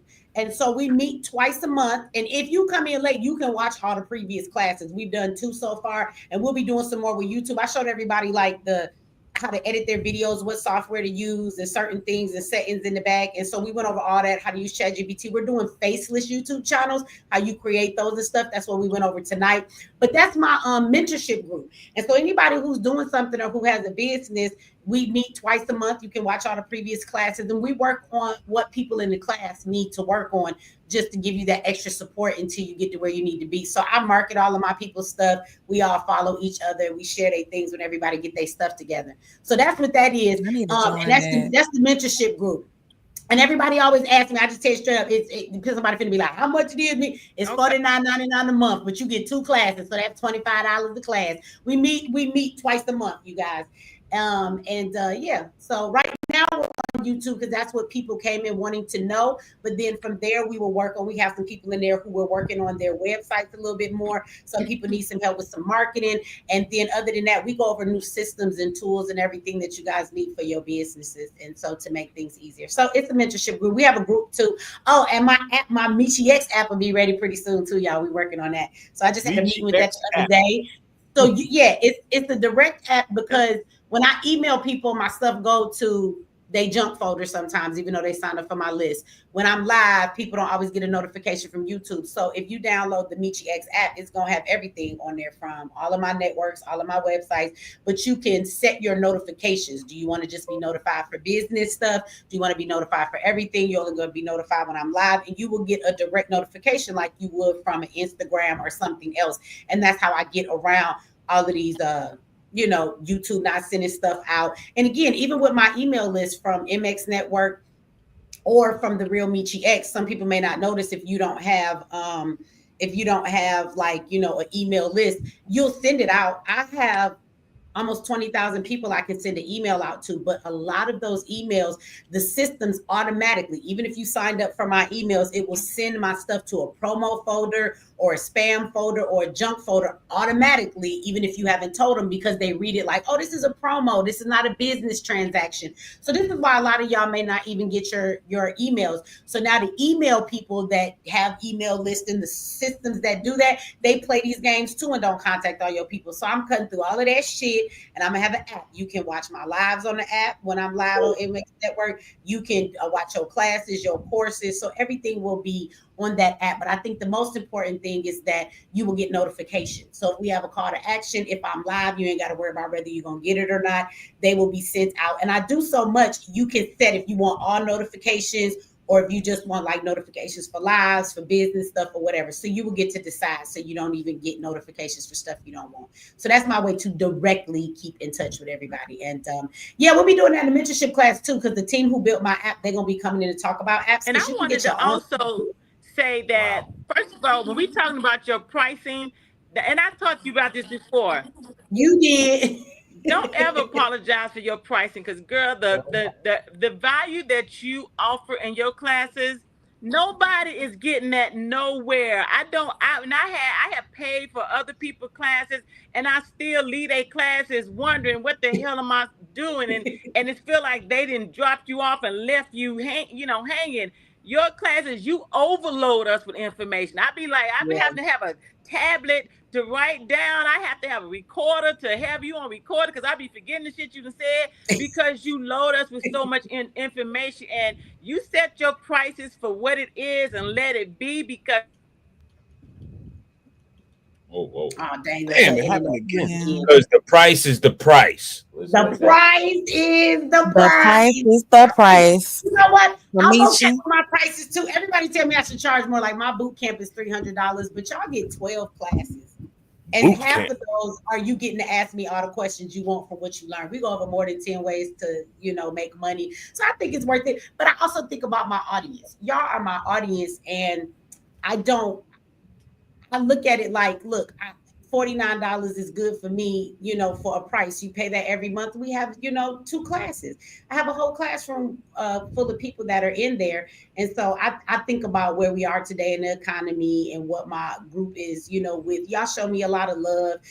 People will send me extra money. Y'all send super chats, cash apps, and all that. So I love y'all. And, again, I do want something for my time, because I do a lot. I've been in front of the camera a lot today. I got off my class and had like literally 10 minutes to turn on the lights, go to the bathroom, grab me something to drink real quick, and come back and push this button and start this live. So, you know, I'll be tired of sitting in front of the computer and stuff, so I do the work. But at the same time, I really appreciate to be able to help my people, you know, because a lot of this information it's a lot of people that I have that have made money. This sister Nadia, she took my course a couple years back. That's her site she created. We found her a company for that. You know, that's something I go over in my class, and we made sure that we got her products made and everything like that, her own stuff, and added it to the site, got her site put together and everything like that, you know. And she still got it and it's working. So yeah. So anyway, somebody said they wanted to join, but yeah, if you click the link in the description of this video, click the link in the description of the video. If you go down to the bottom,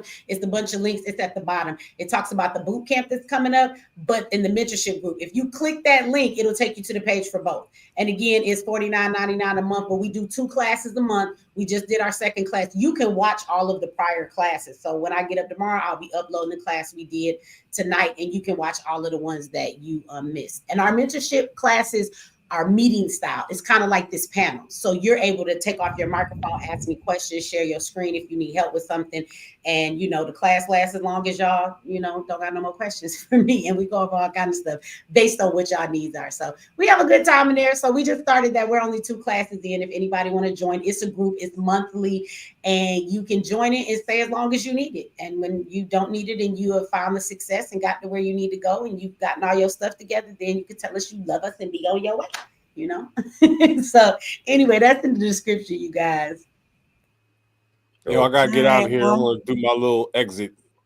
Okay, somebody asked me which one do you need to get all 300 or the $49. Okay, so to explain, the $300 class that's coming up in April, that's a 6-week boot camp. I'm in that right now teaching my current boot camp. So that is 6 weeks. You get classes on Sundays and Wednesdays. They're all live. Sundays you learn. Wednesdays you get to ask me questions over what you learn.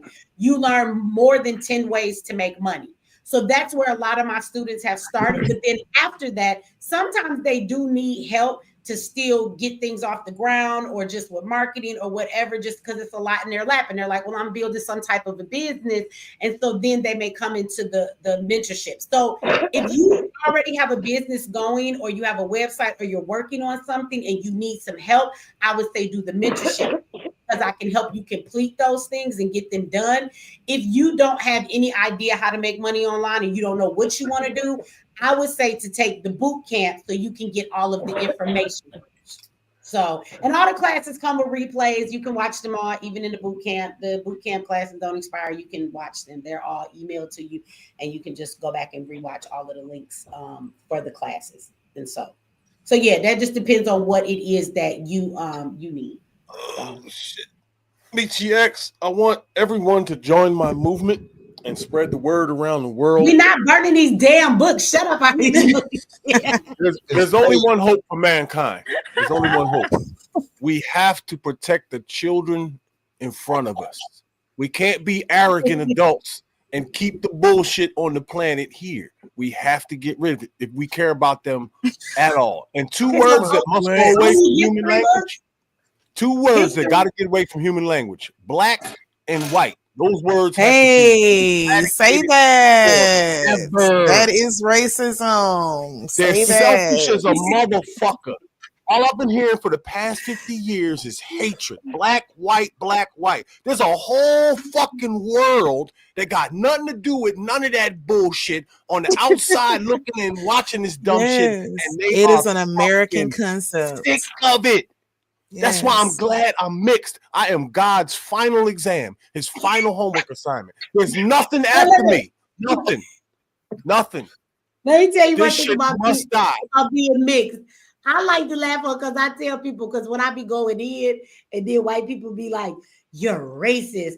I be like, well, I just pretend it's my white side saying it to you. Now what? And then they be like, I'll be like, oh, you didn't have any problem when I was saying nigga to the black people, or when I was chastising them for what they do. So just take it the same way. Act like I'm white, I'm your cousin, and I eat, raisins and my potato salad with you.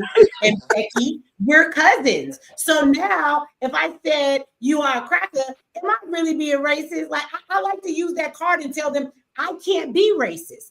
Because if a white person is talking about another white person, that's not racism. And if a black person is talking about another black person, that's not racism. So I tell people I can't be racist at all, at all, at all. Being mixed is the beautiful thing. It's the best jewel. You are by default detached from all worldly horse shit. It don't even involve you. You couldn't take a side if you wanted to. It's the freedom. It's freedom. It's the only real freedom. You still a nigga. You're still a nigga in the eyes of the government. You still a nigga. One drop rule, all the bullshit. Black side, I just like to use that white privilege card with white people and see how shocked they be. Because I do get people, y'all know I get to talk and they be like, "You're racist," and I be like, "Really?" They do that to me on Instagram and stuff. So then I pull out my I'm white card and they don't be knowing what to say. Because then I tell them, if you don't receive me for who I am, then that means you are denying me my white side, and you're telling me because I'm half black that I'm too dirty to be white. So now who's the racist? Now you want to talk about how this country don't allow people, if they mix with something else, to embrace their whiteness. Now I think you showing your racism. They kind of back up from the conversation when I go. Watch this. True or false? If we mix up the world, black and white fuck shit goes away for eternity. True or false? If what said it again? It's almost 6 we o'clock mix up the world, everyone. False. Black and white bullshit goes away forever. Nah, because then you ain't even gonna achieve that result because you still gonna have them dominant and recessive genes. You're still gonna have different shades. Oh my God, y'all still on? Yes, Vanessa, they holding me hostage. The nigga will be gone. The cracker and the nigga will be gone. There'll be no more bullshit. I think what happens if you mix it all up and you take away the black and white, it's still gonna be some black people in here because we got white minds. Not if we keep mixing until it's all gone. No, you still gonna have albino people. You still gonna have light skinned people. You gonna still have dark skinned people. You gonna have all shades of color. Arabs and Chinese people are mixtures of black and white to some degree, and they're not niggas anymore, and they're not crackers anymore. They're the finished product. Are super racist. They're super against colorist. I don't want to be racist against the racist people that are talking that chocolate man. If you mix everybody up, there won't be no chocolate men. That would be unfortunate. It would be very unfortunate. No, it's gonna be chocolate folks, and it's gonna be light skinned folks. Mix us all up. We gonna all be. Then we gotta get rid of the words black and white, and we have to burn all the books so people won't hate each other, or this shit is gonna go on forever. As long as governments exist, you're gonna be a nigga. Simple as that. That's right. Governments, as long as the word exists, there's going to be niggas. We got to get rid of the word black and to get rid of the word white, and all the other bullshit will melt. Those are misnomer terms anyway, though. Black and white is misnomer terms anyway. You know what I'm saying? Well, they should not be spoken in any language. The colors, we should get rid of the colors. Call them something else. All kinds of people are melanated, though. What about you melanated? There's only one kind of you melanated people. Kamala Harris is definitely melanated.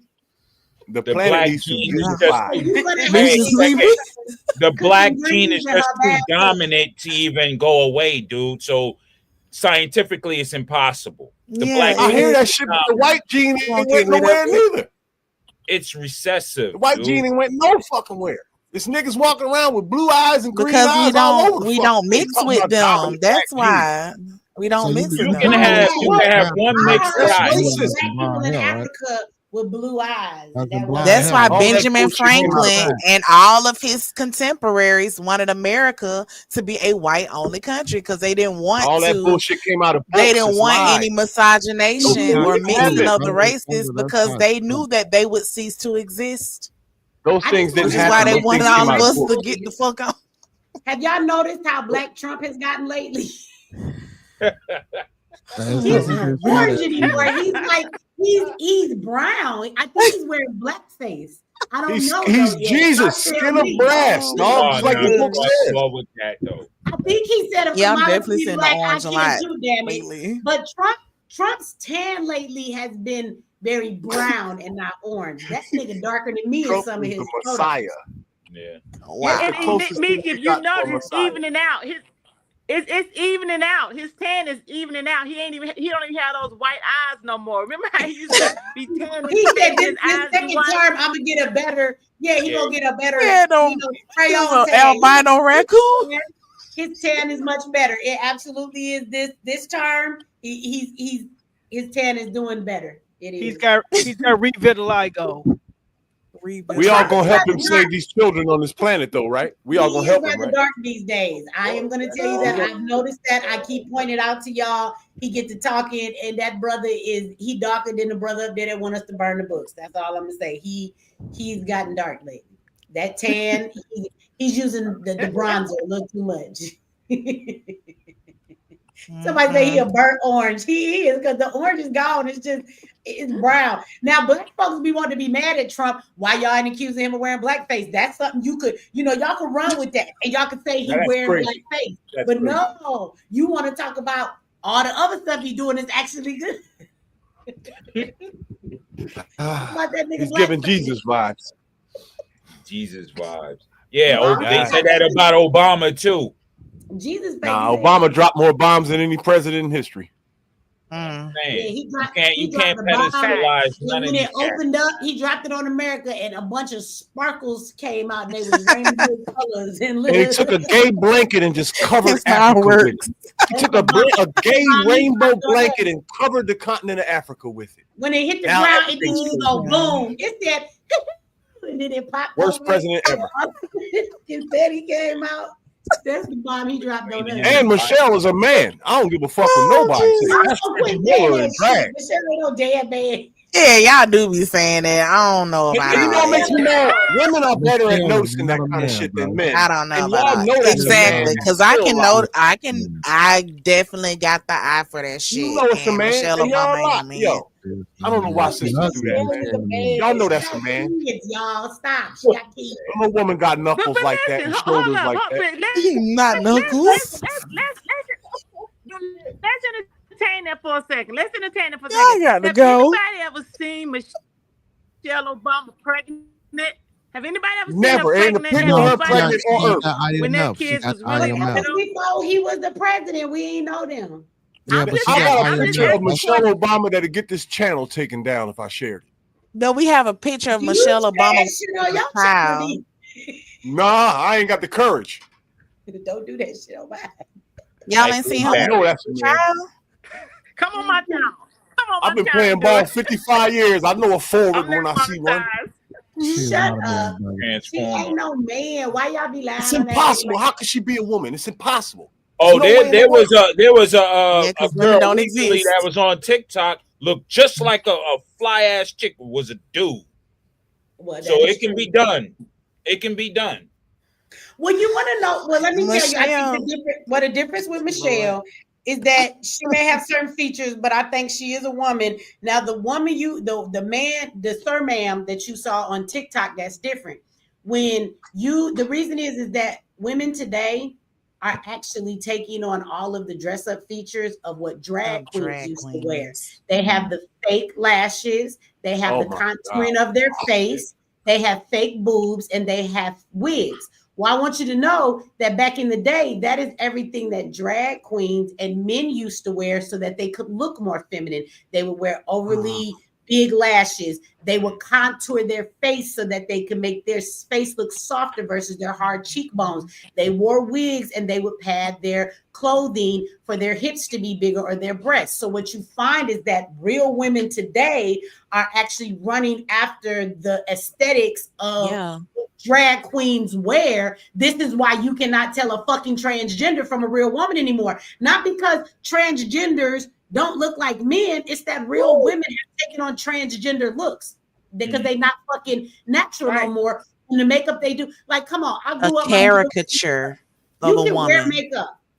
Definitely. My mother wore makeup. My grandmother wore makeup. But when they came out of the bathroom, they looked like they had on some blush, some mascara, and some lipstick. They still look like themselves. Whenever you have to put on your face in 7 layers and let it bake, whatever the fuck that means, that's a problem, okay? And when you contouring your nose and your face and you look Shit, like pottery. when you can take a contour and make your whole double chin go away, that's witchcraft. That's witchcraft. Don't worry about what I do on my altar. That's not witchcraft, okay? That shit right there though that's why you can. And the reason it's witchcraft is that's why you can't tell a he/she from a real her. That's the problem. It's identity fraud. It's a federal crime, yo. It's identity fraud. Hey, speaking of that, we do got to get the hell off here. But how many of y'all did y'all hear that story about did y'all hear the story about this 17-year-old boy? I believe it's in Detroit, and he got like so many years. I want to say he might even got life, but he killed a transgender. It was a man that was dressed up like a woman, but he's 17 and the transgender was like 36 years old. So what are you doing? And he was in a hotel room with him. What are you doing in a hotel room with a 17-year-old boy? He tricked her. And then what he thought she was a real woman. You almost 40 years old. You was trying to take advantage of that boy, and now he finna spend the rest of his life in prison for shooting you. I'm mad. I ain't gonna say take advantage of no 17-year-old. I think that shit is not right to do that to that boy, because I'm sure part of why he shot her was because you played him. He's 17. He got nothing but emotions running through him. He thinks that you're a woman, and then he finds out you're really a man, and then an altercation takes place. You was in there trying to take advantage of that boy because he was 17. You know what I'm saying? I mean, I get tired of hearing this transgender's life is at danger. Like, if people are mean to you because you're a transgender, that's one thing. Move to Atlanta, you'll never have to worry about that. I see more niggas on dates with niggas. They be talking about love languages. They got the best Gucci bags. Them niggas be having the best dates. I be looking at them like, God damn, all you niggas is dating each other. That's why the fuck we can't get no dates. So move somewhere where it's acceptable. But it's wrong for you to lie to a man and be in his face or do a sexual act with him and make him think that you are a woman. That is actually sexual assault. You made him participate in something that he did not willingly want to participate in. And when your ass get choked out or shot out, I don't think nothing's wrong. That's your fault. You shouldn't play with people like that. And so this 17-year-old boy is in prison for the rest of his life, and nobody is talking about the fact that he's 17 and this 36-year-old was in a damn hotel room with him pretending to be a woman and you was really a man. That shit is crazy. That kind of deception is grounds for death. You don't fuck with men like that. Like if I'm a man and I think I am participating with a woman, clothes come off, you got a dick, dude, you gotta die. What the fuck? Like, no. That's crazy. Shout out to Steve Hall. He dropped the super chat. Thank you. And Steve Hall said morning from 48221. That's a Detroit brother because I'm 48227. Grew up on Hartwell. So I know exactly what that 48221 is. Shout out to you and good morning. And thank you for the super chat. Well, y'all, it is actually 6:02, and I've been saying I was gonna get out here since 4 o'clock. I think we really gotta go to bed now, y'all. Okay, going to bed with the sun coming up for our bodies. And I got your email, brother. I see the email came through, but my eyes real blurry. I'm gonna read it in the morning when I can read right. Well, y'all, I just wanted to say thank you, Michi, for supporting me and let me come up. It's always an honor to speak with you. Absolutely. Y'all, thank y'all for coming up and hanging out with me. I'm sure I'll see some of y'all on here on a regular. Thank y'all for subscribing. We'll get better at this to where we'll give other people chances to come up. I'm sorry, some of y'all be waiting. Only 10 can come in here. I might actually upgrade my package because you can upgrade on StreamYards and then you can have more than 10 people. So I may do that. But we'll do it to make sure people get in. I'm sorry if people had to wait and wanted to get up. So I will figure that out. But we will be back next Saturday, and we will not be burning books, bruh. I know you will be back, Reese, but we're not burning books, okay? So you leave that shit in this week. Yeah. Next Saturday can be the crypto discussion, so y'all can start off making money. We can definitely have that conversation. Or let me tell you better yet. What we can probably do is set a live for that. Let's do that on MX Network, because what will happen is people could come and subscribe and watch it for free with the free subscription. But what I find is in topics like that, you're going to get the audience that actually wants to hear it. So people are going to be asking questions. They're going to be paying attention. versus when you do it on YouTube, you're gonna get all of these people on here who gonna be saying dumb stuff. They're gonna be trying to compare their message with yours, telling you where you wrong. They're gonna be in here trolling, talking about, you know, people mama and stuff. So we can set up a lot of ways, but I got your email, so I will get in touch with you. We could definitely set that up. Plus, if we do a panel, you see the panels always go to the left. We never stay to the topic. We always end up talking about Jesus when we were supposed to talk about Paul, but now we on Jesus. We supposed to be talking about fried chicken, but why we talking about Kool-Aid? So, you know, this might not be the best forum for teaching something. So we will do a panel next Saturday, you guys, 10 o'clock, same time. We will talk about, I'm sure plenty will come up in the week. So we will figure out what those topics are then that we will throw out there, but we will be back Saturday at 10 o'clock, you guys, and I will talk to Mr. Crypto, and we will set up when we will do that, but we'll do that on MX Network, you guys. I will be sending out a email. Y'all look for it. I will also put it in the community section on YouTube if anybody's looking for it and misses it.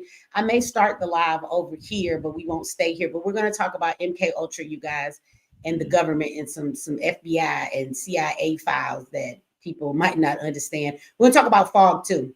You know, we had that weird fog. I'm going to show you where they actually did use fog in San Francisco, and they used it to put stuff in it to see how it would affect the people. It was a chemical warfare thing. Absolutely. They've admitted to it. It's over and done now. It was like in the 1950s. And so we'll talk about that. The fog. We're going to do that on MX Network because we can't, for real. I mean, they'll let us cuss and say a lot of stuff over here, but that's a conversation. Yeah, not that real shit. Yeah, no, we'll get in trouble for that conversation. That when I say trouble, they'll probably take the live down and then tell me I can't go live for a whole week. So we're doing that show on MX Network. That is tomorrow, you guys, at 10 o'clock. I do have boot camp. So once again, I'll be leaving class to bring my butt over to a live. And at that one, though, I got about an hour break in between. So we'll be doing that tomorrow at 10 o'clock. That's going to be on MX Network, you guys. Okay. So I will be making that and sending it out when I get up in a couple of hours. I will put it in the community section on YouTube, so you guys will find it in the link there, so you can go and set your reminder. And with that said, y'all, thank you everybody. Thank you for having us on. Love you. Be safe. A lot of love tonight. Thank you. Yes. Michi, Shout out to all of y'all. Connect, because I want to ask you. I got something personal I want to speak to you about. So can we try to connect?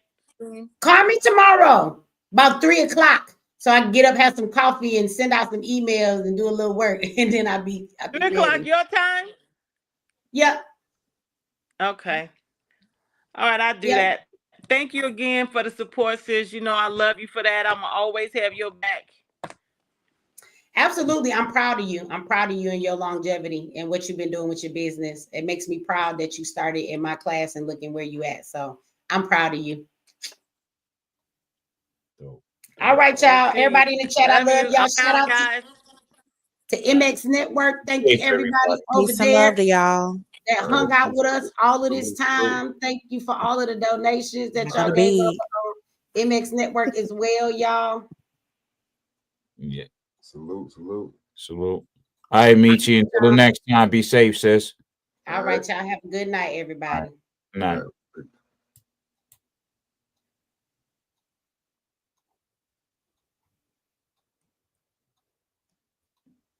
Damn, 8 hours. We was on here like a damn job. We've been in here 8 hours putting in that work. I would say good night, y'all. Good morning. Y'all have a great day. I'll see y'all in a little bit.